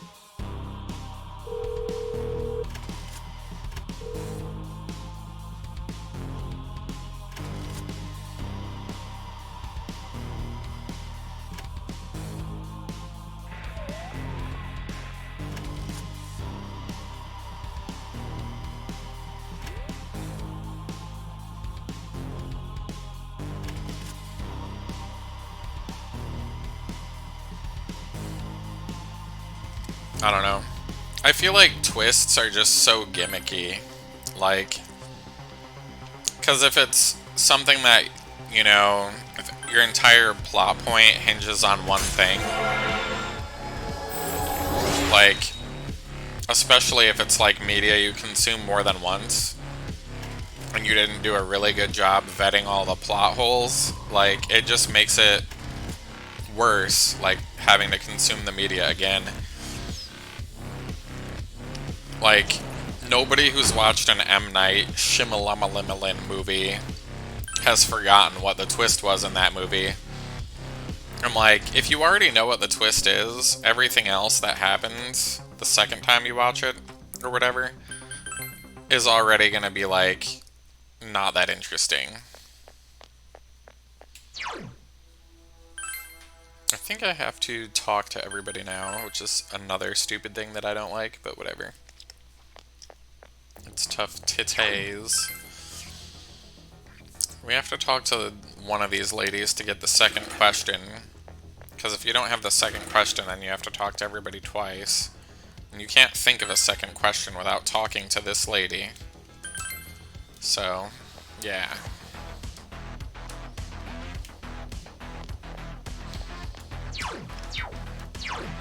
Oh my gosh.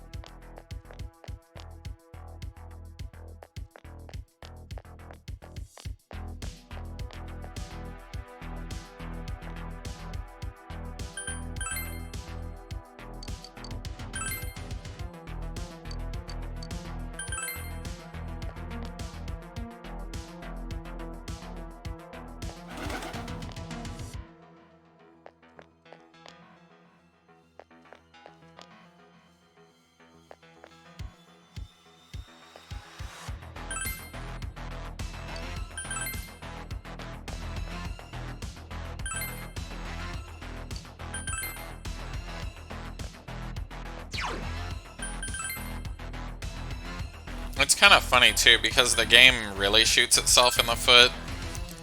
It's like, what are a bunch of teenagers canvassing a town gonna find out that an army of police officers didn't already ask about like a year ago when this crime actually happened? Like, in talking to all these people too, you don't really learn anything new or interesting. Like, outside of mostly just guessing who the killer is, like, it's not really all that readily apparent who the killer is. So it's just kind of a gimmick, in my opinion.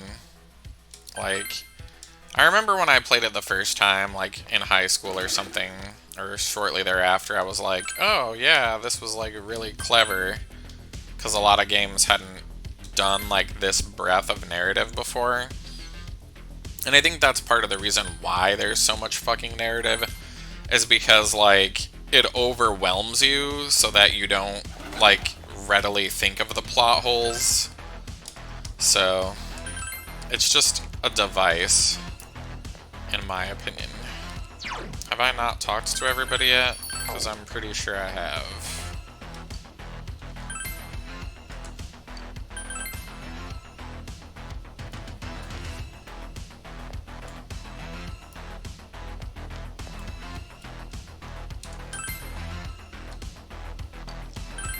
God damn it.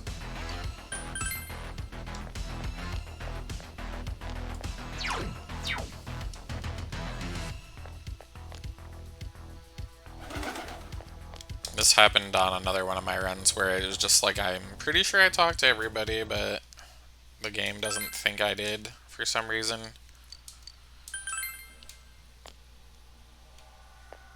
It's like, you haven't hit enough flags yet for our programming to allow you to continue this game.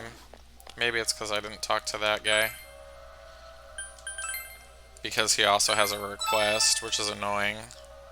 So if you haven't accepted the request until now, then you also have to deal with that bullshit too.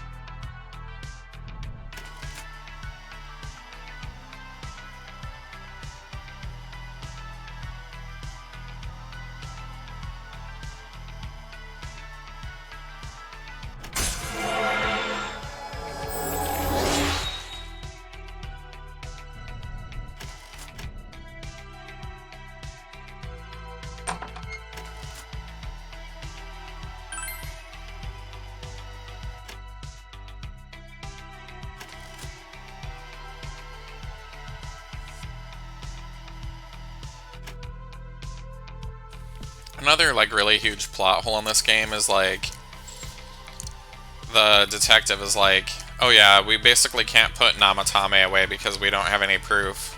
And these kids don't really have any proof outside of that letter. And unless he left a bunch of fingerprints all over it, which would be really fucking stupid, being that he's a detective, like, he would have no physical evidence that would ever, you know, if they can't nail this guy, they're not going to be able to nail him. So why wouldn't he just go about his normal life and act like nothing happened? Like, the only people that suspect you did anything is a bunch of fucking high schoolers. Like, it's some Scooby-Doo fucking bullshit. It just doesn't make a lot of sense, in my opinion.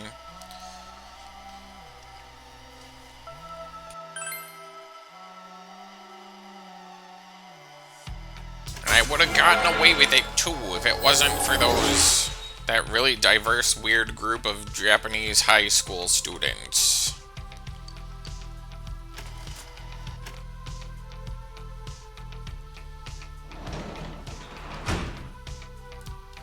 The game's like, we're not gonna let you go in there now because we don't know where we're gonna end up.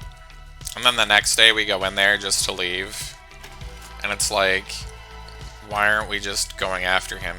Why are you giving him multiple days to do whatever he's gonna be doing in the Netherverse or whatever to, like, make your shit, like, a lot harder to deal with? It's just... ugh. Doesn't make any sense.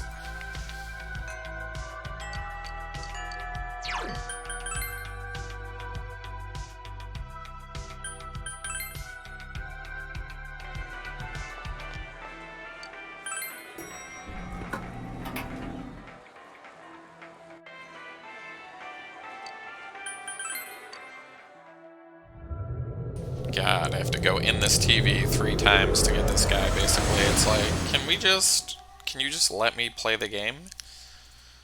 This game is just like, no, we need to vomit a bunch of fucking mandatory narrative into your face before we allow you to play this video game.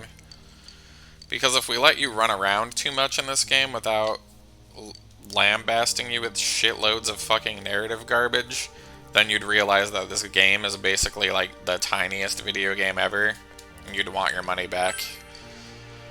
God damn.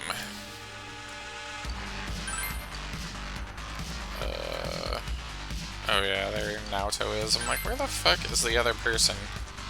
Hiding off screen, basically.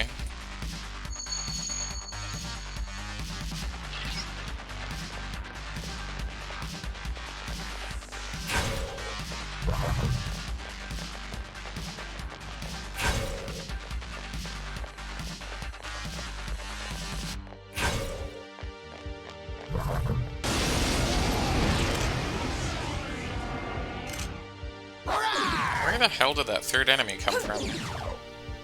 Came out of my butthole.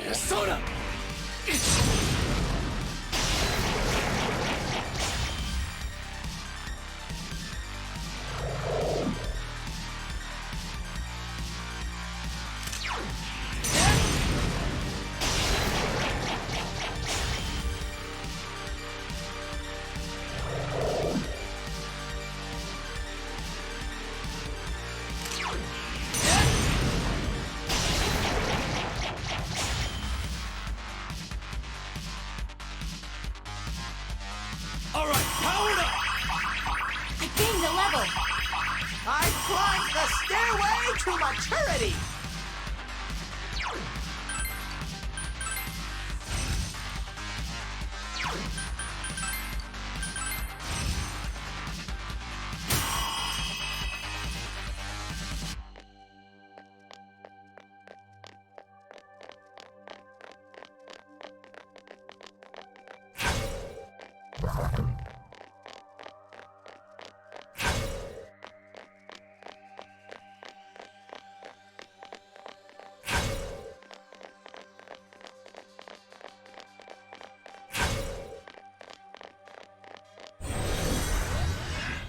Yeesh. The enemy aggro is just insane if the game thinks you have an underleveled person in your party. It's like, don't worry. These enemies are basically magnets, so you'll have to level up. because avoiding them is not very easy. It's like building in the grind by design almost. And I can't jump down that hole until I go find out I can't go this way, which makes no sense. It's like, oh, you have to interact with this object that you can't go through before you figure out you should jump in a hole.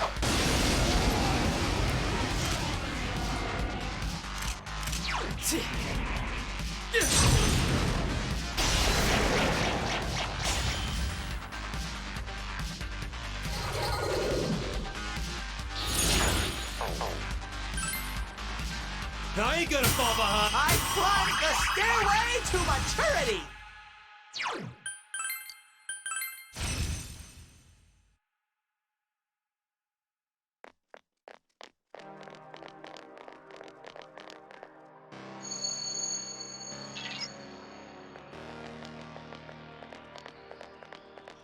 Like, ah ha ha, you really think you could get through there that easily? Like, it's just caution tape. I don't know how it's stopping me from going through. He just has the ability to create an impenetrable barrier. Like, okay, if he can make an impenetrable barrier, why doesn't he just make a one-layer dungeon that these kids can never go through? Wouldn't that work a lot better? Instead of designing this entire bypassable dungeon.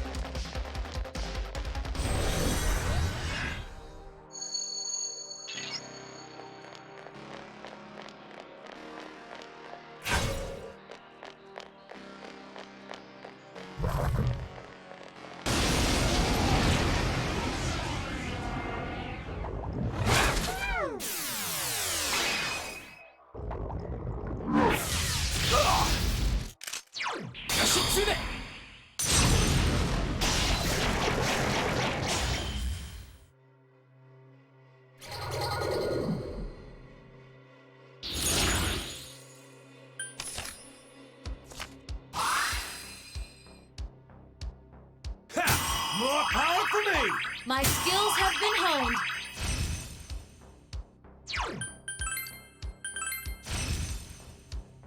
I climbed the stairway to maturity!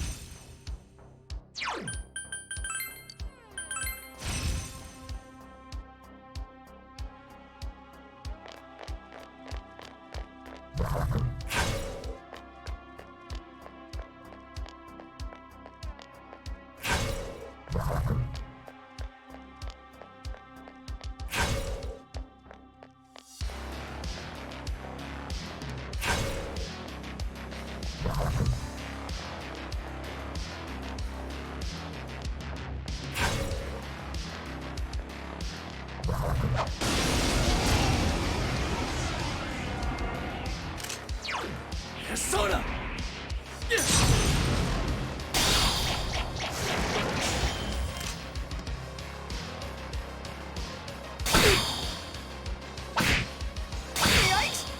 Wow, 3 times, 4 times in a row, when it has a 10% chance of activation.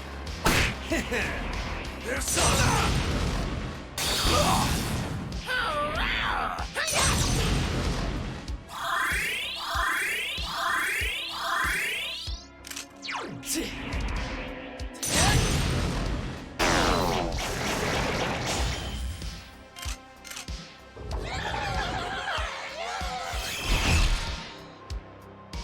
All yours. Wow, that's not annoying. It absorbs physical, and then it put up a magical barrier, so I can't hurt it unless I use an almighty spell, like... Ugh, just time-wasting 101 over here. Youch. Plus 3 enemies, we're all near each other, so I'm gonna just be in like 10,000 fights. It's like,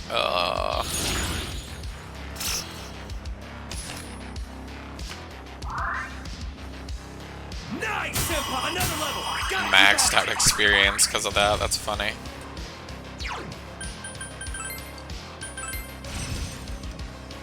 I climbed the stairway to maturity!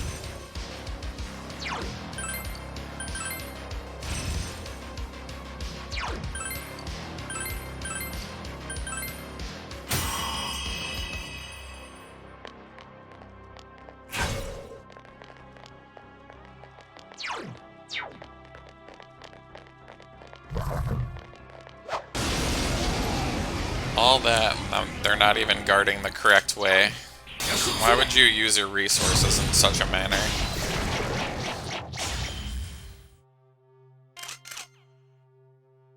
The villain must be a complete idiot. But they want you to think he's smart, though. Despite his actions, I guess. Power up!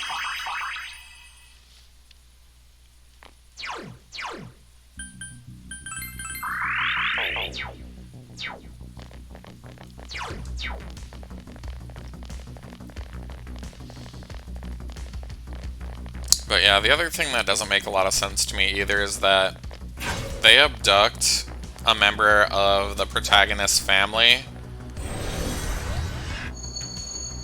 Like, after warning him not to free anybody else, but then they didn't give him the opportunity or the time to, like, see if they were gonna free anyone else. And, like, as a detective who supposedly is kind of smart and has some experience, like, why would he even bother to, like, send them a letter to stop foiling his plans in the first place? Like, maybe go inside the TV and then kill the people directly, or, like, try something new? Like, why create, like, a paper trail of evidence, literally a paper trail, like, back to you? It doesn't make any sense. Oof. Like I said, when you hinge your plot on one gimmick, you invite a lot of scrutiny. That's why I really dislike, like, twists seem, like, really interesting or, like, really smart, but only once. Like, that's it. It's a one-trick pony.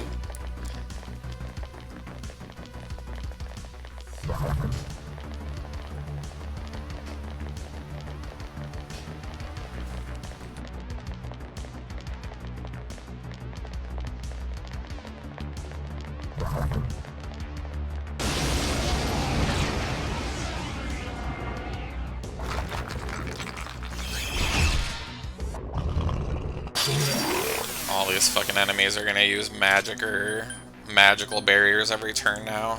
That's not annoying at all.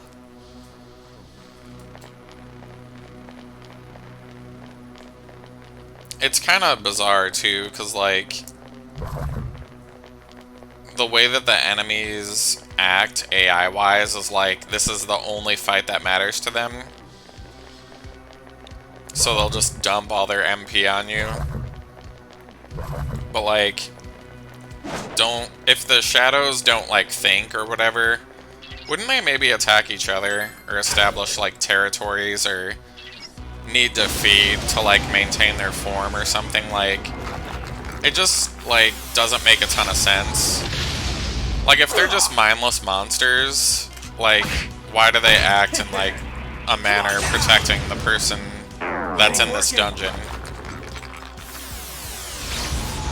Like, I've long thought, like, RPGs just saying, like, oh, these are the monsters, and we're not really going to explain why they're in the game, but you need to go kill them to go get some, you know, EXP or whatever, has just been, like, a completely, like, broken thing, like, that needs to be addressed. Let's go!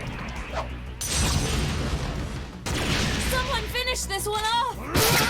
Like, monsters just walking around with huge sums of human currency, like, it just seems silly. Like, it does a disservice to the world building of the game to do things in such a manner.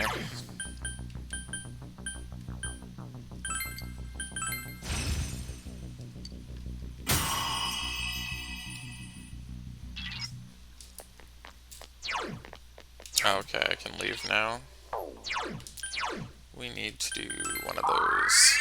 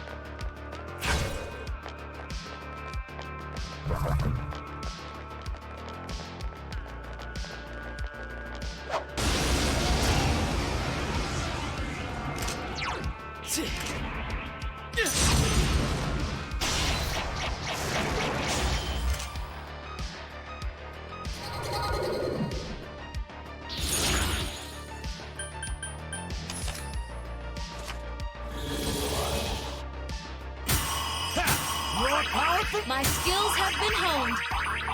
Power up!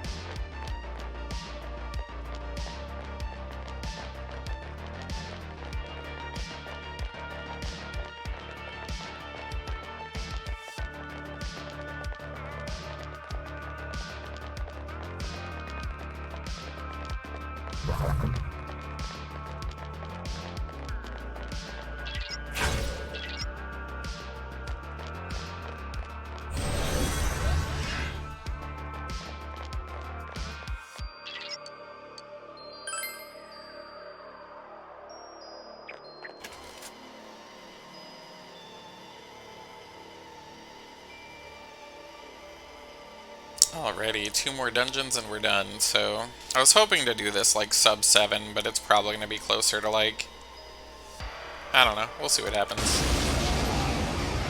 Really just depends on how much of a pain in the ass Marie's dungeon becomes.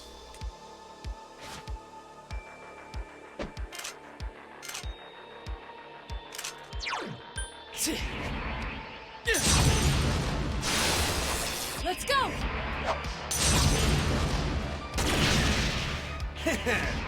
Come on down!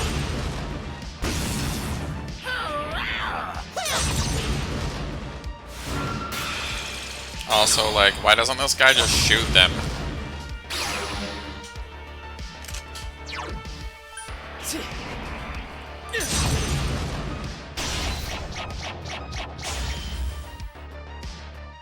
Let's go!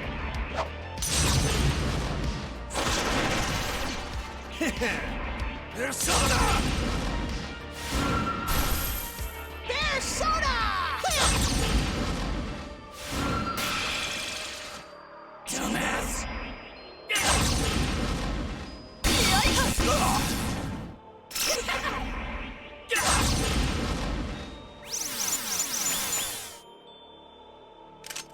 There's soda!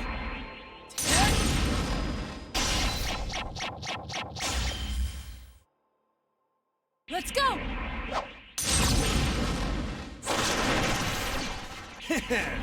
There's soda!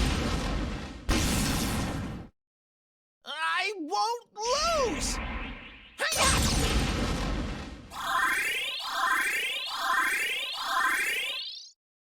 Dumbass!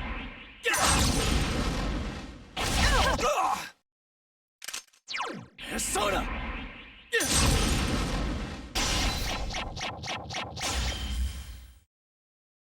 Persona!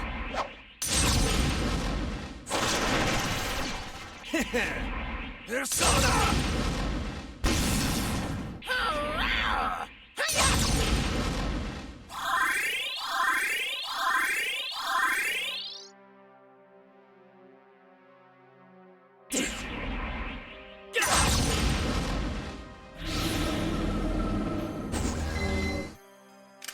There's soda!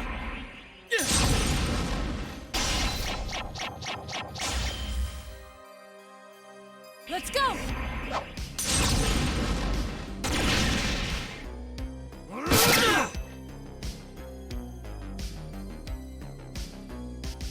Another level! Gotta keep at it! Power up! Also, like, for me, the plot just completely falls apart once Adachi is defeated. Because then you figure out, like, the gas station attendant is actually, like, super mega Jesus or whatever. And then just randomly gave this power to, like, 3 people from out of town. Just to, like, stir shit up or whatever. I'm like, that doesn't make a lot of sense. Like, it doesn't seem like there's much of a goal in mind. Like, There's soda! oh, I'm just here to give humanity what they want. Society sucks so much that humanity just Persona! wills themselves to be ignorant. Like, Come on down! I don't know.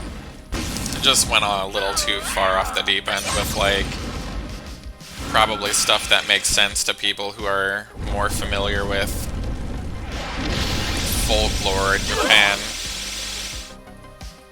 But if you're making video games for an audience that is outside of Japan, Pathetic! then why wouldn't you, like, localize it in such a way that it makes sense to people in other places? It's just kind of lazy, in my opinion. All yours!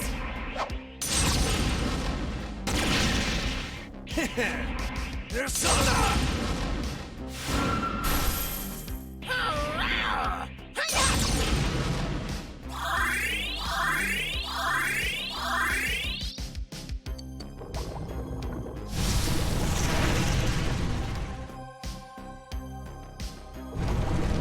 And this is the same crap they did in Persona 3, like, oh, we can't hurt the eyeball now because we can't see it because of the mist, even though it's right fucking there.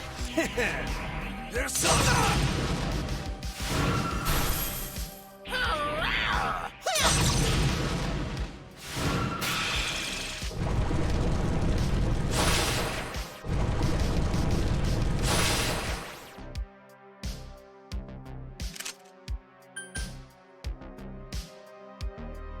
All yours!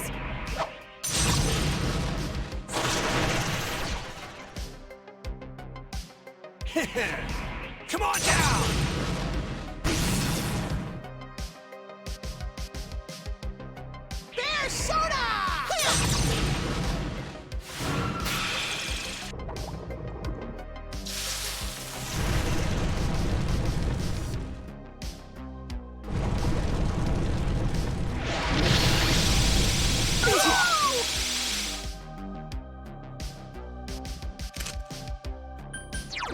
Soda!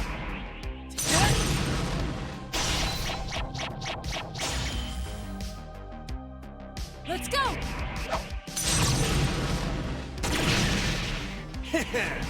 Come on down! How the fuck am I missing?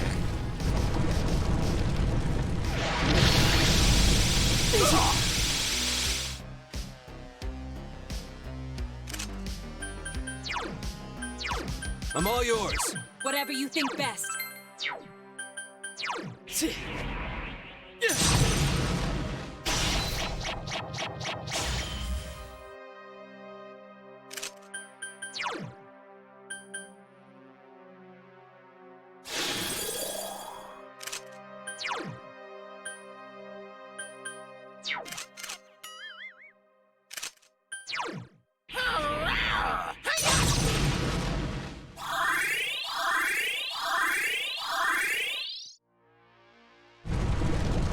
Yikes! Oh my god, it's doing it again. What a pain in the ass.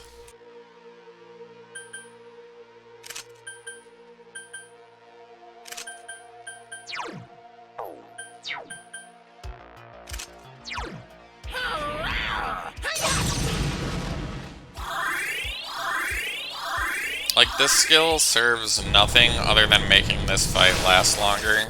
It doesn't make it more difficult, it doesn't make it more interesting, it doesn't make it more fun.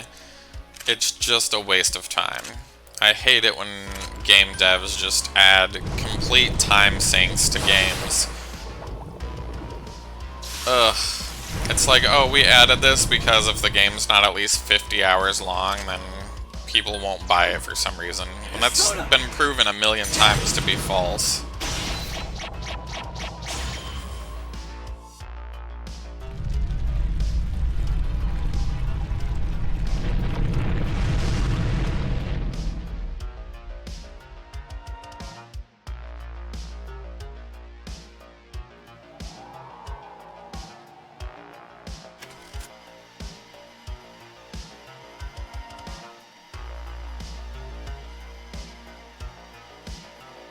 Plus, like, I just can't believe I forgot about that eyeball.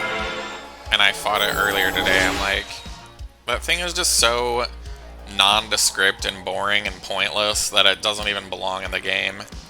It's like, just make Adachi twice as powerful, like.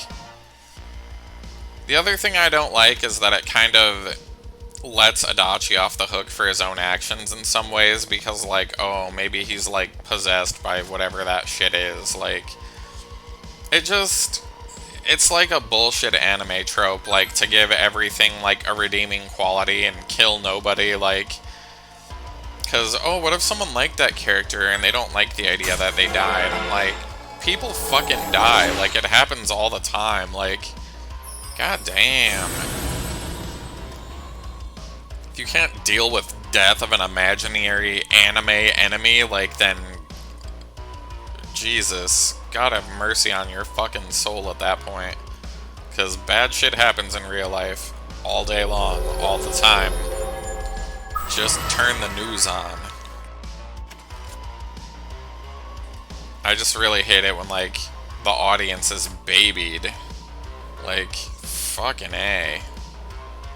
If you don't want to engage with difficult material, then don't engage with difficult material. It's not that hard. Everything gets reviewed nowadays, like, come on.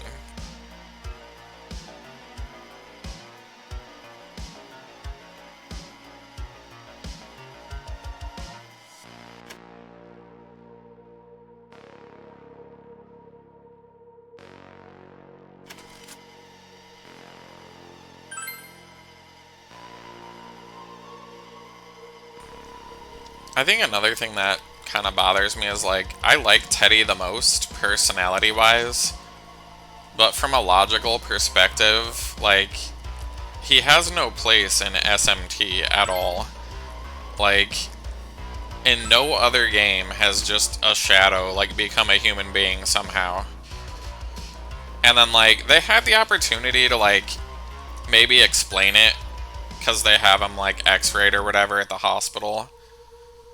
But then they just decide to, say, oh, he's just an unexplainable thing. Like, it's just kind of bizarre decision making, in my opinion. I think they just did Teddy a disservice, especially with multiple re-releases, to not, like, kind of have better reasoning behind why this fucking shit is happening.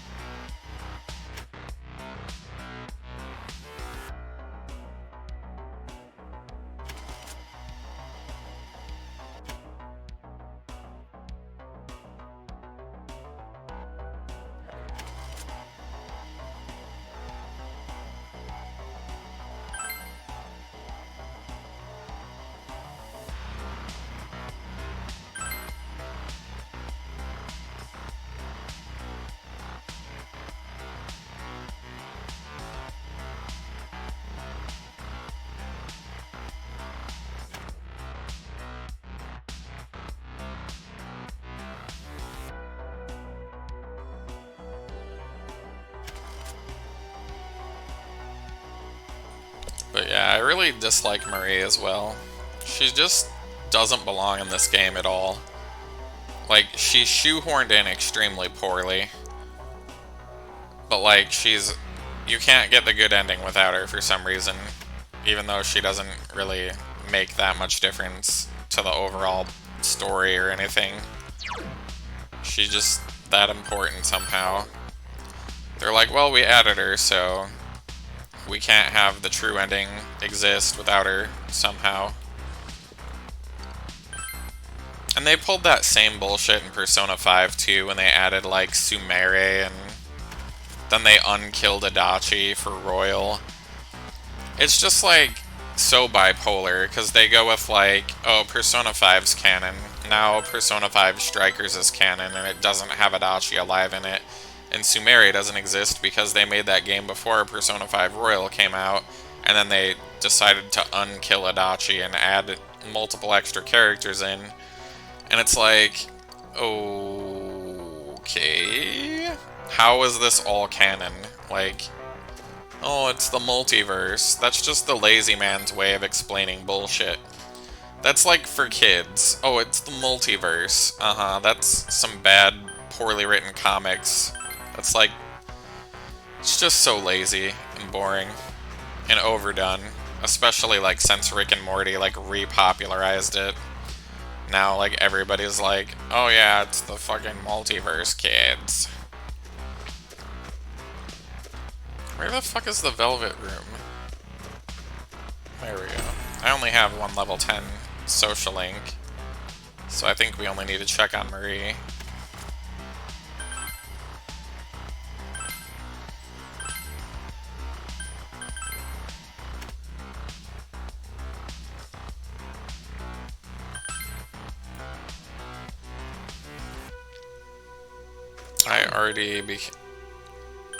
I think I only have one social link, so can I just go back to the house and skip all this bullshit?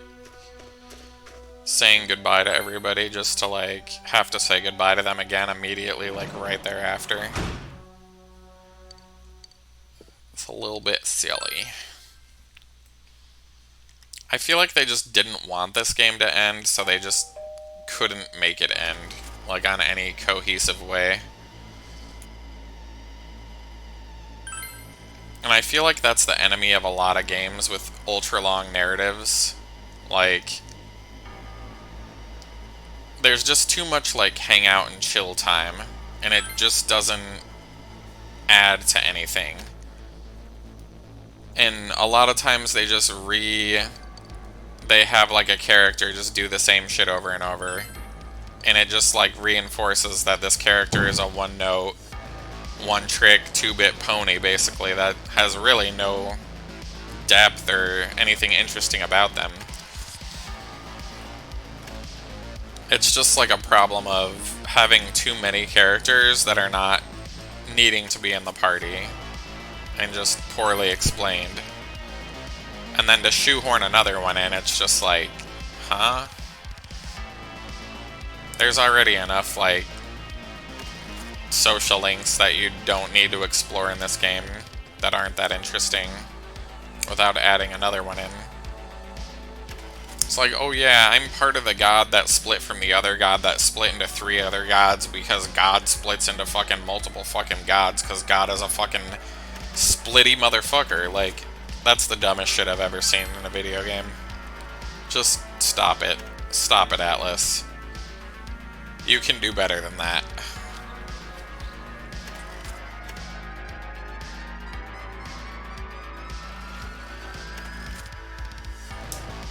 I don't know if they're trying to go like, oh yeah, it's like Jesus. He's the Holy Spirit and the holy dildo and then the fucking whatever else. He's like got like the 3 forms somehow.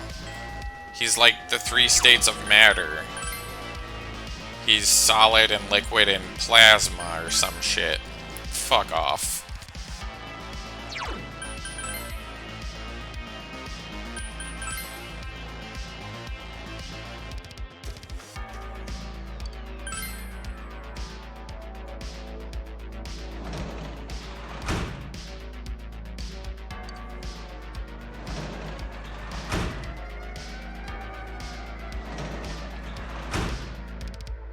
Ugh, a bug tutorial this late in the game.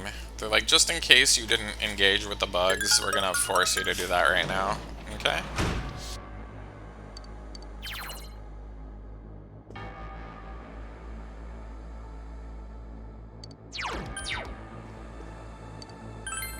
When you're 80 hours into an RPG and they give you another fucking tutorial, it's like, can we not, please? Can we just not? And some of the moments they shoehorned in are like genuinely funny or like redeem some of the characters a little bit better. But a lot of the characters don't really just get much of a anything. Like Yukiko, she's just like the pretty girl who is gonna inherit an inn. Like there's not much more to her than that. Like Chie is just like the jock girl. Like there's not much more to her than that. Like, if they just elaborated more on several of the more interesting characters, it would have been a better game. And if they did away with a lot of the pointless over-explaining of things that don't make any sense, like, it would have been a better game. If it wasn't remade 2 or 3 more times without actually remaking it, it would have been a better game. There's... to just re-release this and, like, add nothing to it after a decade is just a bad decision.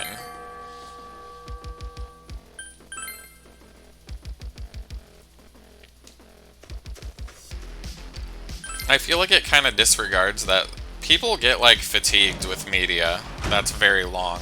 Like, it happens with, like, TV shows that just run on and on and on for no reason just because people keep watching it just because they don't know what else to do with their fucking pointless, meaningless life other than continue to watch the same show that they've always watched.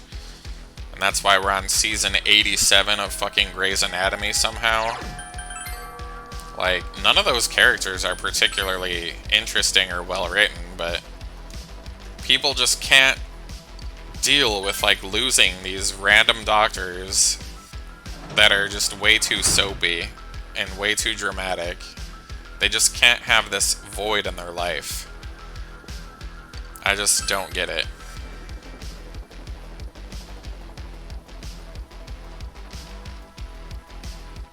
It's like when people try to remain friends on Facebook, even though they don't interact with each other anymore. Like, you're not really friends because somebody, you know, it says so on Facebook. Like, especially if there's like 500 people on there, like, it's cute that you want to think that these people are all your friends, but they definitely are not.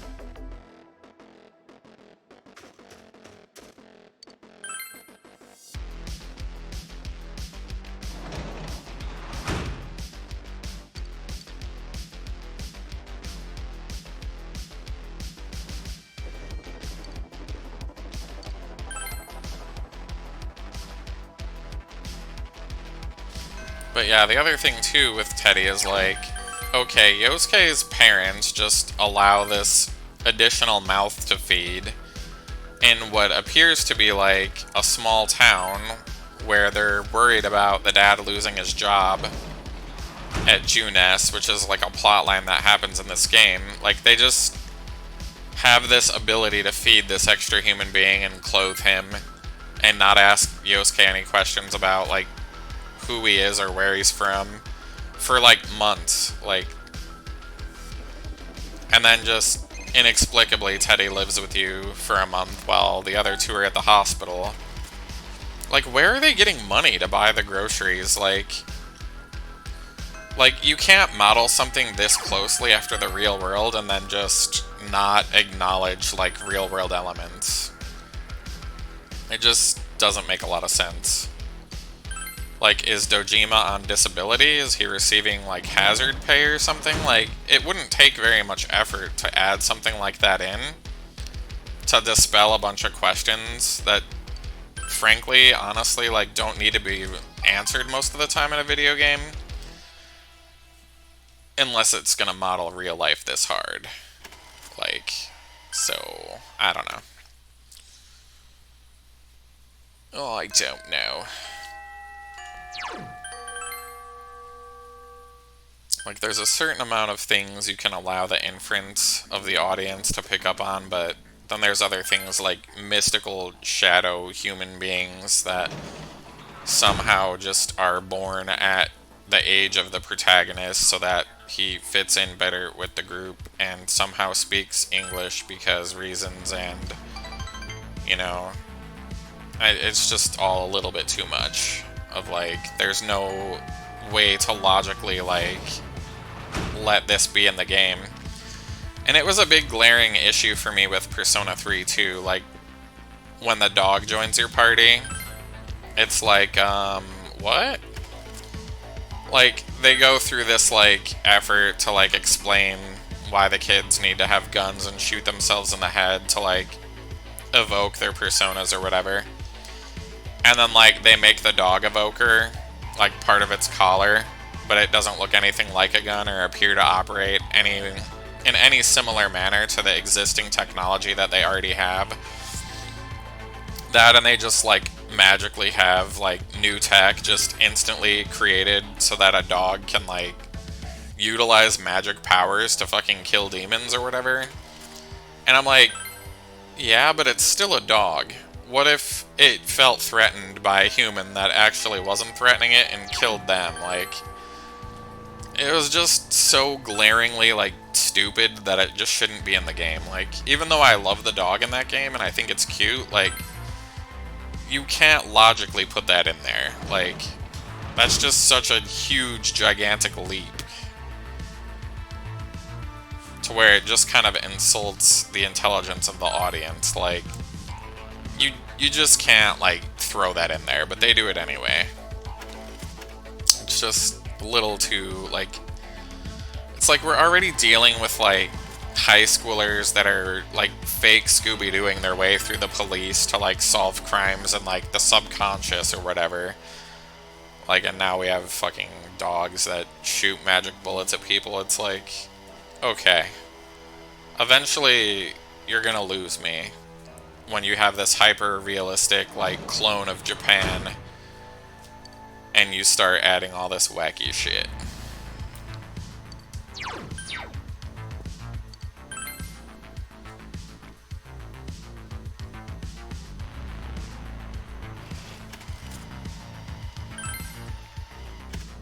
Also ignoring 10 years of, like, gay rights advancement to just be like, oh, Kenji was never gay because that one trans person was never trans because now she's a girl because reasons. Like, they don't really explain all these, like, gigantic character arcs that just magically happen when they shove them into the fucking epilogue of the video game's ending. Because you met Marie. Like, she just inspired all these positive changes. Like, they barely knew her. Half of them met her once. Like, why is she, like, a big deal? It doesn't make any sense. It's bad writing. That shit is bad fucking writing.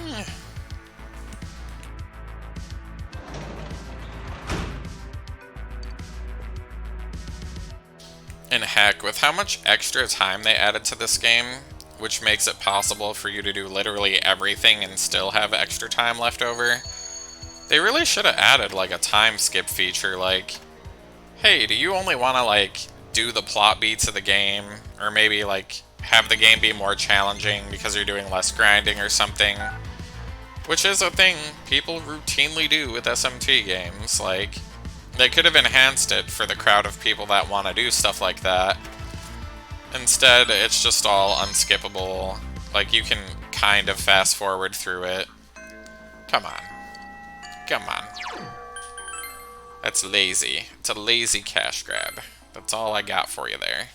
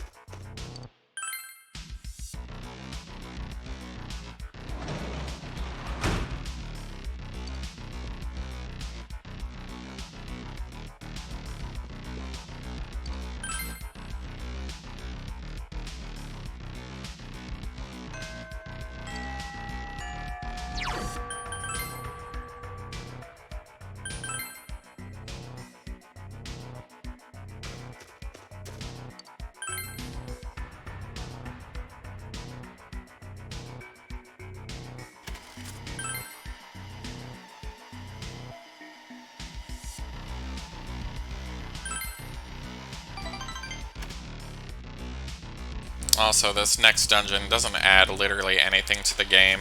You can't unlock any new equipment. The experience that you'll gain there, it's like marginal at best. It's just shoehorned in for no reason. Just like Marie.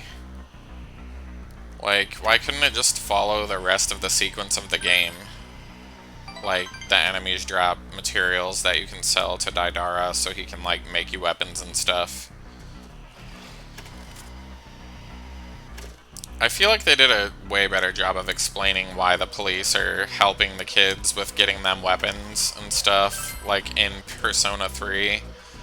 Whereas in this game, like, you're just going to some random, like, guy who makes, I don't know, weapons that are definitely illegal, and he's just selling them to children for no reason, basically. It's kind of like, at least you explained it the first time, but then to go from explaining it to being like, meh, we're just gonna put this in because we feel like it, is a little bit random.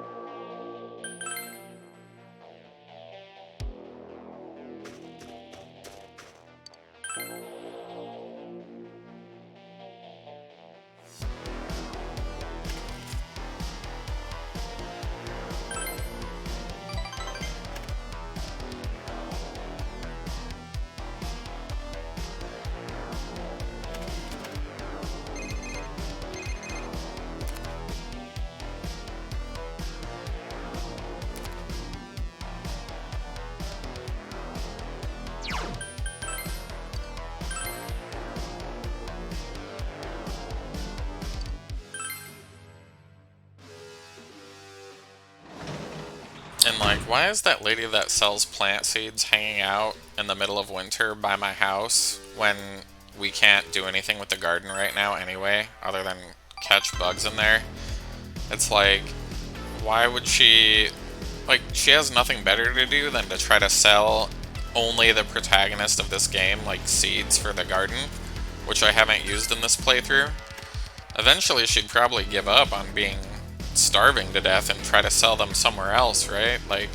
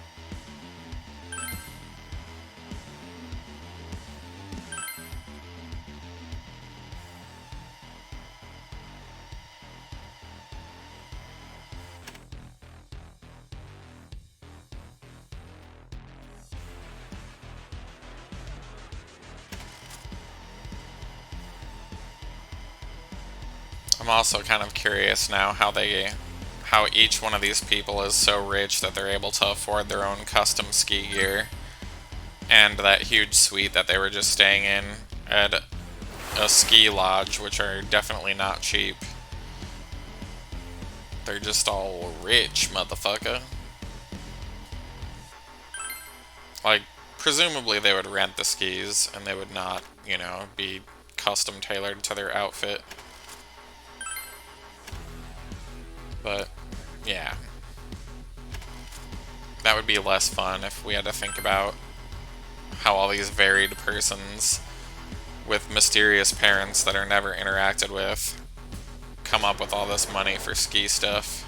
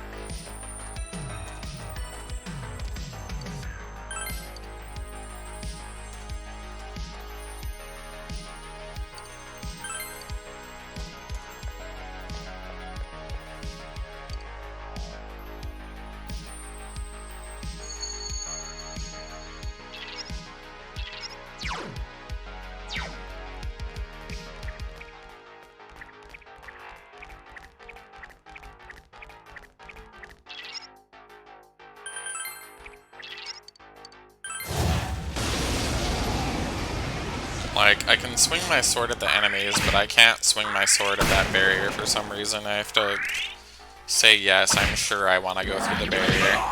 Annoying.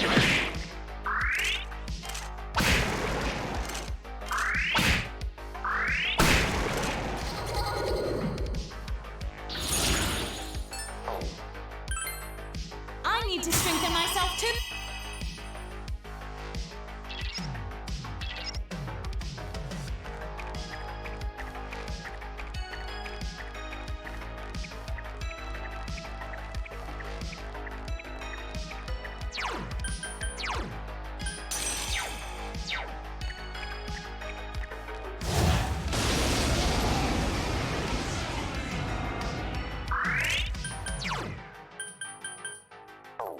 Persona!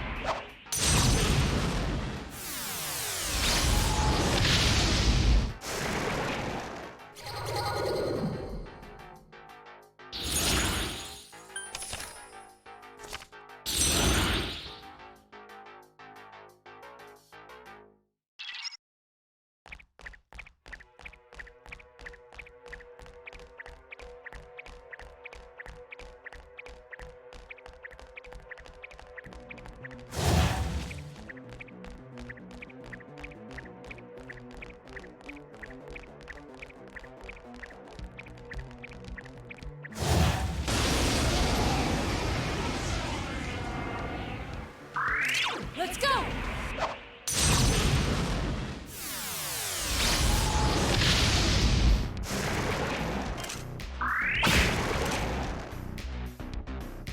My level has risen!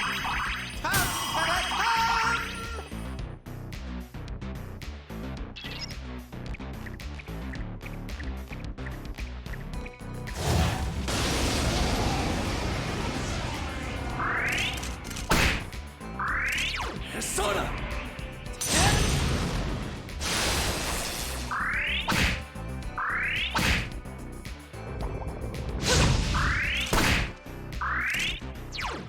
Persona!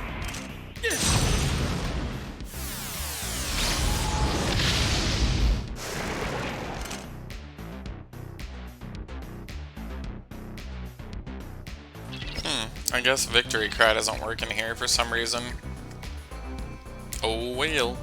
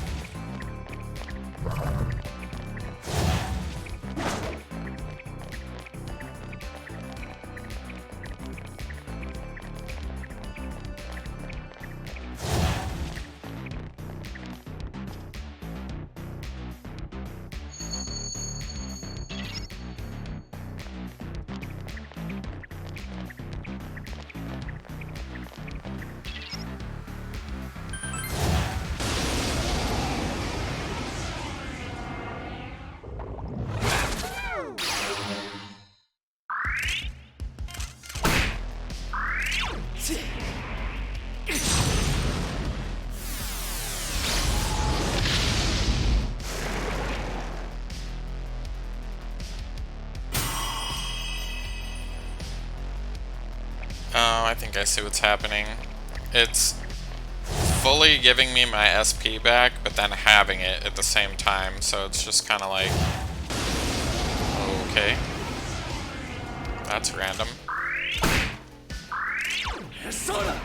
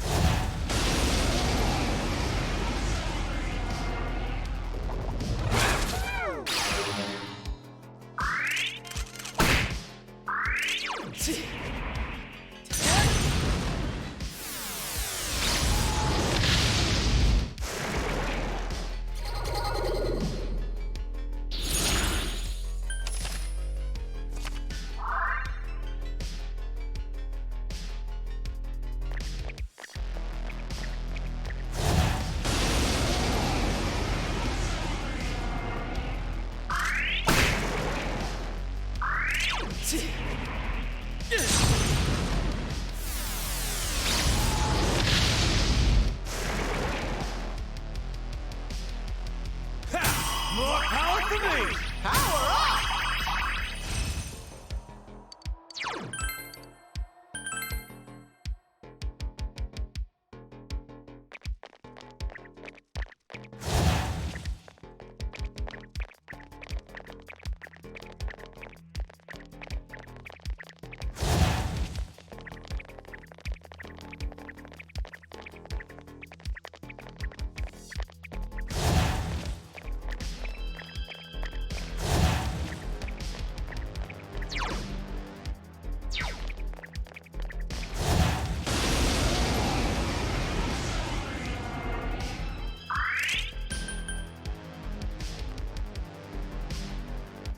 That's kind of funny. If I cut this barrier and then I run away, the enemy just disappears.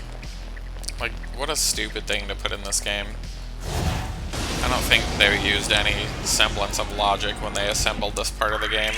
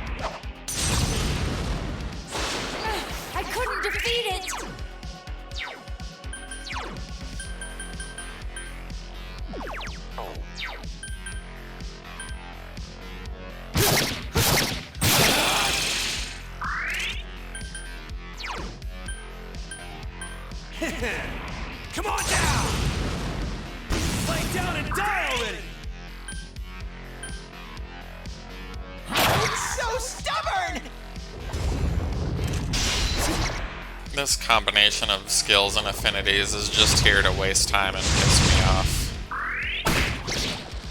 Good job, Naruto!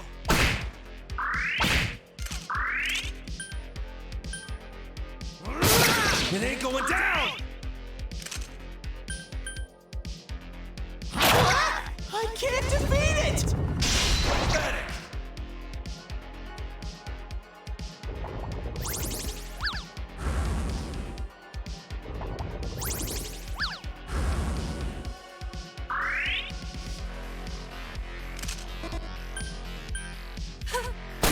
I couldn't defeat it! Yeah, lay down and die already! It's so stubborn!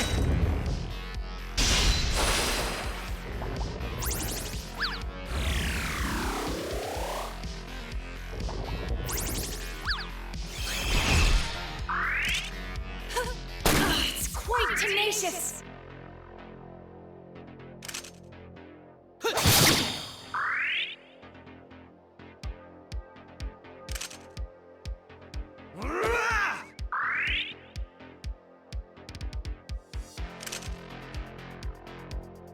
It's so stubborn! Yikes!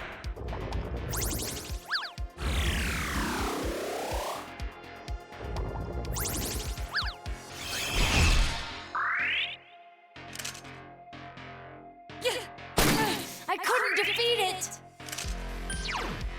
Soda!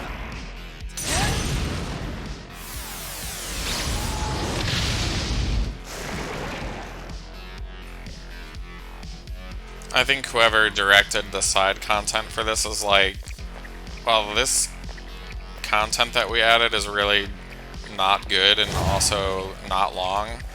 So we're gonna make it worse and longer so that people feel like they got their money's worth of bullshit, I guess. Ugh.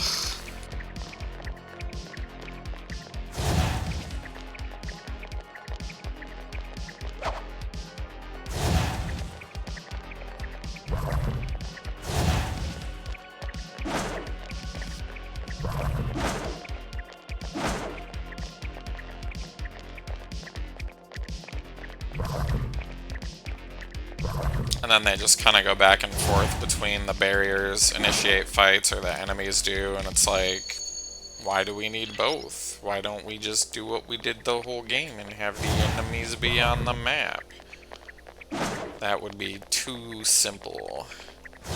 We need to change the gameplay mechanics that people liked to something different in case they want to explore the side content, because we want to annoy the people that are dumb enough to rebuy our game for the 4th time and engage with this fucking cash grab bullshit.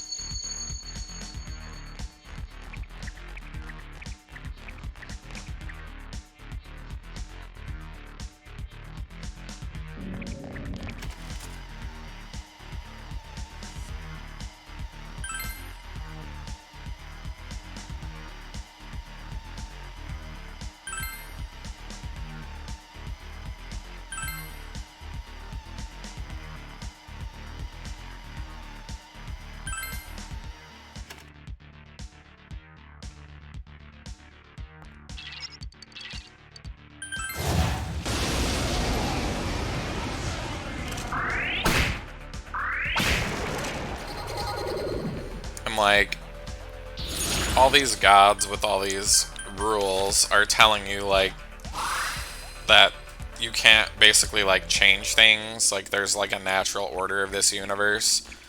And then we still, with our fucking anime powers, the power of friendship saves everyone. It's just so dumb.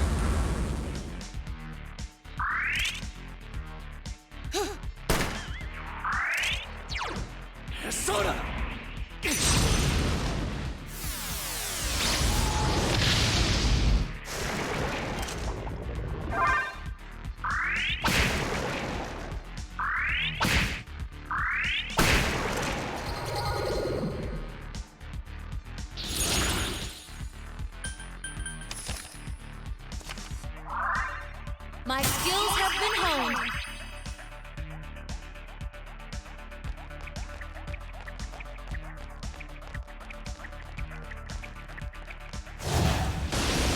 The thing is, too, you can't really ignore all the fights because the enemies drop items that you need to fight the boss, which is immune to literally every type of damage. It's just like, come on now. Every part of this side content is just time-wasting garbage.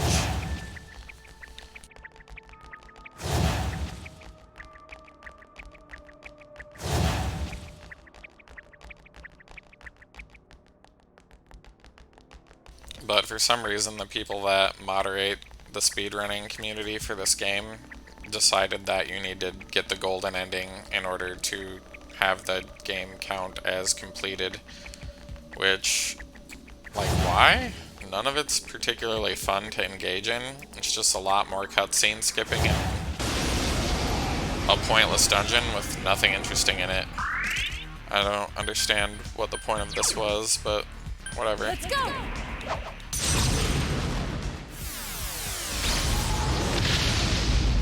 2 remaining!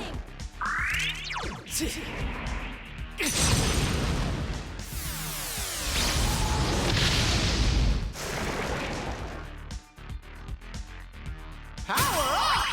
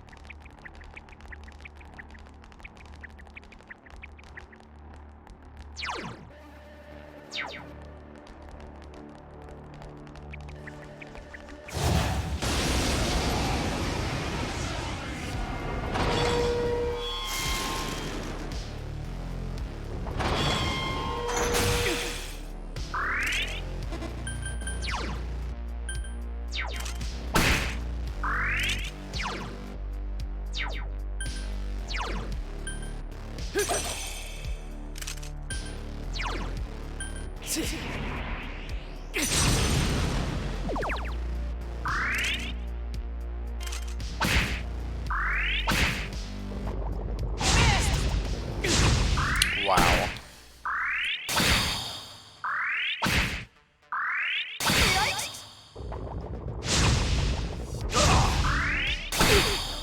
Oh, 15% chance of that happening, and it happened 4 times in a row. The math on that is, improbable at best.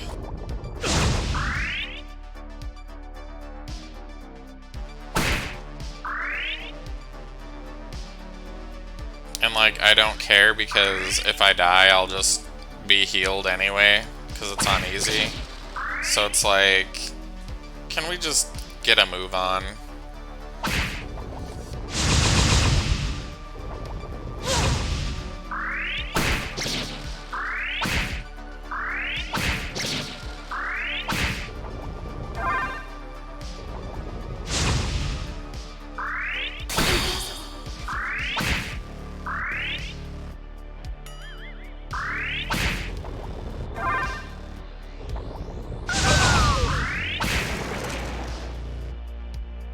Another level! Gotta keep at it! Jesus.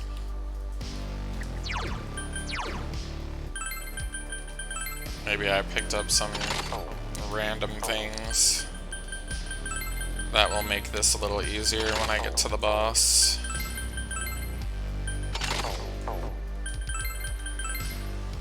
Because we need dungeon-specific extra gear for some reason. Can't live without that shit, apparently.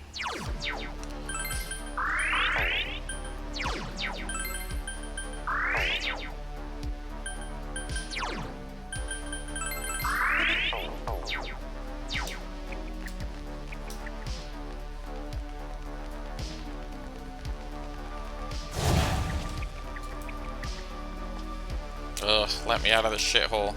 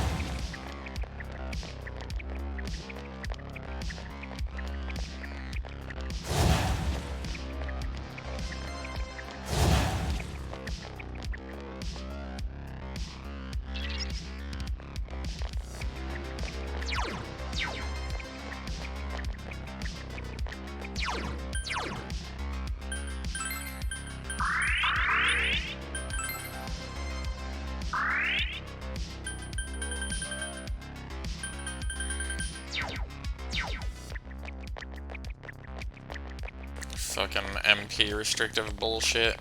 And then you can only hurt the boss with magic just to piss you off even more.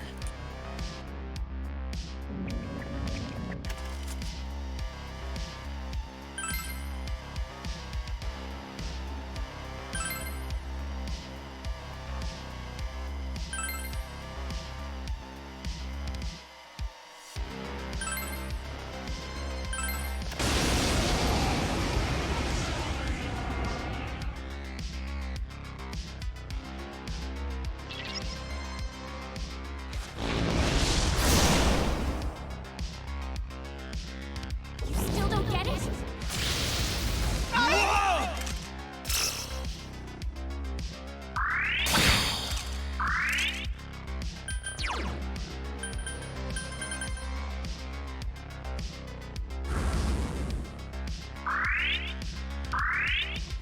Eat this!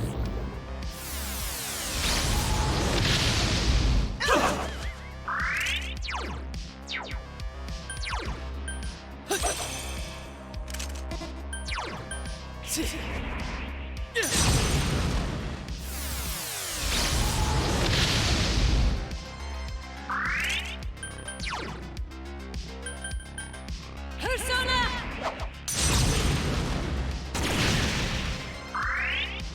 You mess with the bull, you get the horns. Persona!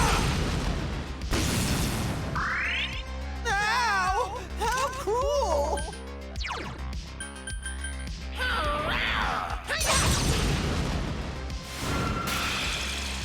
I said that it's useless! Persona!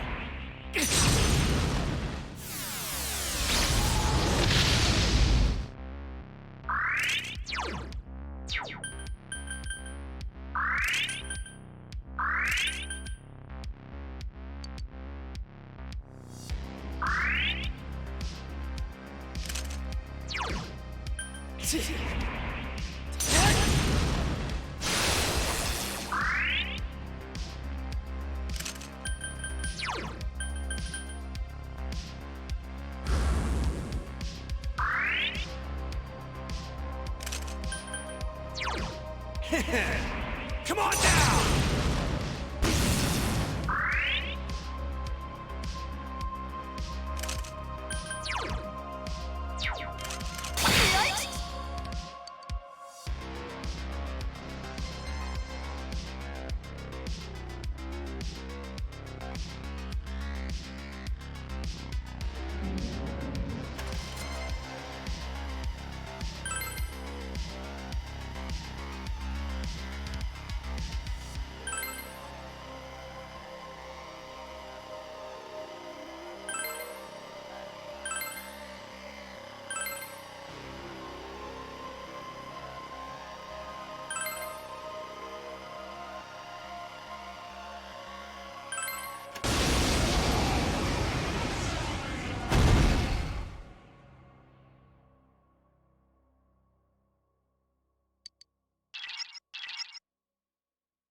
I don't want to see it!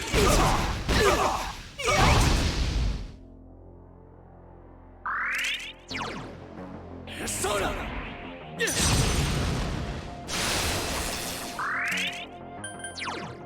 Persona!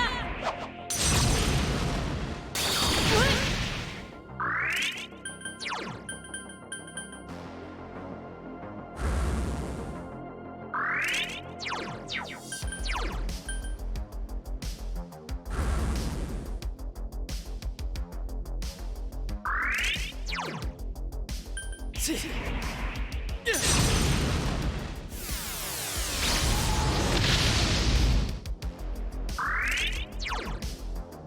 go!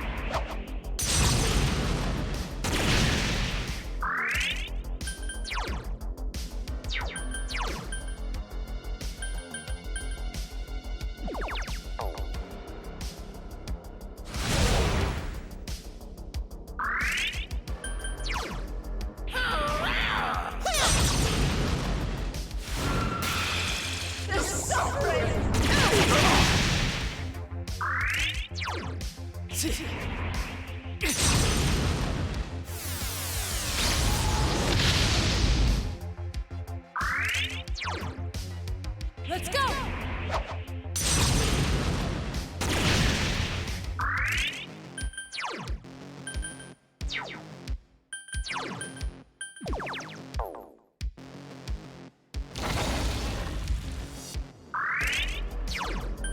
Bear soda!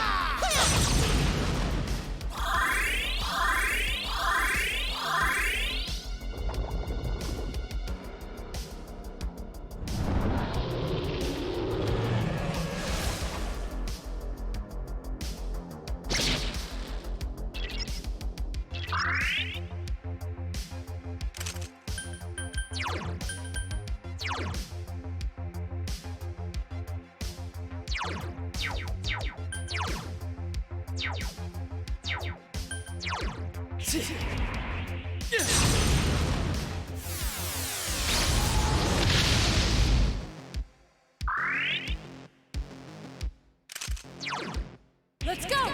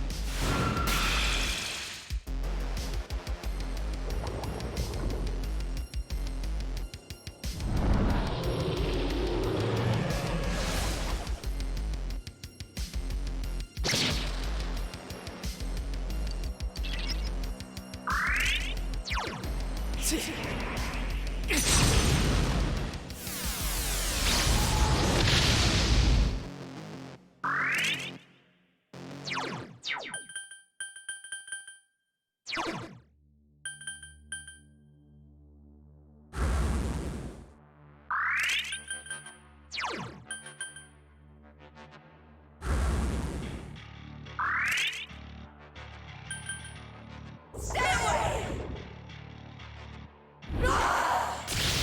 Yikes! Stay away!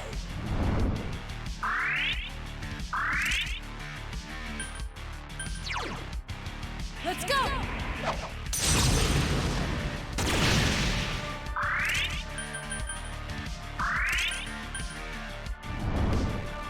I don't want to see it!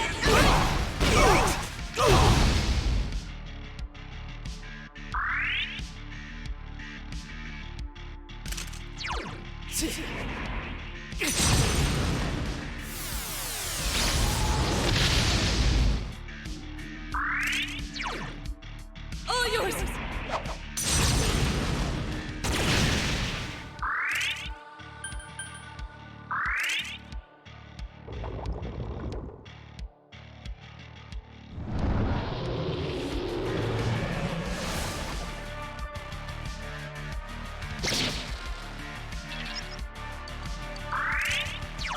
Soda!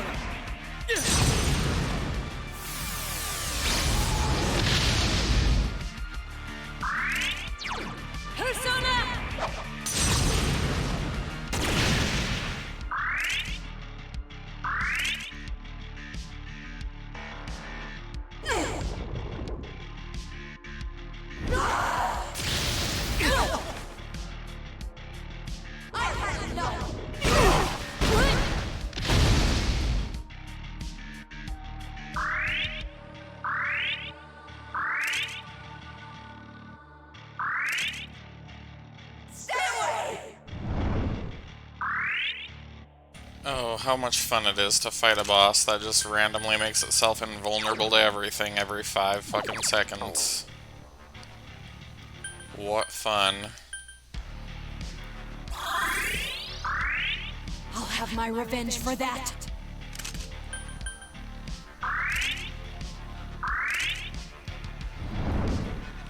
No!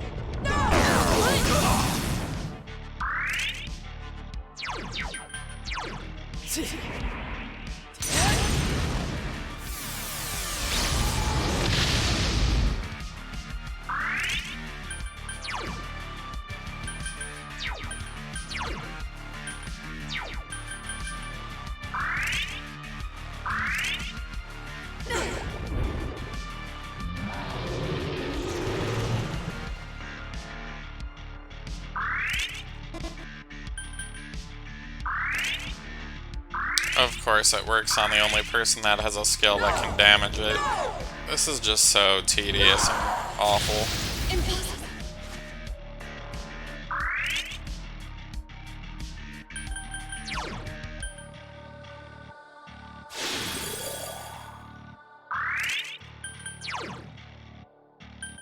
All yours.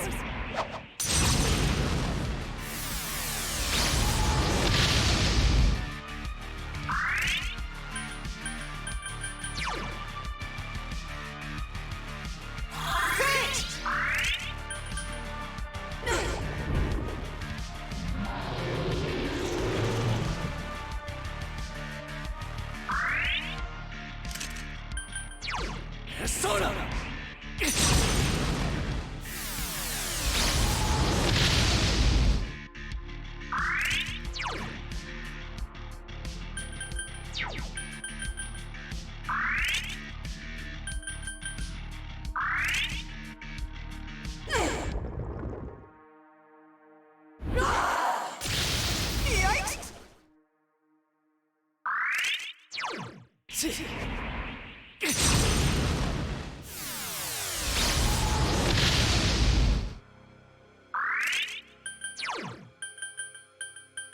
All yours. Like, before it was absorbing MP and, like, that was damaging it, but now it's not doing that anymore, so I guess I just have to very slowly kill it. Oh well. This isn't how the last fight went, so I didn't realize it could just go so drastically different. Like, whatever.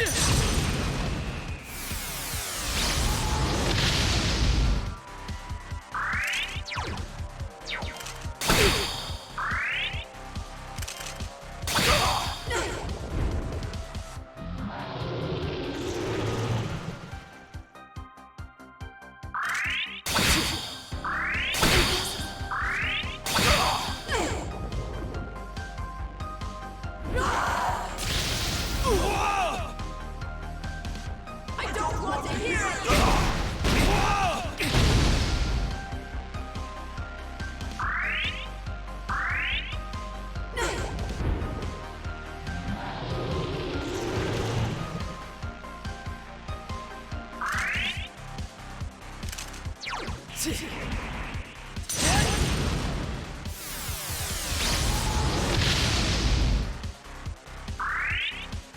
Punk!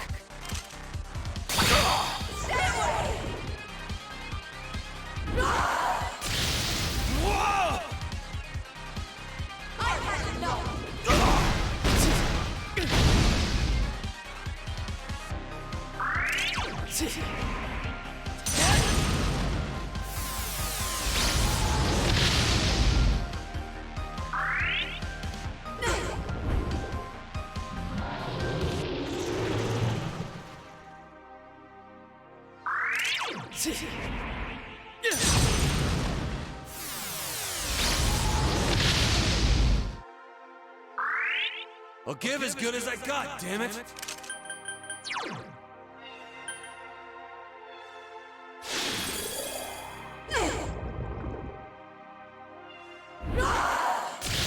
Damn it!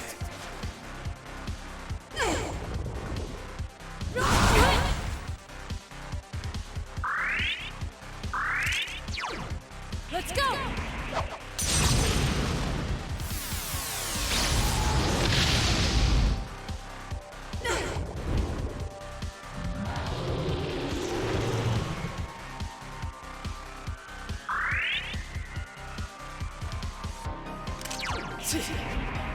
Like, I just want this enemy to kill me so that I can get my magic points back, but it just insists on being the slowest douchebag of all time.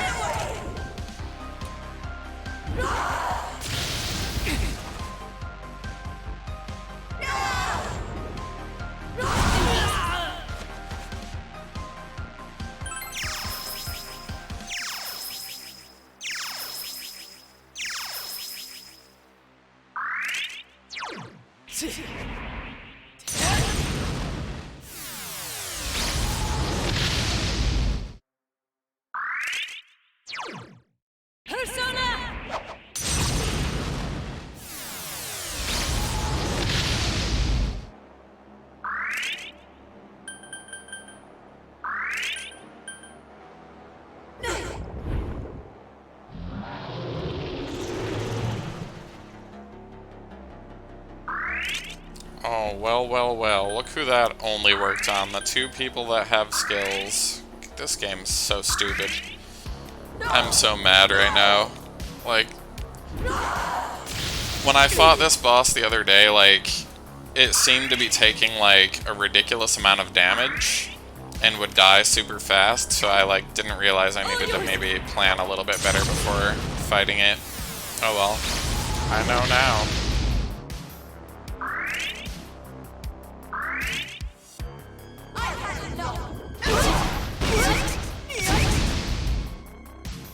This might be the stupidest fight I've ever had to endure in any game ever.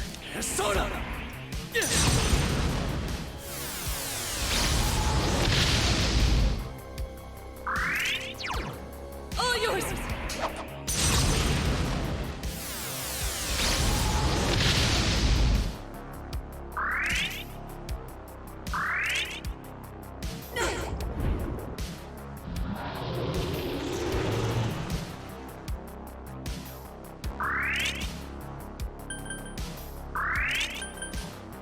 Yeah, that just happened twice in a row. How convenient.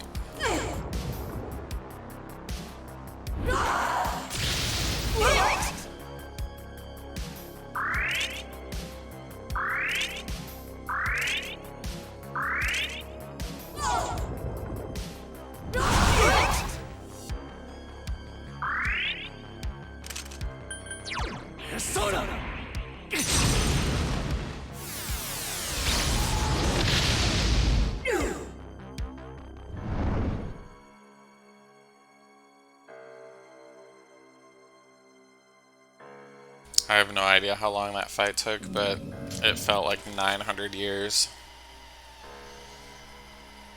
Yay, we saved that one emo bitch that has no point to the story.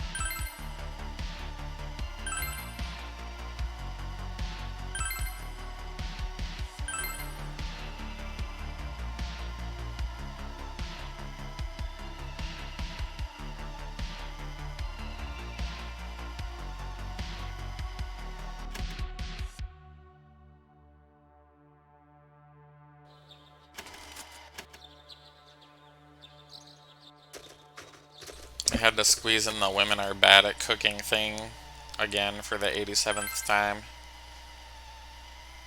Oh, Japan, you and your misogyny.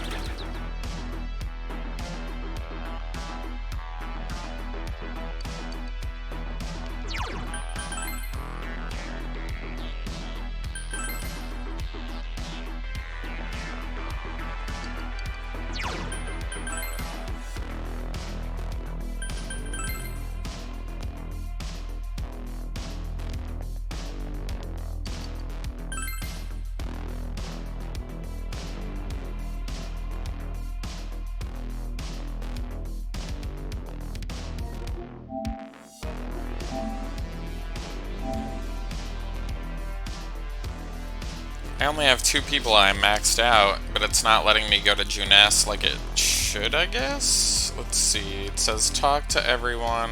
Oh yeah, I have to say no when I talk to the door. Oopsie. Mistake-o.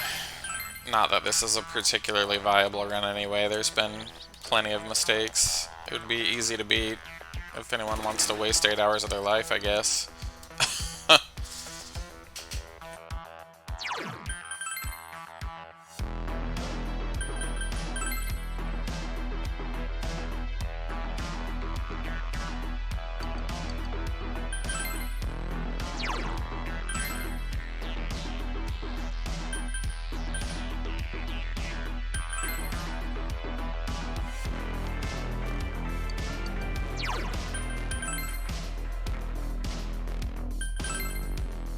Maybe I'm just missing Nanako and what's his name, Dojima, even though I didn't max them out.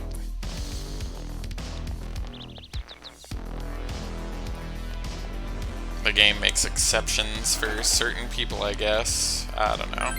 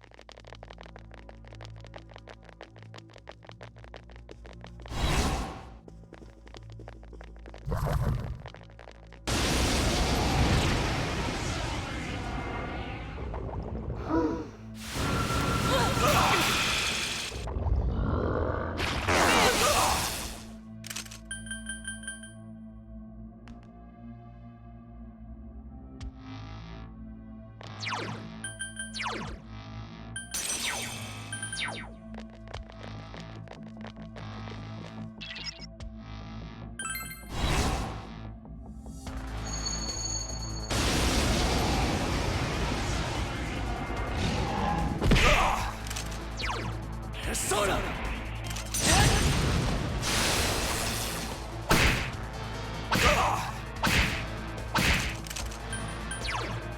Persona!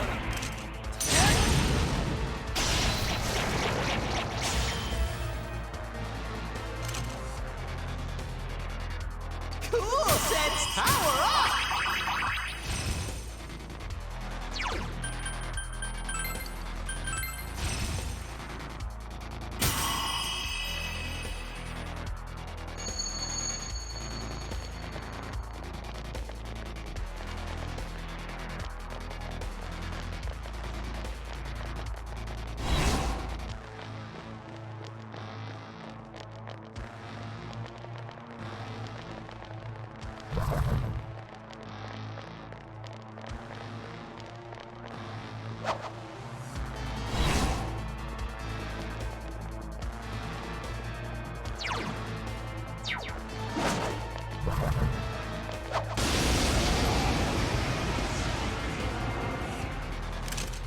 Persona!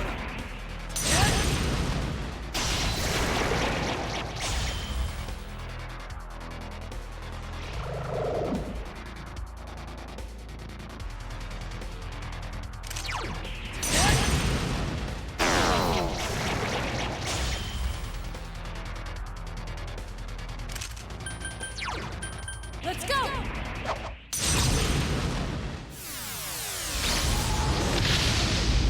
Someone finish this one off!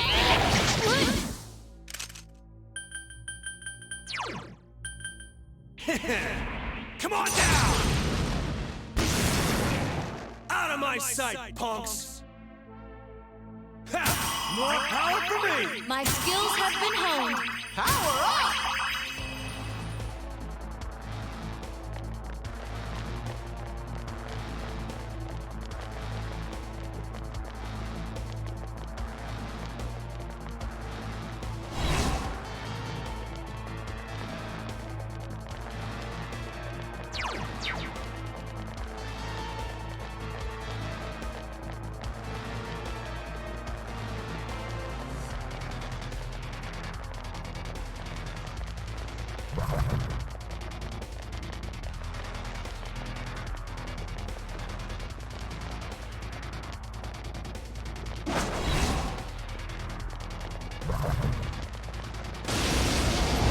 An oldie but goodie. Of course it's the last place I walk. And I get ambushed some more.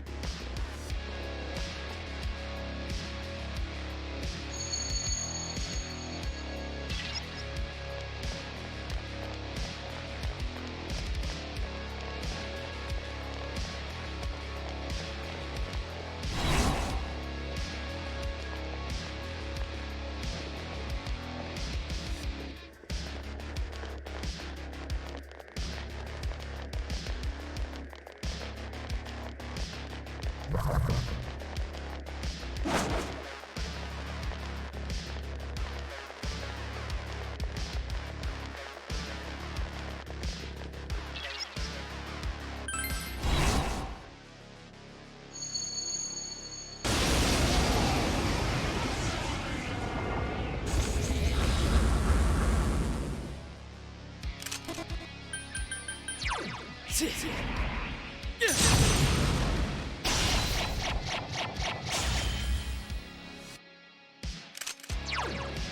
go!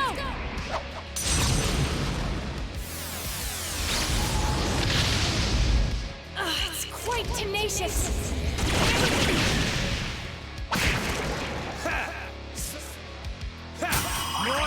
My level has risen.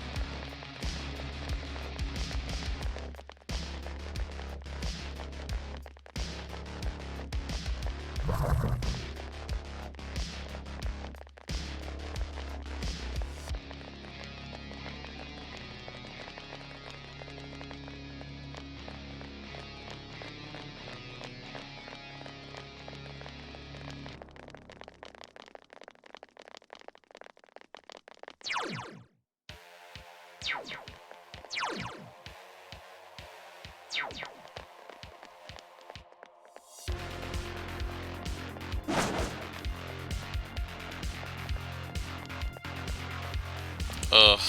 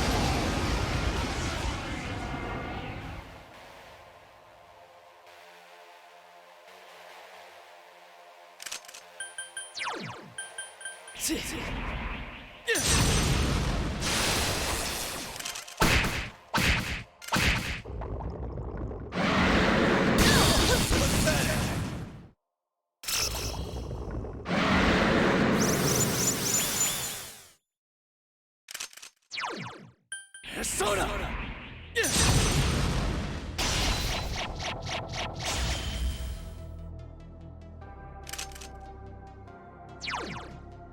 All yours. Wow.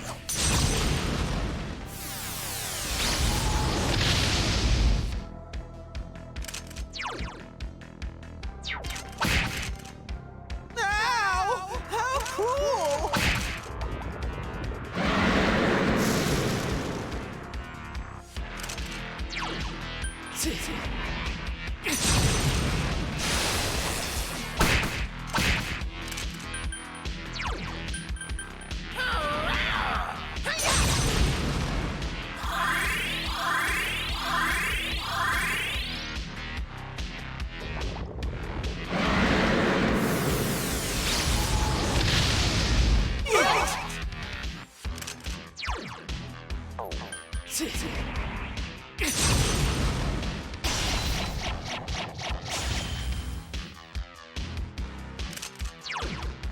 Persona.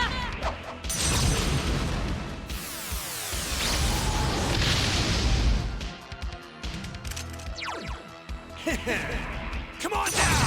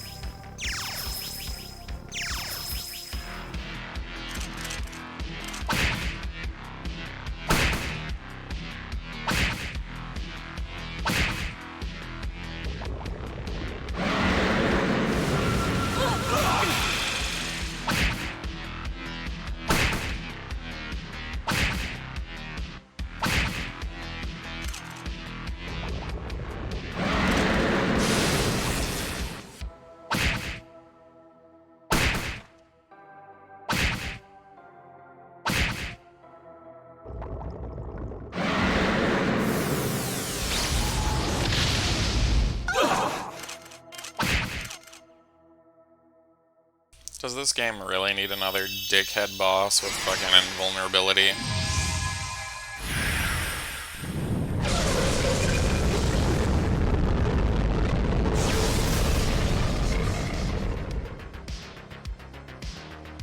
I like don't even care enough to like input things anymore. I'm just like, can we just be done? I'm just burnt out. Persona!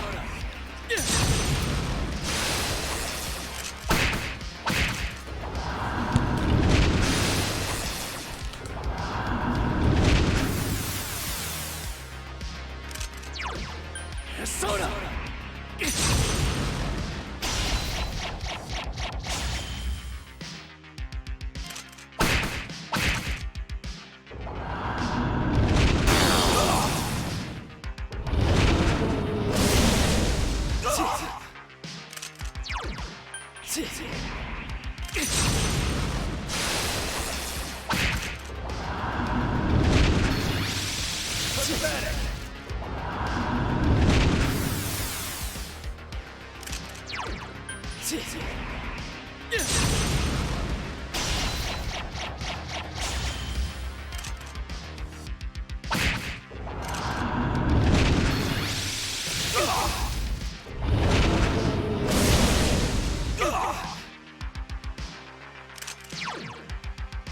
Soda!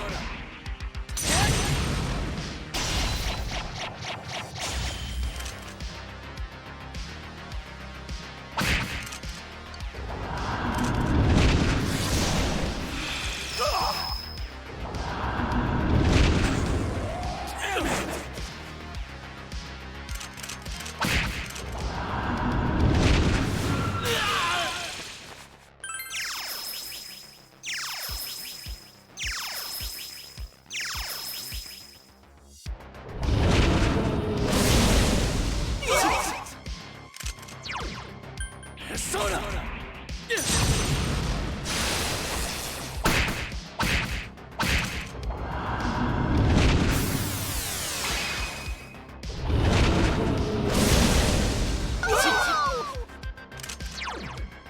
Soda!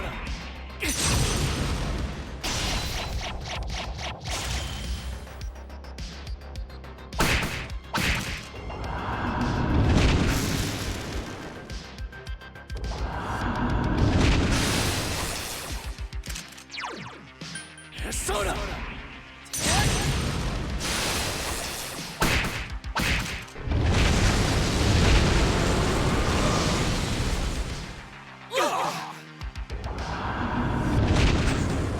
Impossible.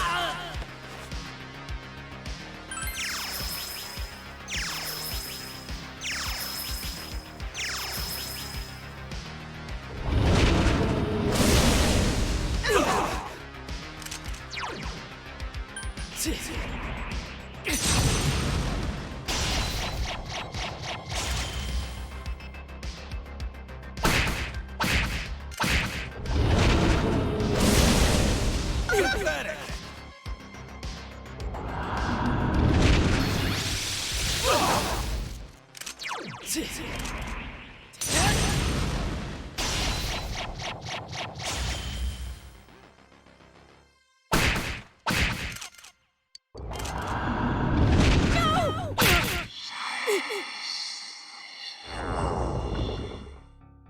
Just the fact that you get like infinite retries and then the game like uses this instant death move on you only to have your party members sacrifice themselves just so that they don't actually die. Like, it's just... Why? It's just pointless garbage. It's time-wasting bullshit.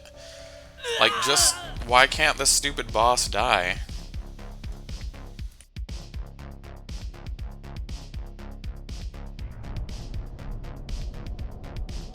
Because the game wants to add a bunch more pointless cutscenes. Oh, okay.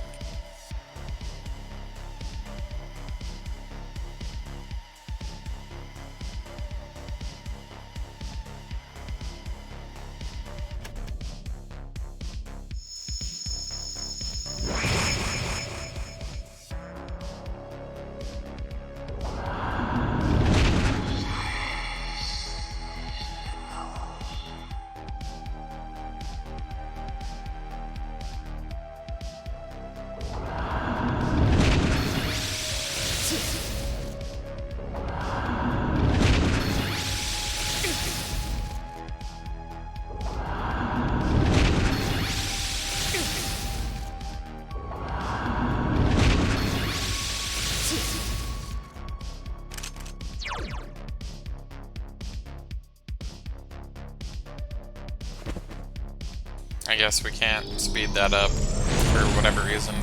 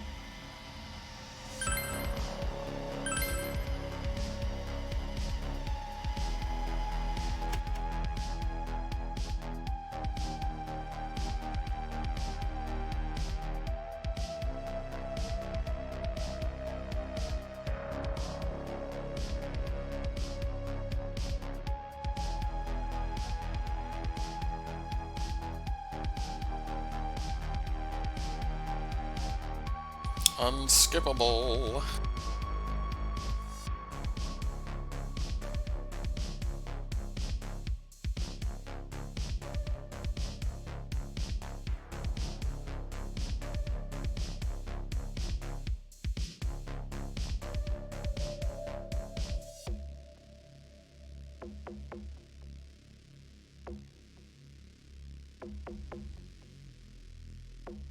With the way these people react, you'd think this guy's blasting off to the fucking moon, never to be seen again or some shit.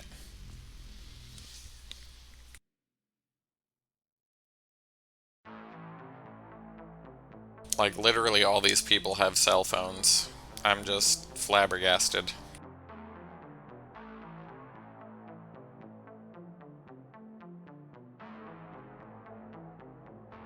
It's even more amusing because I ignored, like, all the social links for, like, an entire year. Like, I ignored most of these people. Just completely flat out didn't take their phone calls.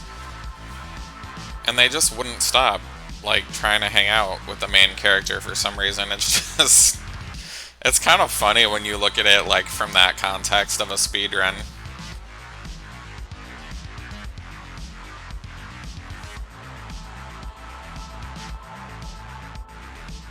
Near, far, wherever you are, I believe that that old lady wouldn't have dropped that really expensive diamond in the water.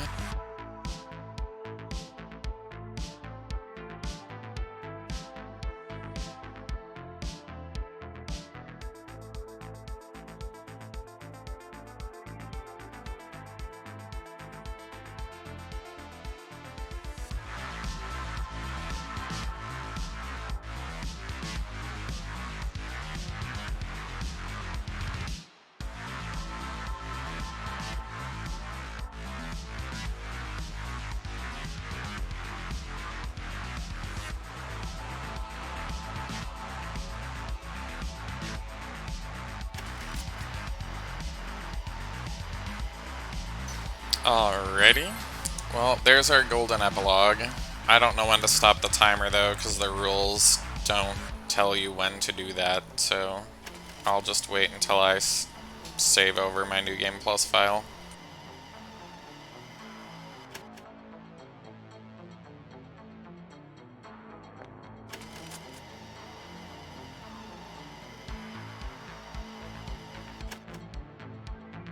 Not that it really matters, because a lot of the people in the SMT speedrunning Discord are like, oh, New Game Plus runs are meme runs, and they don't really care about them very much, so it's whatever. They even, like, hide the NG Plus behind the miscellaneous category, so, like, unless you know what you're looking for, you probably won't find them.